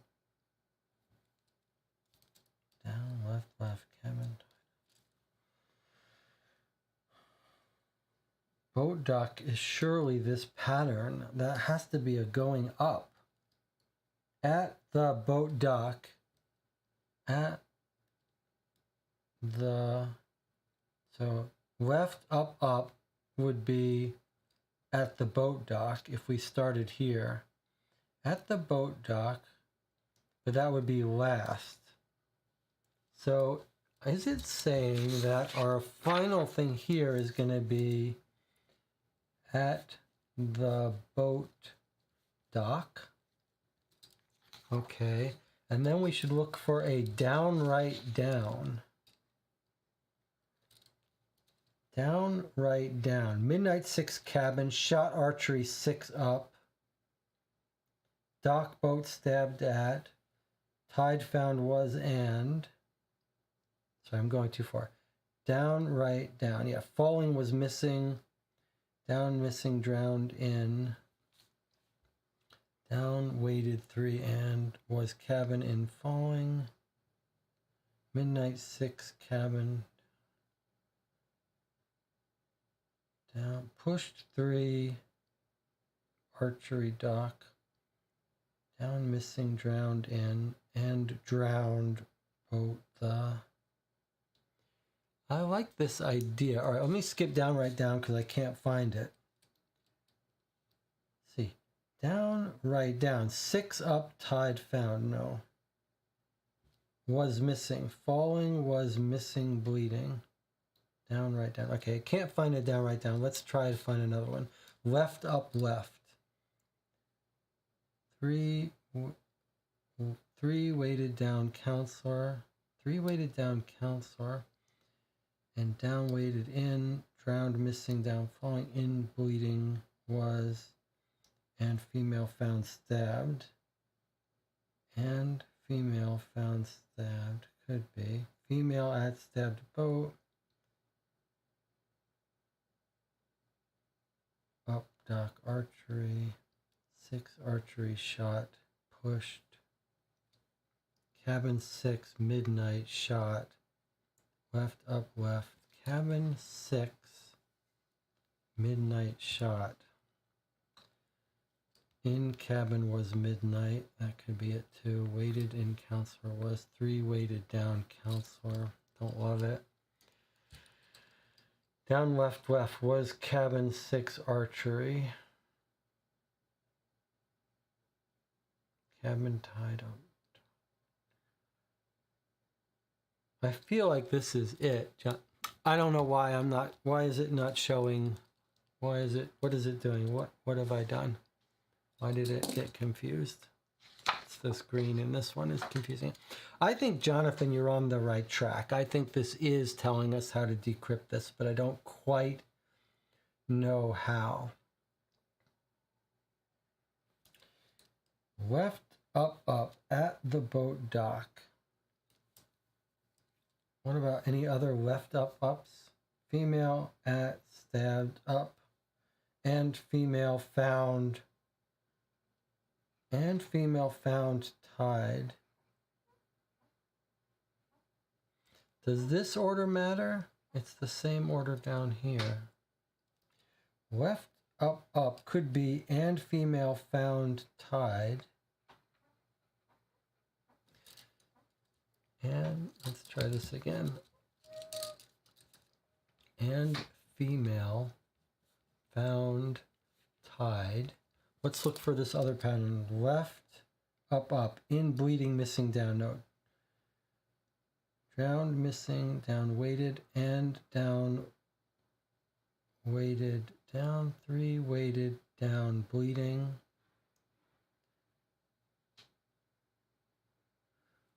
Oh, let me think about this for a second. We've got 30 words.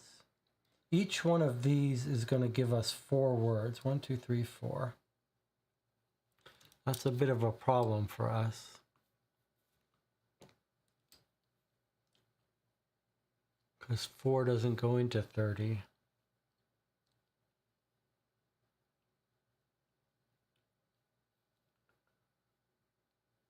Maybe they're overlapping.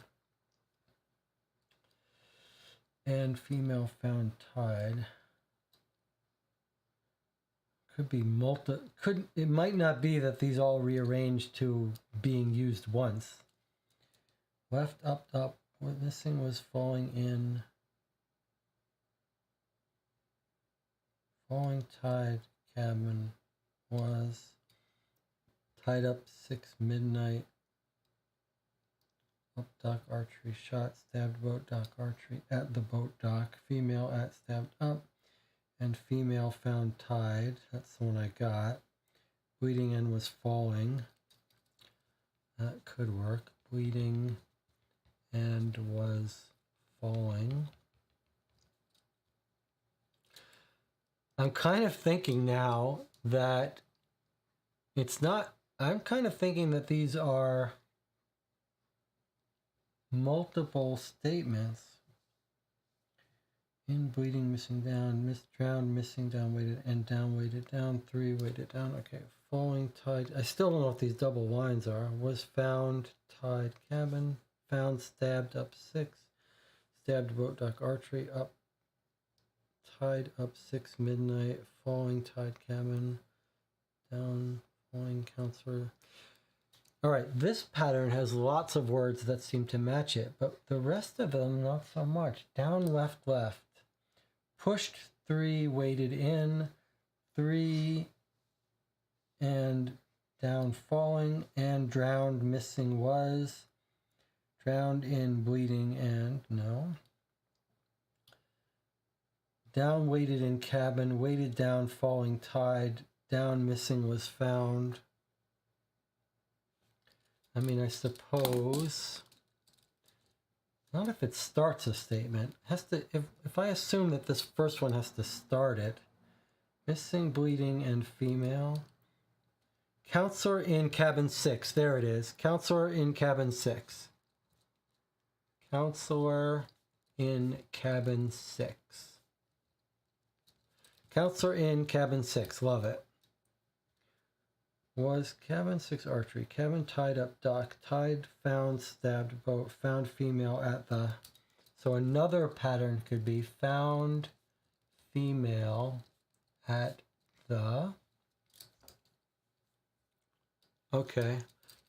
I think this is right. I think we're getting there. I know it's hard to see what I'm writing, but I've basically found 3 fragments that seem like they match LUU.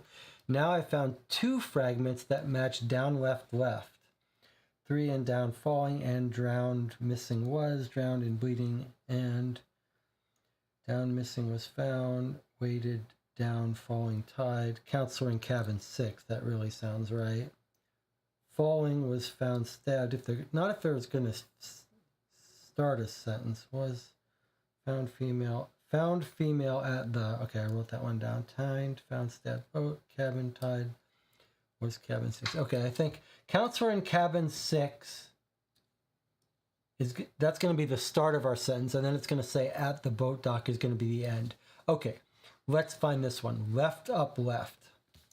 left, up, left. 3 weighted down counselor and down weighted in. Missing, drowned, missing, down, falling, in, bleeding, missing was. Bleeding and was found. Counselor in cabin 6. Bleeding and was found. Okay, so that's a possible term. Bleeding and was found. Bleeding and was found. And female found stabbed. That could be another way. And, sorry, not and. Female.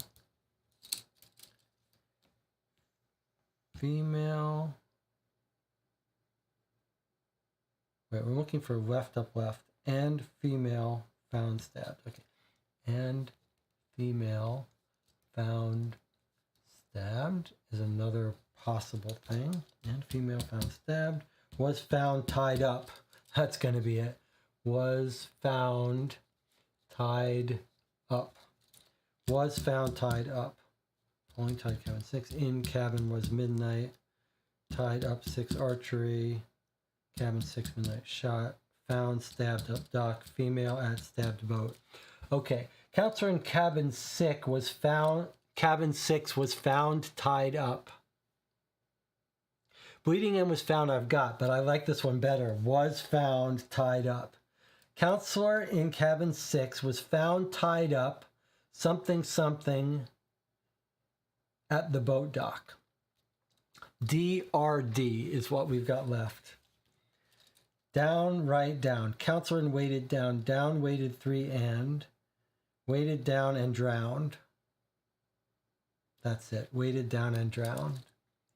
Weighted down and drowned.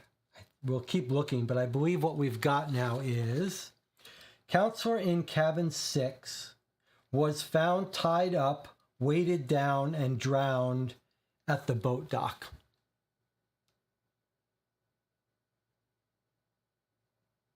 I know it's very hard to read my writing, but I think we've got it. Counselor in cabin 6 was found tied up. Whoops. Was found tied up, weighted down and drowned at the boat dock. I love it. Well, Jonathan, you were right. You were absolutely right that another puzzle told us how to decode this. It seems like these were unrelated, and the reason we couldn't put together the words is that it didn't work like that. There was some reuse of stuff. So just to make it clear, we've got 4 fragments of sentences. The first one we're looking for is a down, left, left. We found 2 plausible candidates, and the one we went with was counselor in cabin 6. Down, left, left. Counselor in cabin 6. The next pattern, left, up, left, we found 3 candidates, but the one that makes the most sense is was found, sorry, we want left, up, left, like, yeah, right. Left, up, left, left, up, left, was found, tied up. Our third sentence, we only found 1 good candidate for, and that was weighed down and drowned. So we've got weighted down, right, down, right, down. Weighted down and drowned. Is it better if I go like this? Can we see it all? Not really, but we can if I use my markers.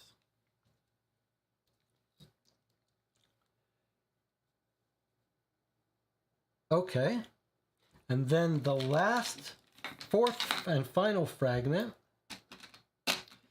is LUU, and we found 3 candidates there, but the one that seemed best is at the boat dock. So it's an LUU. at the, it's hard to see these reds on this black, but presumably you can see it. And no overlap, no reuse. Now, if we look at the words not used, I wonder if they say something, because they sure look like they might. Female, missing, bleeding, and 3 pushed down, midnight shot archery. Was shot, midnight archery. I think we should write stabbed. I think we might want to write down these words that aren't covered up, just in case. What's the best way to do that? Okay, great. This was good teamwork for both of us. This is something that's a little hard to do remotely, but Jonathan was right to put off trying to solve that puzzle. What do you think about the possibility, Jonathan, that these uncovered words mean something? Because this doesn't ask us to do anything. There's no download. I wonder if this would be meant to eliminate a suspect. Counselor in cabin 6 was found tied up, weighted down, and drowned at the boat dock. It's a little troubling because count 6 are all males, and it sure looks like a female is the one who's drowned and weighted down, doesn't it?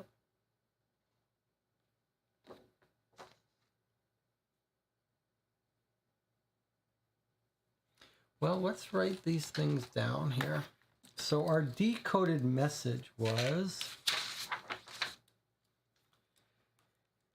counselor in cabin 6, which was one of the terms we had figured out, was found tied up, weighted down, and drowned at the boat dock.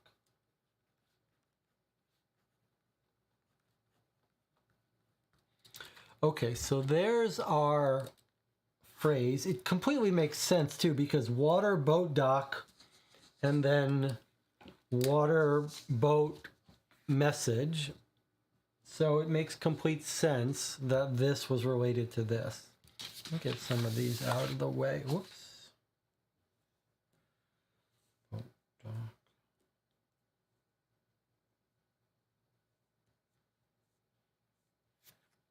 Counselor in cabin 6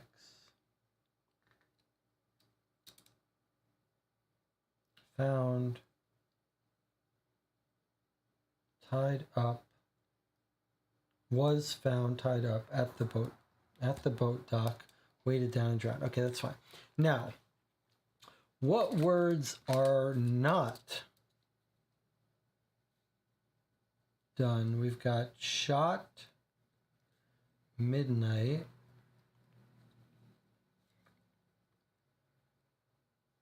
was archery. This is not the right way to do it. Where's my printout? I think maybe the thing to do is take a break. It's time to take a break.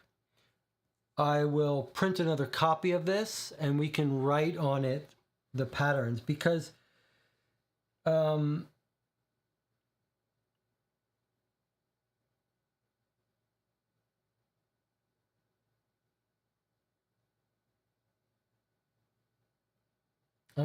it's a little weird because this almost looks like a 3-thing pattern. Dot, dot, dot, dot.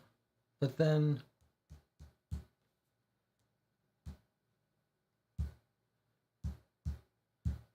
these don't, these are all by themselves, and this one's all by themselves. Unless this line cuts and moves stuff.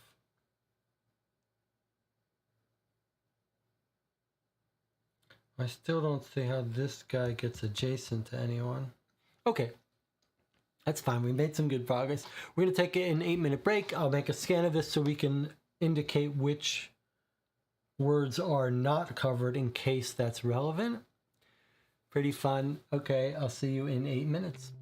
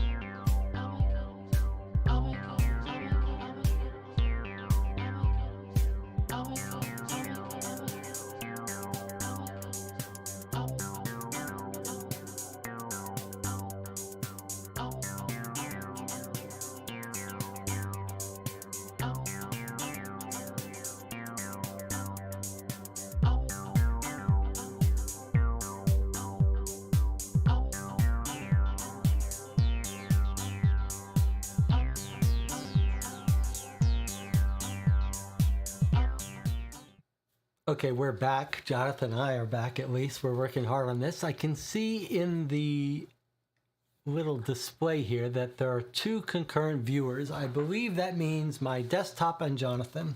So it's just the 2 of us here. All right, so we've solved this postcard and dock puzzle, but we don't know what to do with it. Except that there was information in revealing it. And the information was this statement. Counselor in cabin 6 was found tied up, weighted down, and drowned at the boat dock. Well, who's in cabin 6? Cabin 6 had 2 people in it. They're the archery people. One was Johnny Garner and the other one was Randy Roberts. Now let's look at our list. Well, Randy Roberts is still alive. Johnny Garner died. And the full-page crypto puzzle, this one, was found near his body. So, we know that this message is telling us how Johnny Garner was found. So this is Johnny Garner. Now, why do we care about knowing how he was found? I don't know. I'm not sure why it's important to us that we know how Johnny Garner died. Maybe by knowing how each of them died, it will be important, or maybe this puzzle will be easier to understand once we do that. Now, but before we move on, I did draw those phrases we got when solving the puzzle and circled the words that are left over. And then, in fact, I wrote them down. So here they are, 13 words. Shot midnight, was down, pushed, archery 3, falling, stabbed, missing female, and bleeding in. So you could ask, it's very possible that these are just unused words. In fact, there's that word 3 that I couldn't figure out how to use. And if we still can't figure out how to use it, then I don't think this forms anything. But I do think it's relevant, it's worth dwelling on and keeping notes on. We do know that this woman had 3 nails put in her. Archery, shot, midnight, falling, stabbed, and bleeding, 3. I don't see how to put 3 in a sentence though. Shot, 3. The fact that I can't put 3 in a sentence makes me think that this is not, these aren't words we're supposed to be using. Certainly we don't have to worry about it now. There's no QR code to scan. Jonathan says, you know, I wonder if the original packaging, how the game had the grid and poster order right next to it. Also weird that a note was found near a person weighted down and drowned. That's true. Did we get told about, trying to remember if we were told. Morty Callahan's body was just found near cabin 6. It does seem like cabin 6 is a troublesome cabin. Were we told anything about where that was found?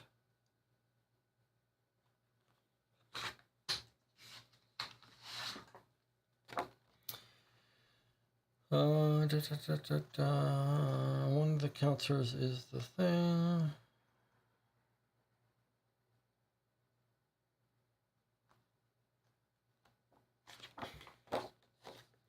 I'm not sure why. This just says left behind where Johnny Garner was found, which is near the boathouse.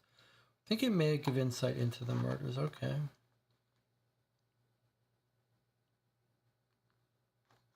One, two, three, four, five, six, seven, eight. Doesn't really help us.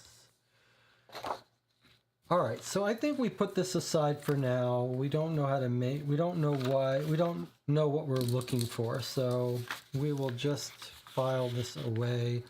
Maybe I will tear off these notes and save them with this puzzle.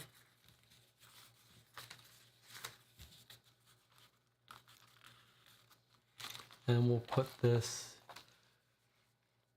Jonathan says, want to try the puzzle with the symbols from the brochure? Sure. I do want to remind us something that I almost forgot, though. This.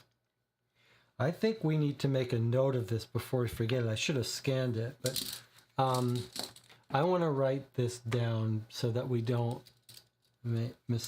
forget it. It looks like it's C equals A M equals P, G equals R A N. I think this, you know what, Jonathan? You know what this is, don't you? This is the puzzle we solved. We didn't need the key. I think this is this. Sorry, I think this is this. Is that right? Was C turned to A and M?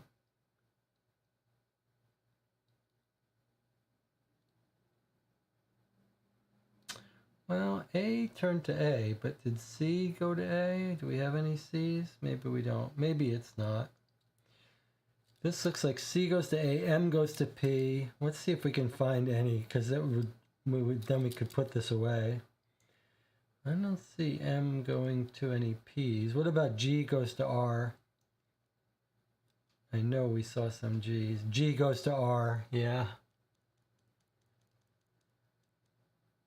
A stays where it is.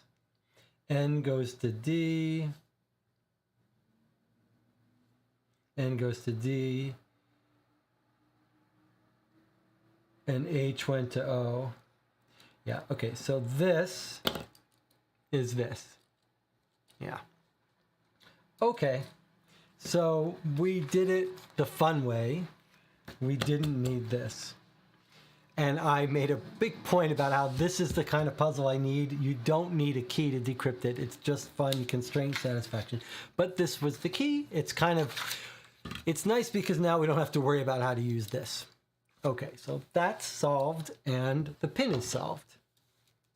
And we don't need this. All right, we are making good progress. All right, Jonathan said maybe we try this. Okay, the only downside of this is we don't get to use QR code yet. Which ones have QR code? This is the only one that has a QR code left? This is the only one that has a QR code left? Is that right? I guess so. I don't know how to do this, though.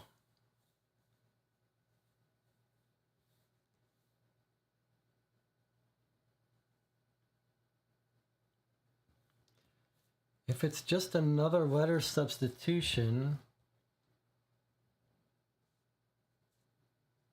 I don't think they're using the same substitutions. Surely not, right? Got a lot of double letters, double D and a double Y, two different ones.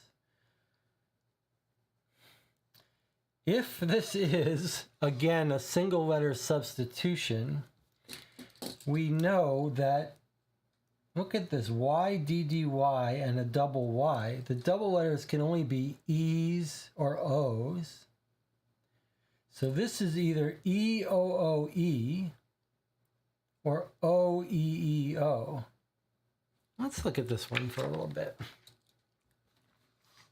Is it the same? Did X go to M? Is it the same?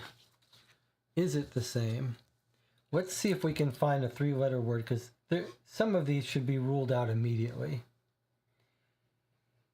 KVV, K stayed the same, and V went to N. So KNN, that can't be right. Of course, we don't know. This says -10 also. I wonder what that's... I wonder if it's just a shift. I wonder if it's just a Caesar shift 10.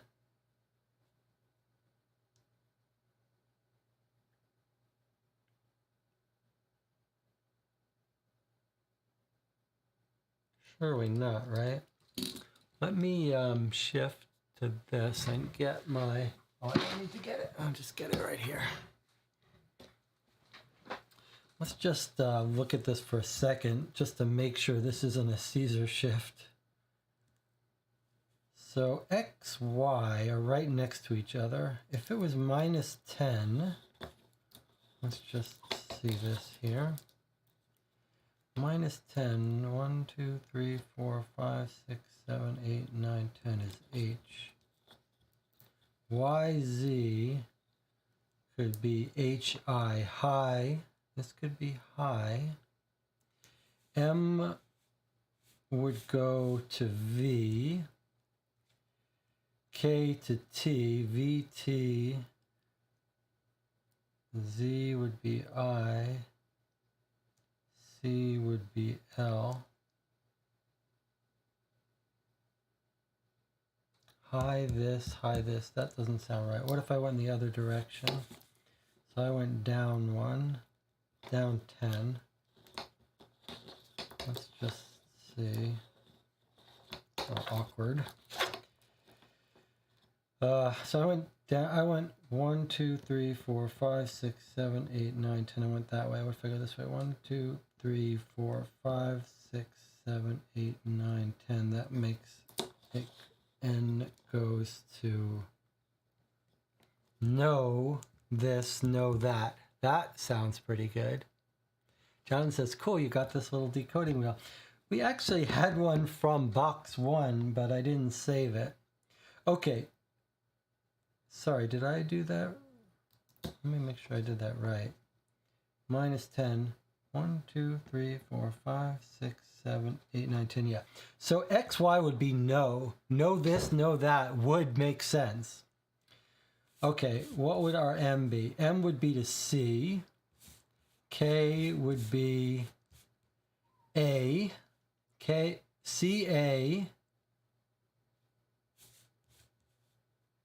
P.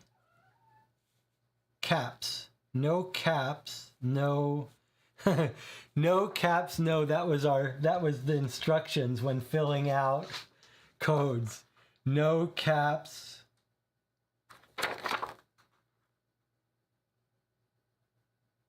What does it say explicitly? No caps, no spaces. SPACES.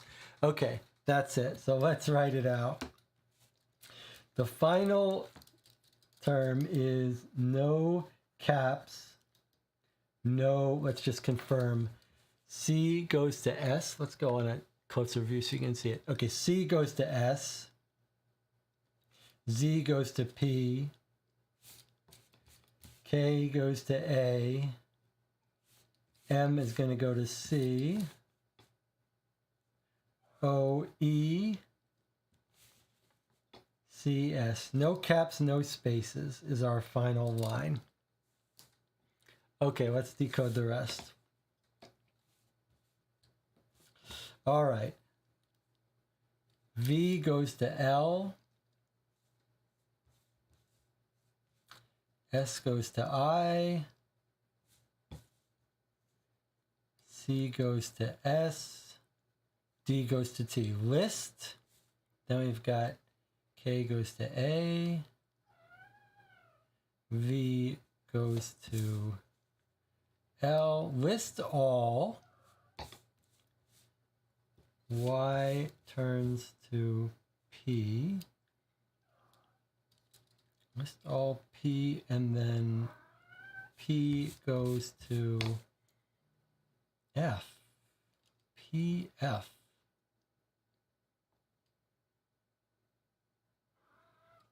Sarah, what is it?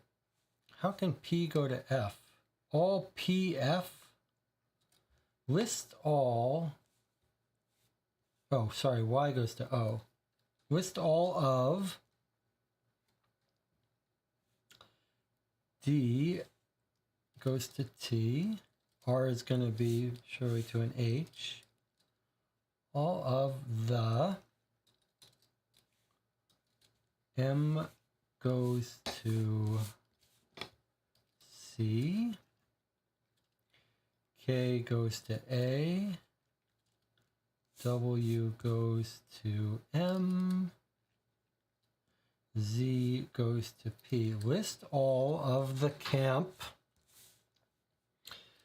L goes to B. V goes to L. Y goes to O. All of the camp B, L, O, O, D. List all of the camp blood. M goes to C. Y goes to O. E goes to U. This is going to be all of the blood counselors. E goes to U. X. N. S. L. E. R. S. I'm just going to guess. Counselors. C goes to S. Yes, all of the blood counselors. Okay, G goes to W. R goes to H. Y is going to go to who. I guess I don't have to keep spinning this around, assuming you can basically see it. All of the blood counselors who. Then we've got D, and surely we're going to get died. All of the blood counselors who died, comma. And then we've got D goes to T, Y goes to O, Z goes to P. List all the blood counselors who died. And this says T, O, P, top. And then T, top to BOTTOM, top to bottom. VOPD is L, E, F, T, top to bottom, left to RIGHT. That's going to be left to right. Left to right. No caps, no spaces. List all of the camp blood counselors who died, top to bottom, left to right. List all of the camp blood counselors who died, top to bottom, left to right. Okay. Well, presumably, do we mean the original 5? Shall we try it? I'm very happy that the decoding wheel came in handy. All right, shall we try to put this in and see what happens? Let's see if I can do this a little better than I did last time. So we're going to go to the camera and the tablet. You can see a little bit behind the scenes if you want to see what it looks like on the camera that I look into. Okay. All right. Camp Blood is the TV show. List all the Camp Blood counselors who died.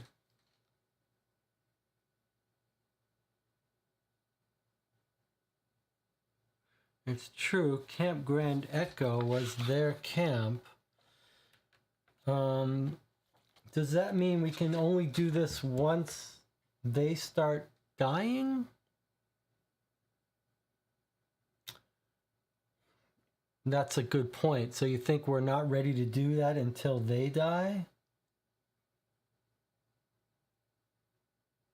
I think you might be right. Because Brad died just now in Camp Blood.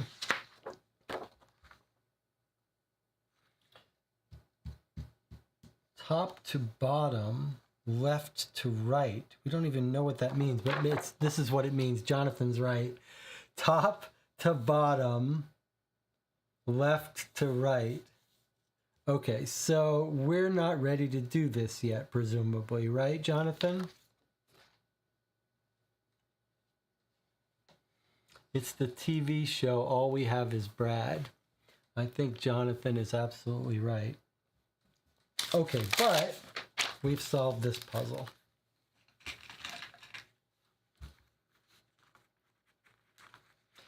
When we're ready, we'll put this information in, but we don't know. We have to do the rest of the puzzles. Jonathan says, I like how the auto zoom always zooms in on blood. There's his song. Hey Rick, remember this song that you wrote?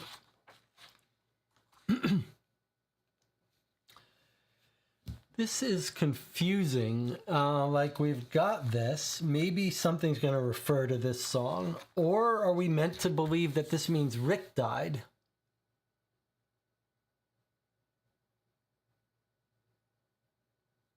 I can't quite tell if that means Rick died or if it's some other clue. If some other clue refers to it, then fine. If no one does, I think this might mean Rick died. Like each puzzle is telling us someone who died. All right, we don't need this anymore. All right, what's next? Jonathan said we've only got a couple of puzzles left.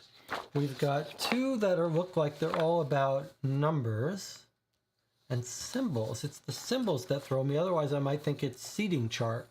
We still don't know why the seating is important, but these are clearly the same.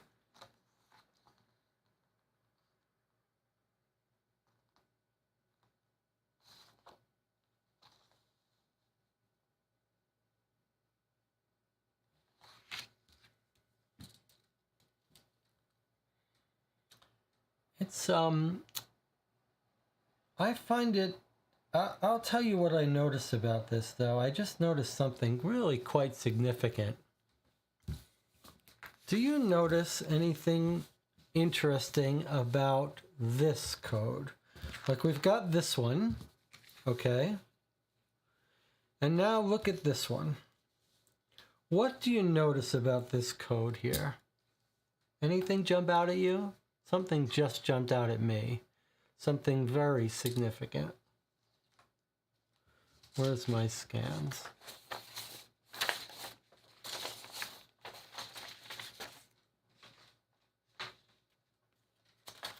Jonathan, anything jump out at you about that? What do you notice? I must have done a scan of this, but I didn't. Maybe I didn't print it out. Okay, nothing's jumping out at you. Let me show you what jumped out at me. The first thing that jumped out is all of these weird symbols. Most of them are here at the end.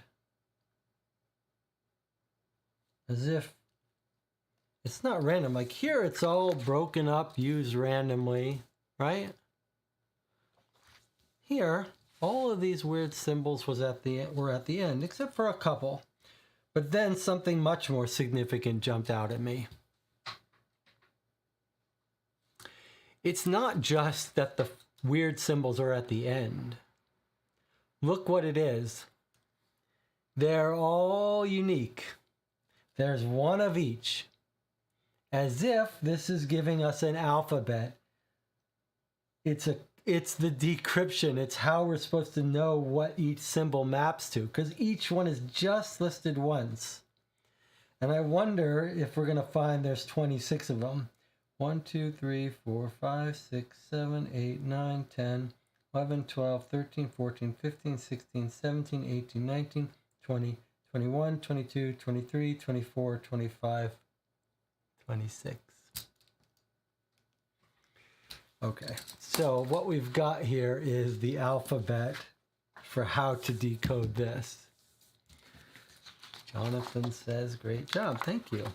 Now, did I do a scan of that so that I can write it on there without having to... I mean, surely I did. I would love to not have to write it in some wonky way, because my handwriting is so bad, but doesn't look like I made a scan of just the bottom of this. I mean, I know I did, but I didn't print it out.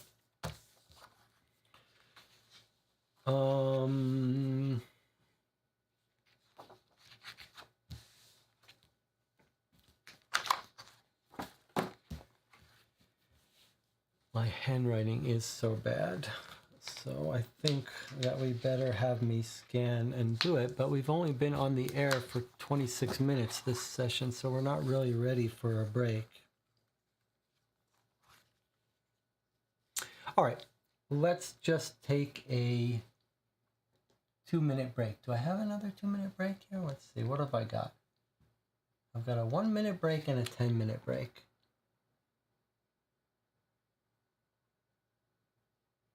Take a 1-minute break. I think I can do it in 1 minute. 1 minute break. Give yourself a stretch.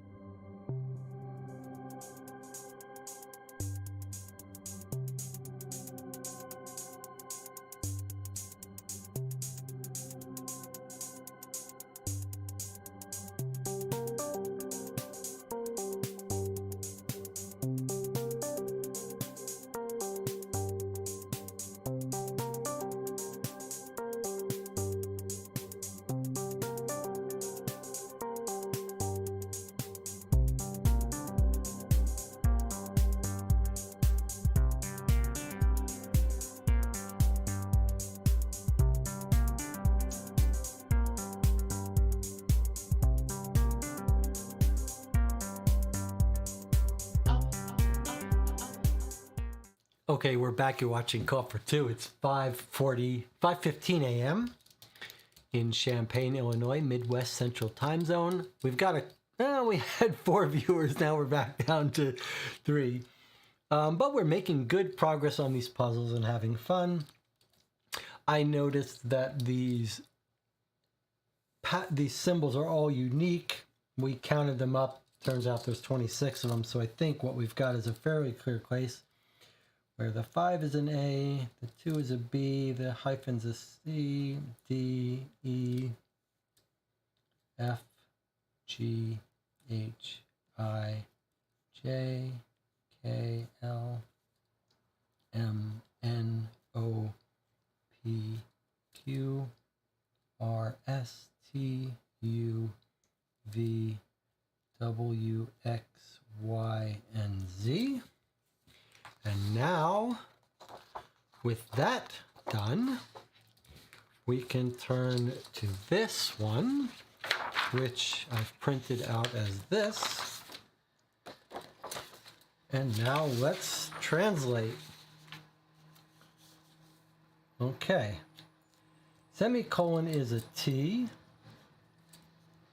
Left paren is an R. 6 is an I. Right paren is S. T-R-I-S. 4 is an H. Aha. Trish. H. A. Has. T-O. Trish has to. D-I-E. Trish has to die. I know you're going to have a hard time seeing it. Can't do any better than that, though. Trish has to die. That's spooky. Asterisk is N. 8 is E. I should use a Sharpie in these cases where we know it's not a mistake. Trish has to die next. Period. Trish, oh, period. Actually, we have a letter for period. It's a P. N-E-X-T. I think that must not be a P. I think that must be a real period. Okay, this is an S. 4 is an H.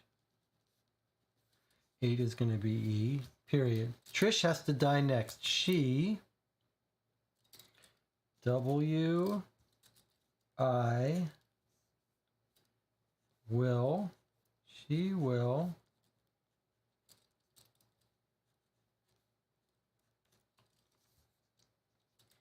R. Question mark is E. She will R-U. Is this going to be ruin? She will R-U-I-N. She will ruin. Colon is a Y. Double cross is O. Question mark is U. She will ruin your.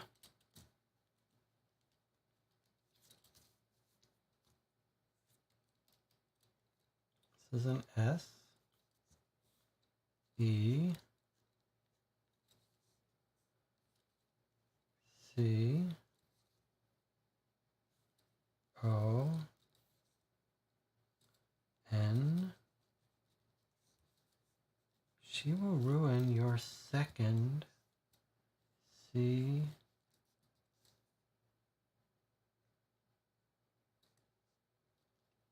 H.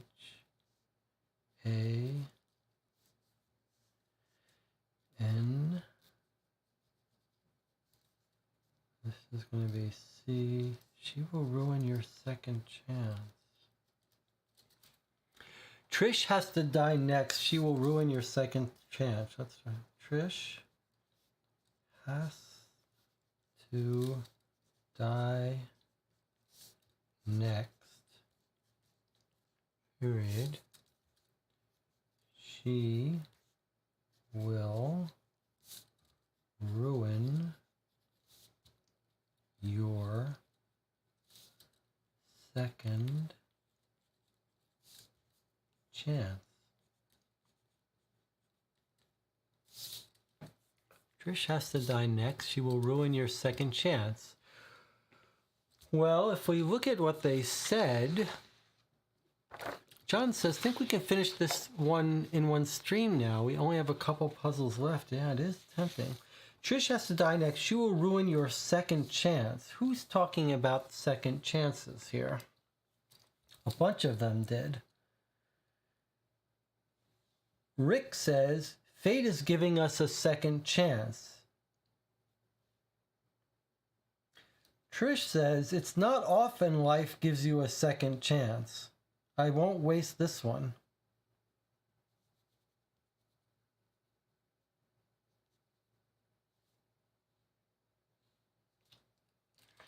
I'm not sure anyone else mentions second chance. I don't know if it's key that they say second chance, but Trish is one of the persons and Rick is another one.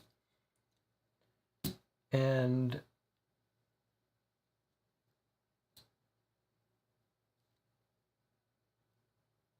is Rick? He's talking about the song that we found that he's ashamed of, and this is Tina. So Rick likes Tina. Trish likes Stu.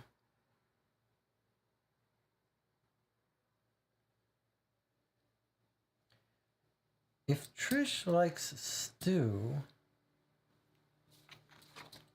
she will ruin your second chance. Is someone after Stu? Trish likes Rick. Rick likes Trish. Sorry, Tina likes Rick. Rick likes Tina. Trish likes Stu. Stu likes someone. And this letter says Trish has to die or she'll ruin your second chance. So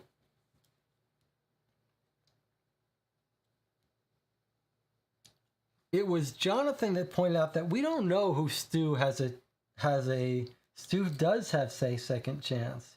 It's not every day you get a second chance. Trish likes Stu. Stu likes someone else. This says Trish has to die because she'll ruin your second chance because she'll get with you, but you don't like her. You like someone else. So I think the question is, now who does Stu like? Because Trish is going to ruin Stu's chance if she's not dead because she'll get with him. Why does the killer want to, if we're right, why does the killer want to protect Stu? But we don't know who Stu likes.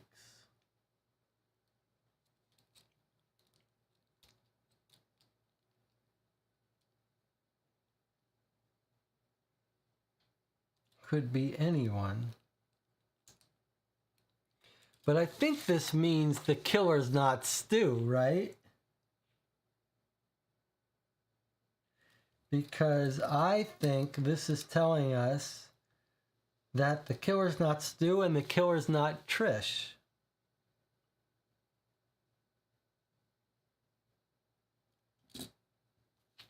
And presumably the killer's not the person who Stu likes. Although it could be.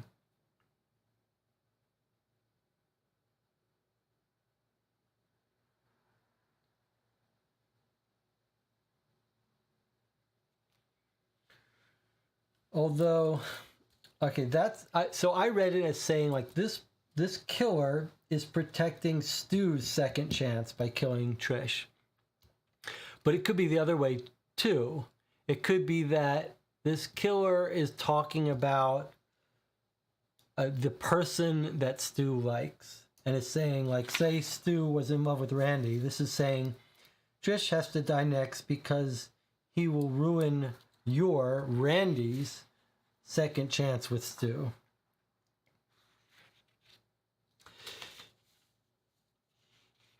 And Jonathan says, I think now Trish is dead. Yes, I think this is probably the thing that this game fixed in 2022. Like, I think this is supposed to be telling us that Trish is killed now by this killer.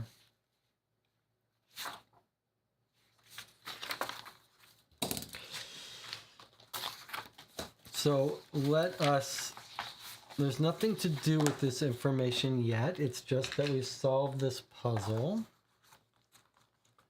It does tell us some, but we can put this away for now. We can come back to this. So we've got basically 3 puzzles left, it seems. Assuming that the website doesn't give us more. John says the killer could be talking about themselves and they want to get with Stu. That's an interesting read too. The killer talking to themselves. Trish has to die next. She will ruin your second chance. She will ruin my second chance. All right, we've got 2 real puzzles and then one thing with 910, which we don't know what it means.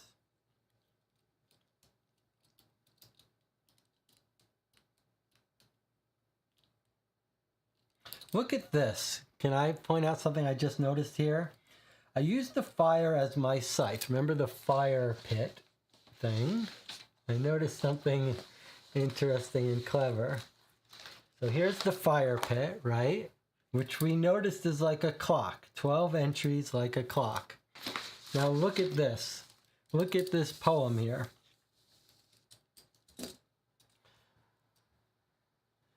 The poem, first of all, 9 and 10 are on here, but look at how this poem ends. I used the fire as my scythe, cutting down the guilty like wheat. You know, you use a scythe like in a circle. That's how you swing the scythe on like a radius. Leaving only ash and sin in my wake. Don't bother looking for their bodies, though. You won't find them. To tell the truth, there isn't much left to find. Am I done, or are there others in need of killing?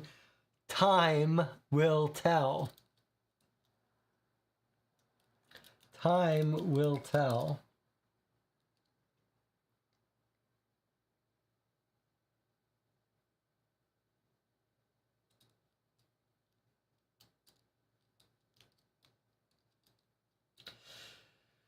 Now, 910 could be looked at in a bunch of different ways, but if we look at a clock, if we looked at a clock, the 9 o'clock would be here at Trish, pointing at Trish. The 10 o'clock would be pointing at Jean.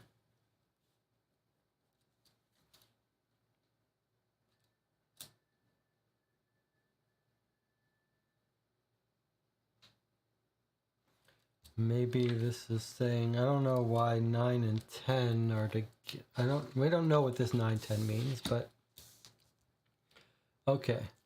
And then we're supposed to solve it. I guess this is another little puzzle.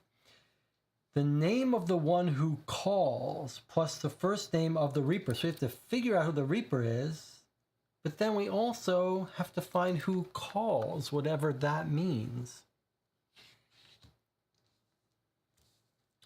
All right, let us, this was found near Johnny Garner, which we now have some information about how he was killed, but not why. And then there's this one. So 9 and 10 are dead.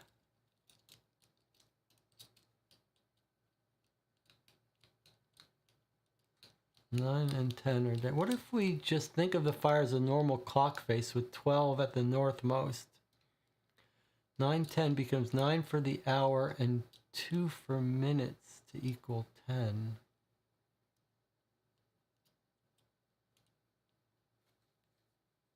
That's an interesting idea. 9, 10 would be Trish, and you're saying Rico. Rico would be at the 10-minute mark. He's already dead, though. So I'm not sure what that means. It's a very interesting idea, though. A 9, 10 o'clock clock face would look like that, pointing to Rico. I like that idea that 9, 10 is a time on a clock. That would look like Trish and Rico. I don't see how that helps us, though. All right, let us look at these two.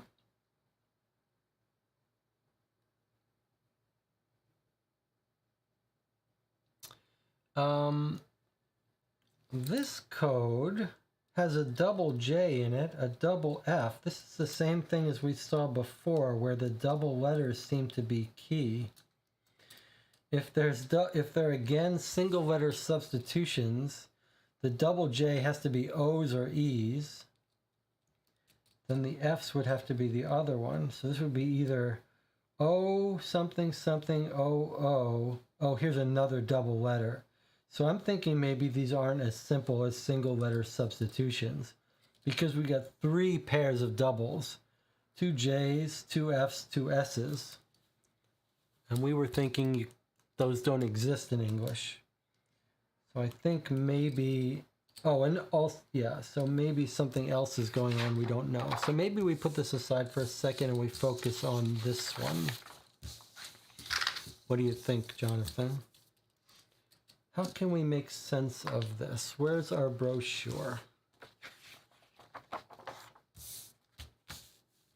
So we've got a page of the whale here.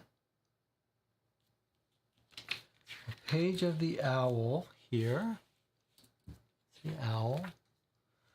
Then we've got the dog or the coyote here. Remember, there's a story about the coyote here. And then the coyote headdress here. I don't see anything else jumping out about those pages other than the text on them. Let's just do our little bit of statistics here. 1, 2, 3, 4, 5, 6, 7, 8, 9. 9 letters in each set. They look like reasonable choices of anagram scrambled letters for a word. These are out of order as far as our book goes. If you wanted to assign numbers to these, you would say that's page 1, that's page 2, 3 is blank, that's page 4, that's page 5 maybe, assuming you don't count the cover. That's probably not relevant for us. Are the pictures exact matches? They look like they are to me.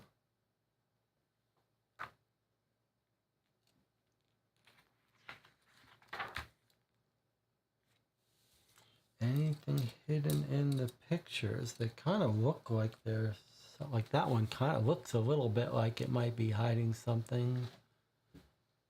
Not really. Okay. What page of all of these would be easiest to look at here? Maybe this one. This might be the one that would be hardest to hide information in, which is this one. 1, 2, there's 9. 1, 2, 3, 4, 5, 6, 7, 8, 9. There's 9 lines on this page. Are there 9 lines on each page? 1, 2, 3, 4, 5, 6, 7, 8, 9 on that page. How about here? 1, 2, 3, 4, 5, 6, 7, 8, 9, 10, 11, 12, 13, 14. No, and a lot more on this one.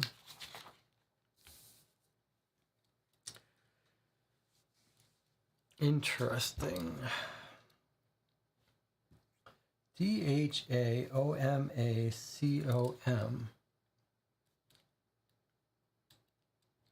Is there any word on this page that looks like it would be made up of these?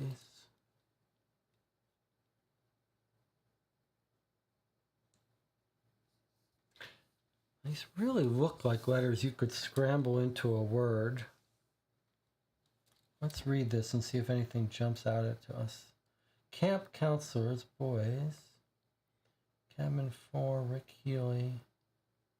Quote, camping for a homeless person. Favorite kind of music, Rick Douglas. Horseback riding. Johnny Garner. We know Johnny Garner died.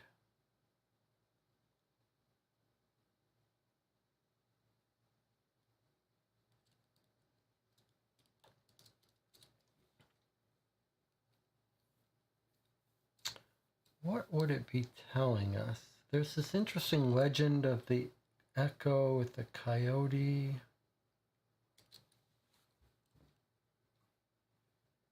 They sure look like scrambled letters of a word to me. There's lots of W's in each of those words.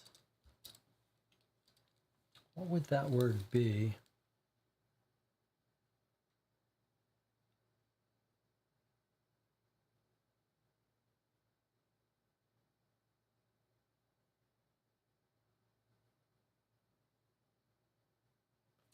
Actually, an odd set of letters here. D, I'm just going to write these out horizontally so I can think about them better. D-H-A-O-M-A-C-O-M.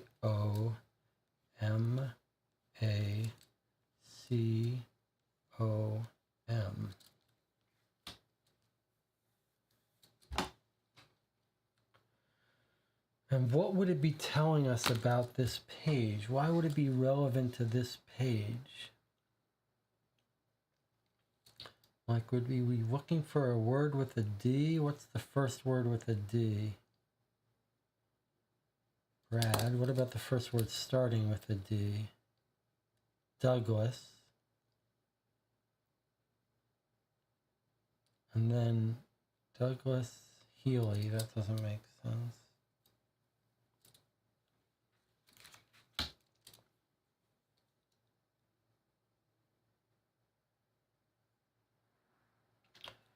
Two M's, two O's, two A's. Two M's, two O's, two A's, and an H and a D. That's weird.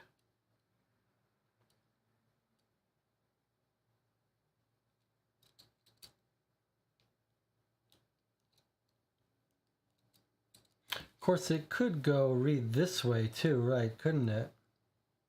Maybe they don't create words this way. They could go, we could read a statement by going this way.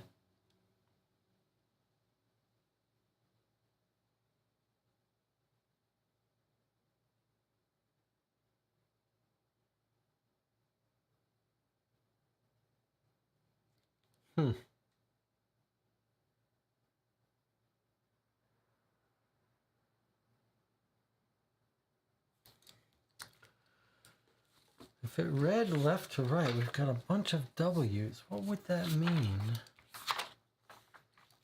First on this page, a W. First word that's W is white.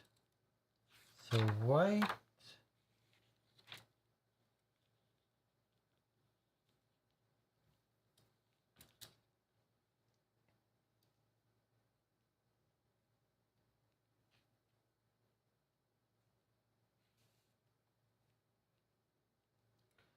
White while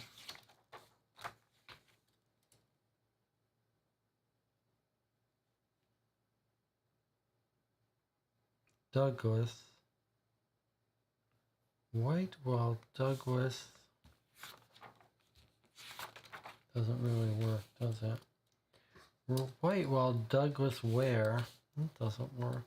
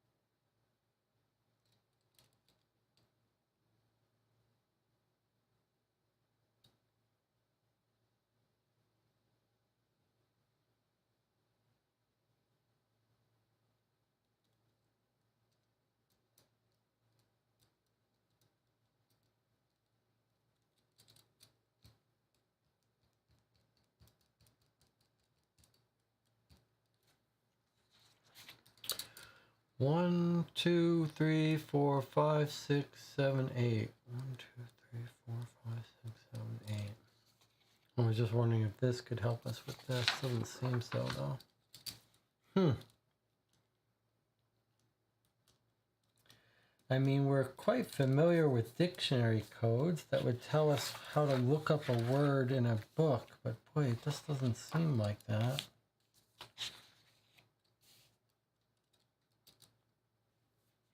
If you were playing fast and loose, you'd go to it. You could go to an anagram site and put this in and see if anything comes back. C-O-D-E, code. C-O-D-E, but then you have no vowels left for the rest. not many words you've got here with just two vowels, an E and an O. Let me look at that fourth line. W, T, R, E, C, G, D, O, C. This way, at least we can rule out whether this is an anagram. There's only two vowels in this column, if that's how it's supposed to work.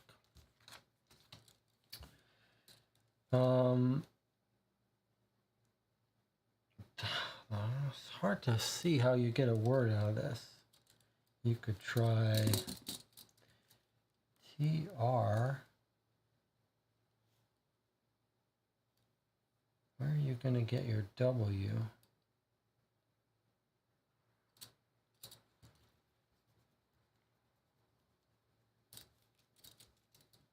And your G. It's going to be hard to make an anagram out of these letters.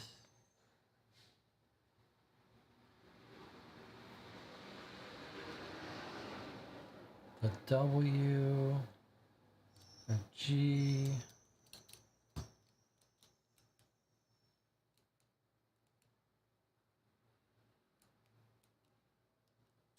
I'm starting to think this isn't going to be an anagram. I just don't see just two vowels making that work.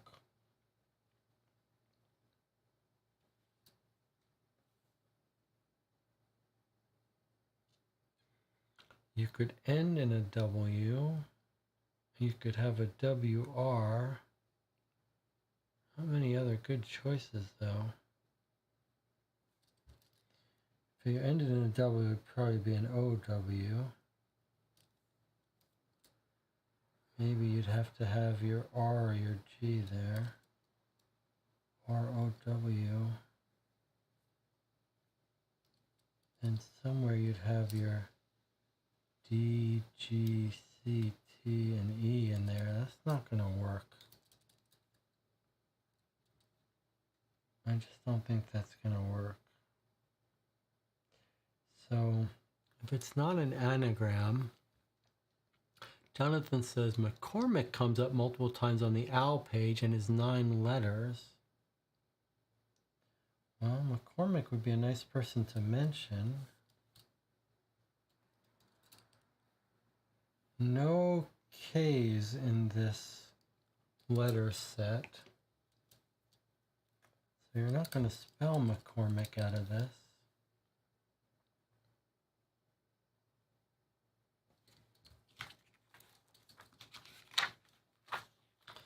The first words of all these lines are all C's, so that's not right.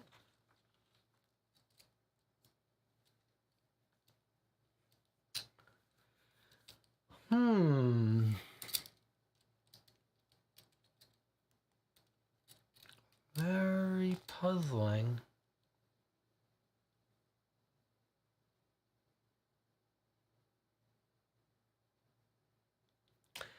We should keep under consideration the possibility that these are related. I don't see how.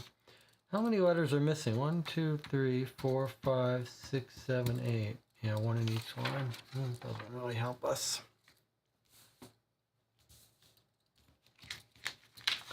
Let's think. Come on. I'm watching these Stephen Wolfram videos. He's like, come on, guys, this doesn't work. This is a bug. He's so angry at the people working for him at Mathematica. He's always so frustrated at his software breaking. I still say this last page looks like the one that doesn't have much freedom on it.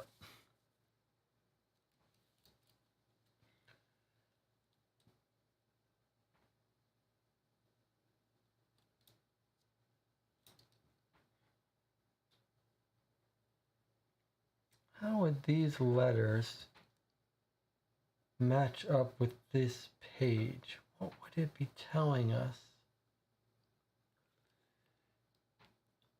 You might expect each letter to give you a word or another letter, right?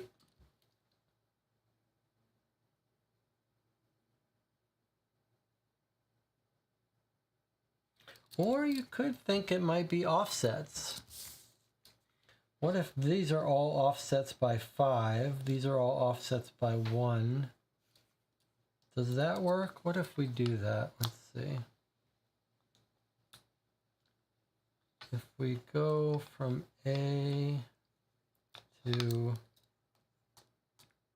F.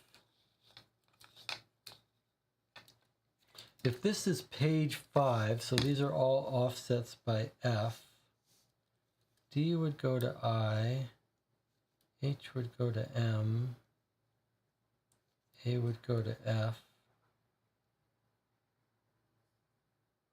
O would go to T. That's obviously not making a word, but what if we did the rest of them? W would go to a Z.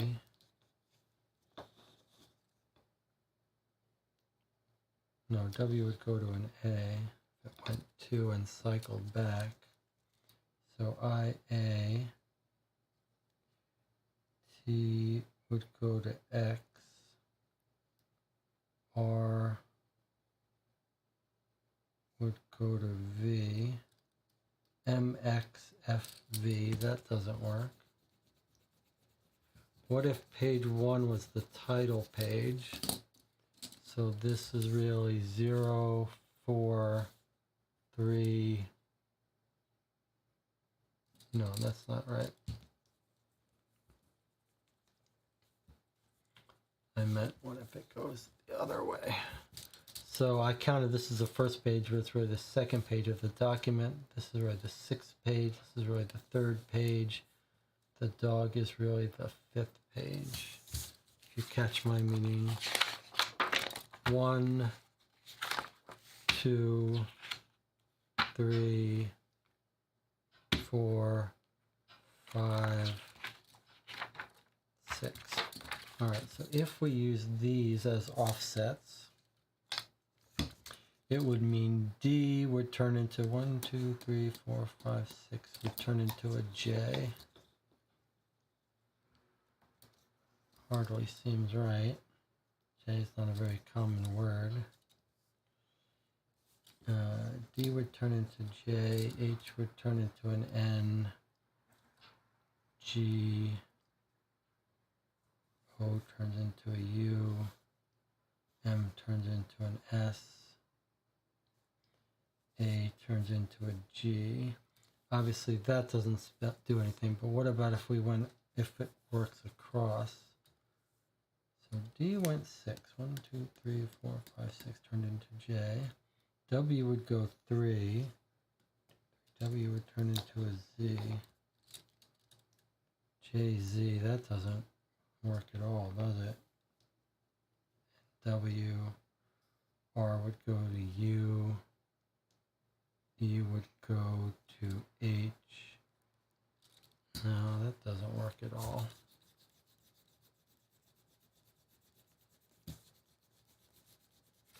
I thought that might have been it.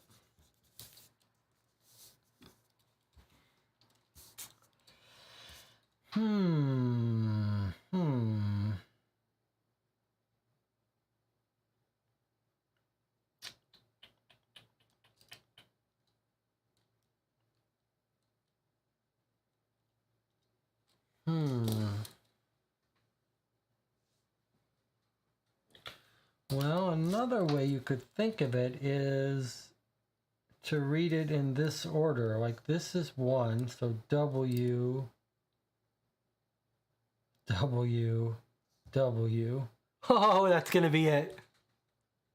It's going to be a website. HTTP. Look at this, Jonathan. This guy is the first symbol in order. Second symbol is this guy. Then comes this, then comes this. So look, W, W, W, D, W, W, W, D, then comes him. So then it's going to go O, T, T, H, O-T-T-H, O-T-T-H, www dot, that's it. Okay, so it's www D, and then we've got w.d, and then so let's just simplify this a little bit. Okay, that's clever. Let's do it this way.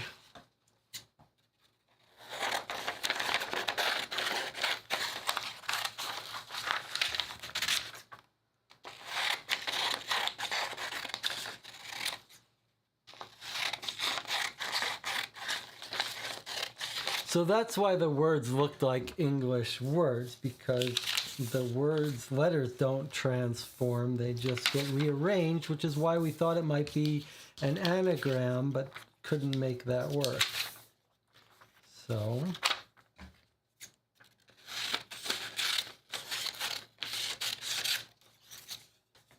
okay, so here they are in order. And let's write it out. It says www dot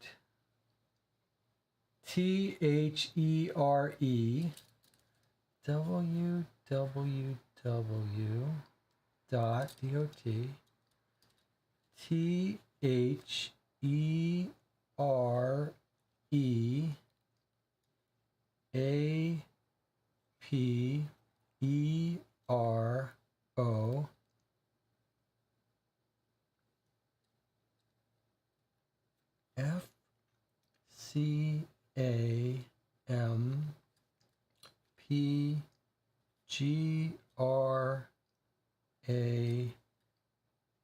Grand Echo ECHO Grand Echo grandecho.com. So www dot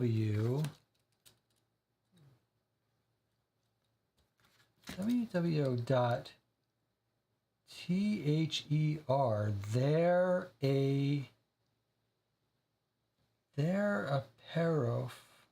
they're a pair of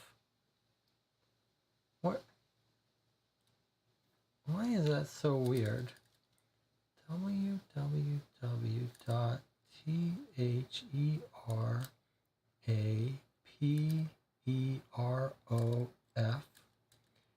Camp Grand Echo. I guess we don't care, we just type it in, but www dot the, did I write it down? Reaper, that's what I did, Reaper. The Reaper of Camp Grand Echo.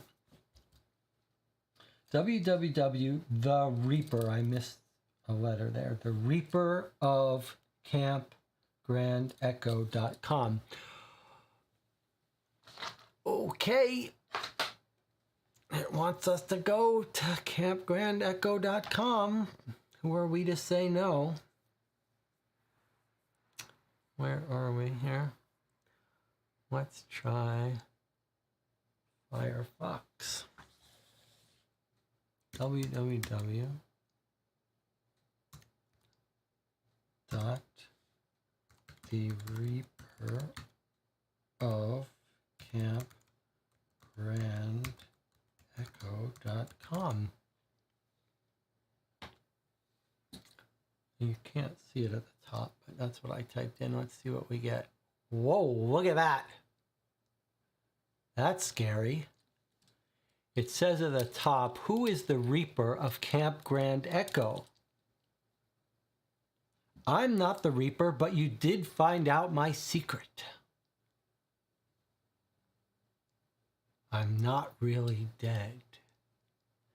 If you found this site, you must have discovered that handbook from 1998 that I hid in one of the cabins and used it to decrypt the message I left behind.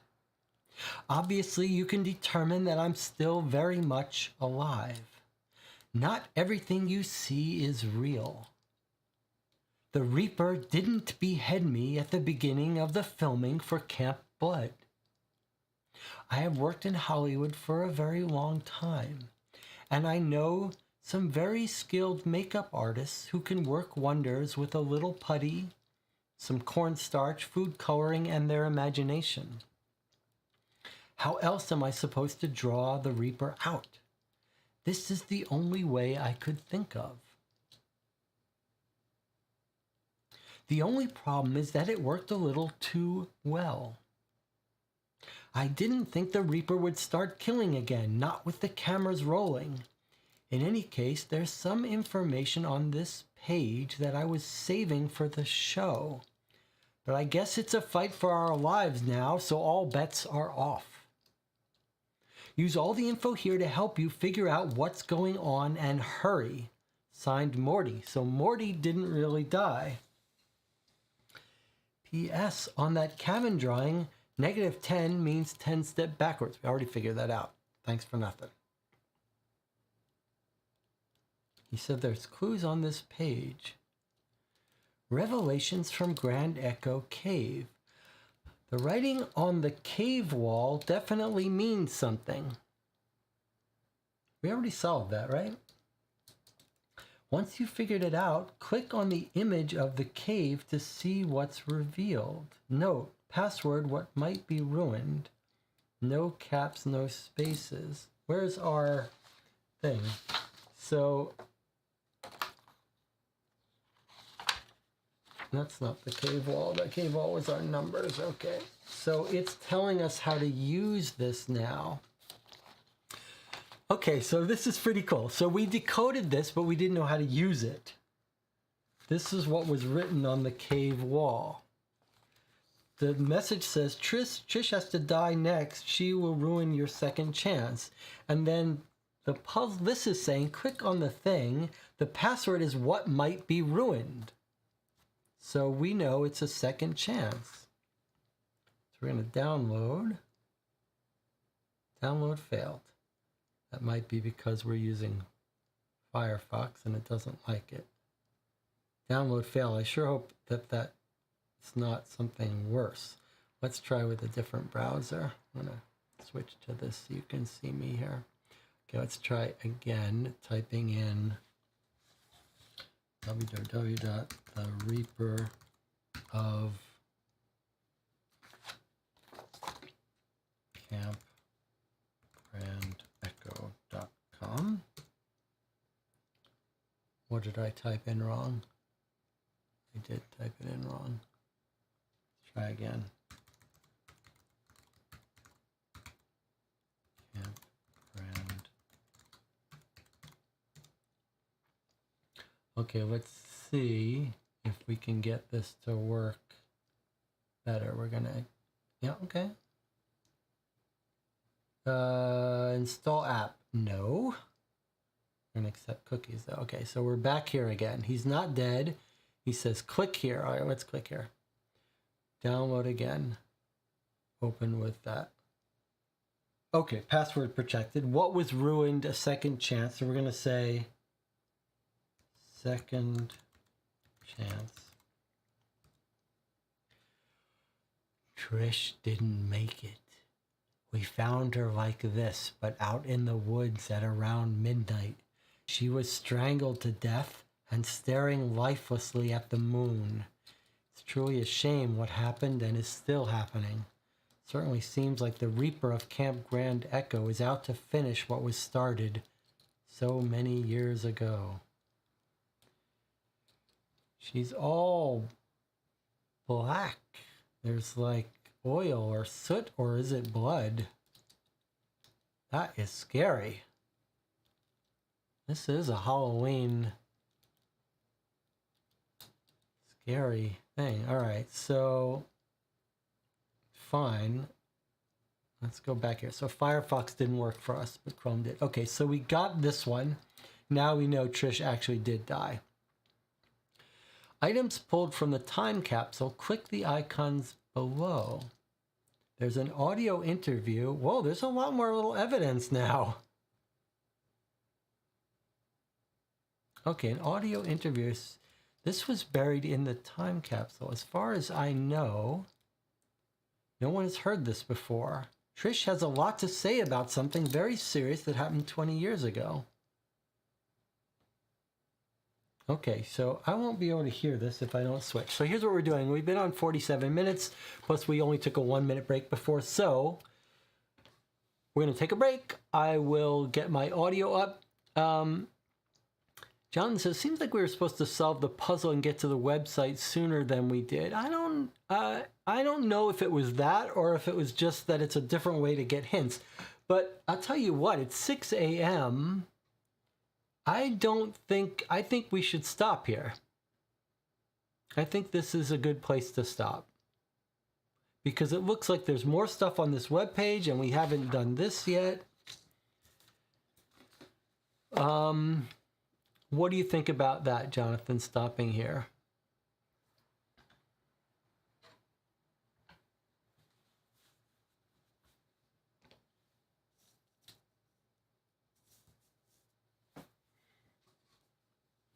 I propose that we stop here. Okay, Jonathan says, sure, we can stop here. Okay, so, I mean, quick initial thoughts are quite high. I was very skeptical of this Deadbolt Mystery Society cases. This is a little bit thin on the narrative, but the puzzles are fun, and more importantly, they feel a little bit like non-linear, like we're jumping from one to the other, mixed with some narrative, mixed with some clues. I'm quite liking it. It is tricky to do this on a stream because you could easily get stuck for a day or two, but it is creepy. It is setting the tone. I think we might be trying a couple more of these. All right, so we're going to stop here, and we'll have to decide when to play next because I may not be able to play tonight, and Jonathan might not either, but I will be able to play, if not tonight, tomorrow night. But Jonathan and I will discuss. Jonathan, you'll email me or whatever, and we'll figure out when we can play next. For anyone who's watching this later or sneaking in or waking up, you'll have to wait for the next episode to see the finale conclusion. We surely will finish it on the next session, I'm sure. All right. Quite fun, quite enjoyable. Jonathan, a pleasure as always. I'll see you on the next session.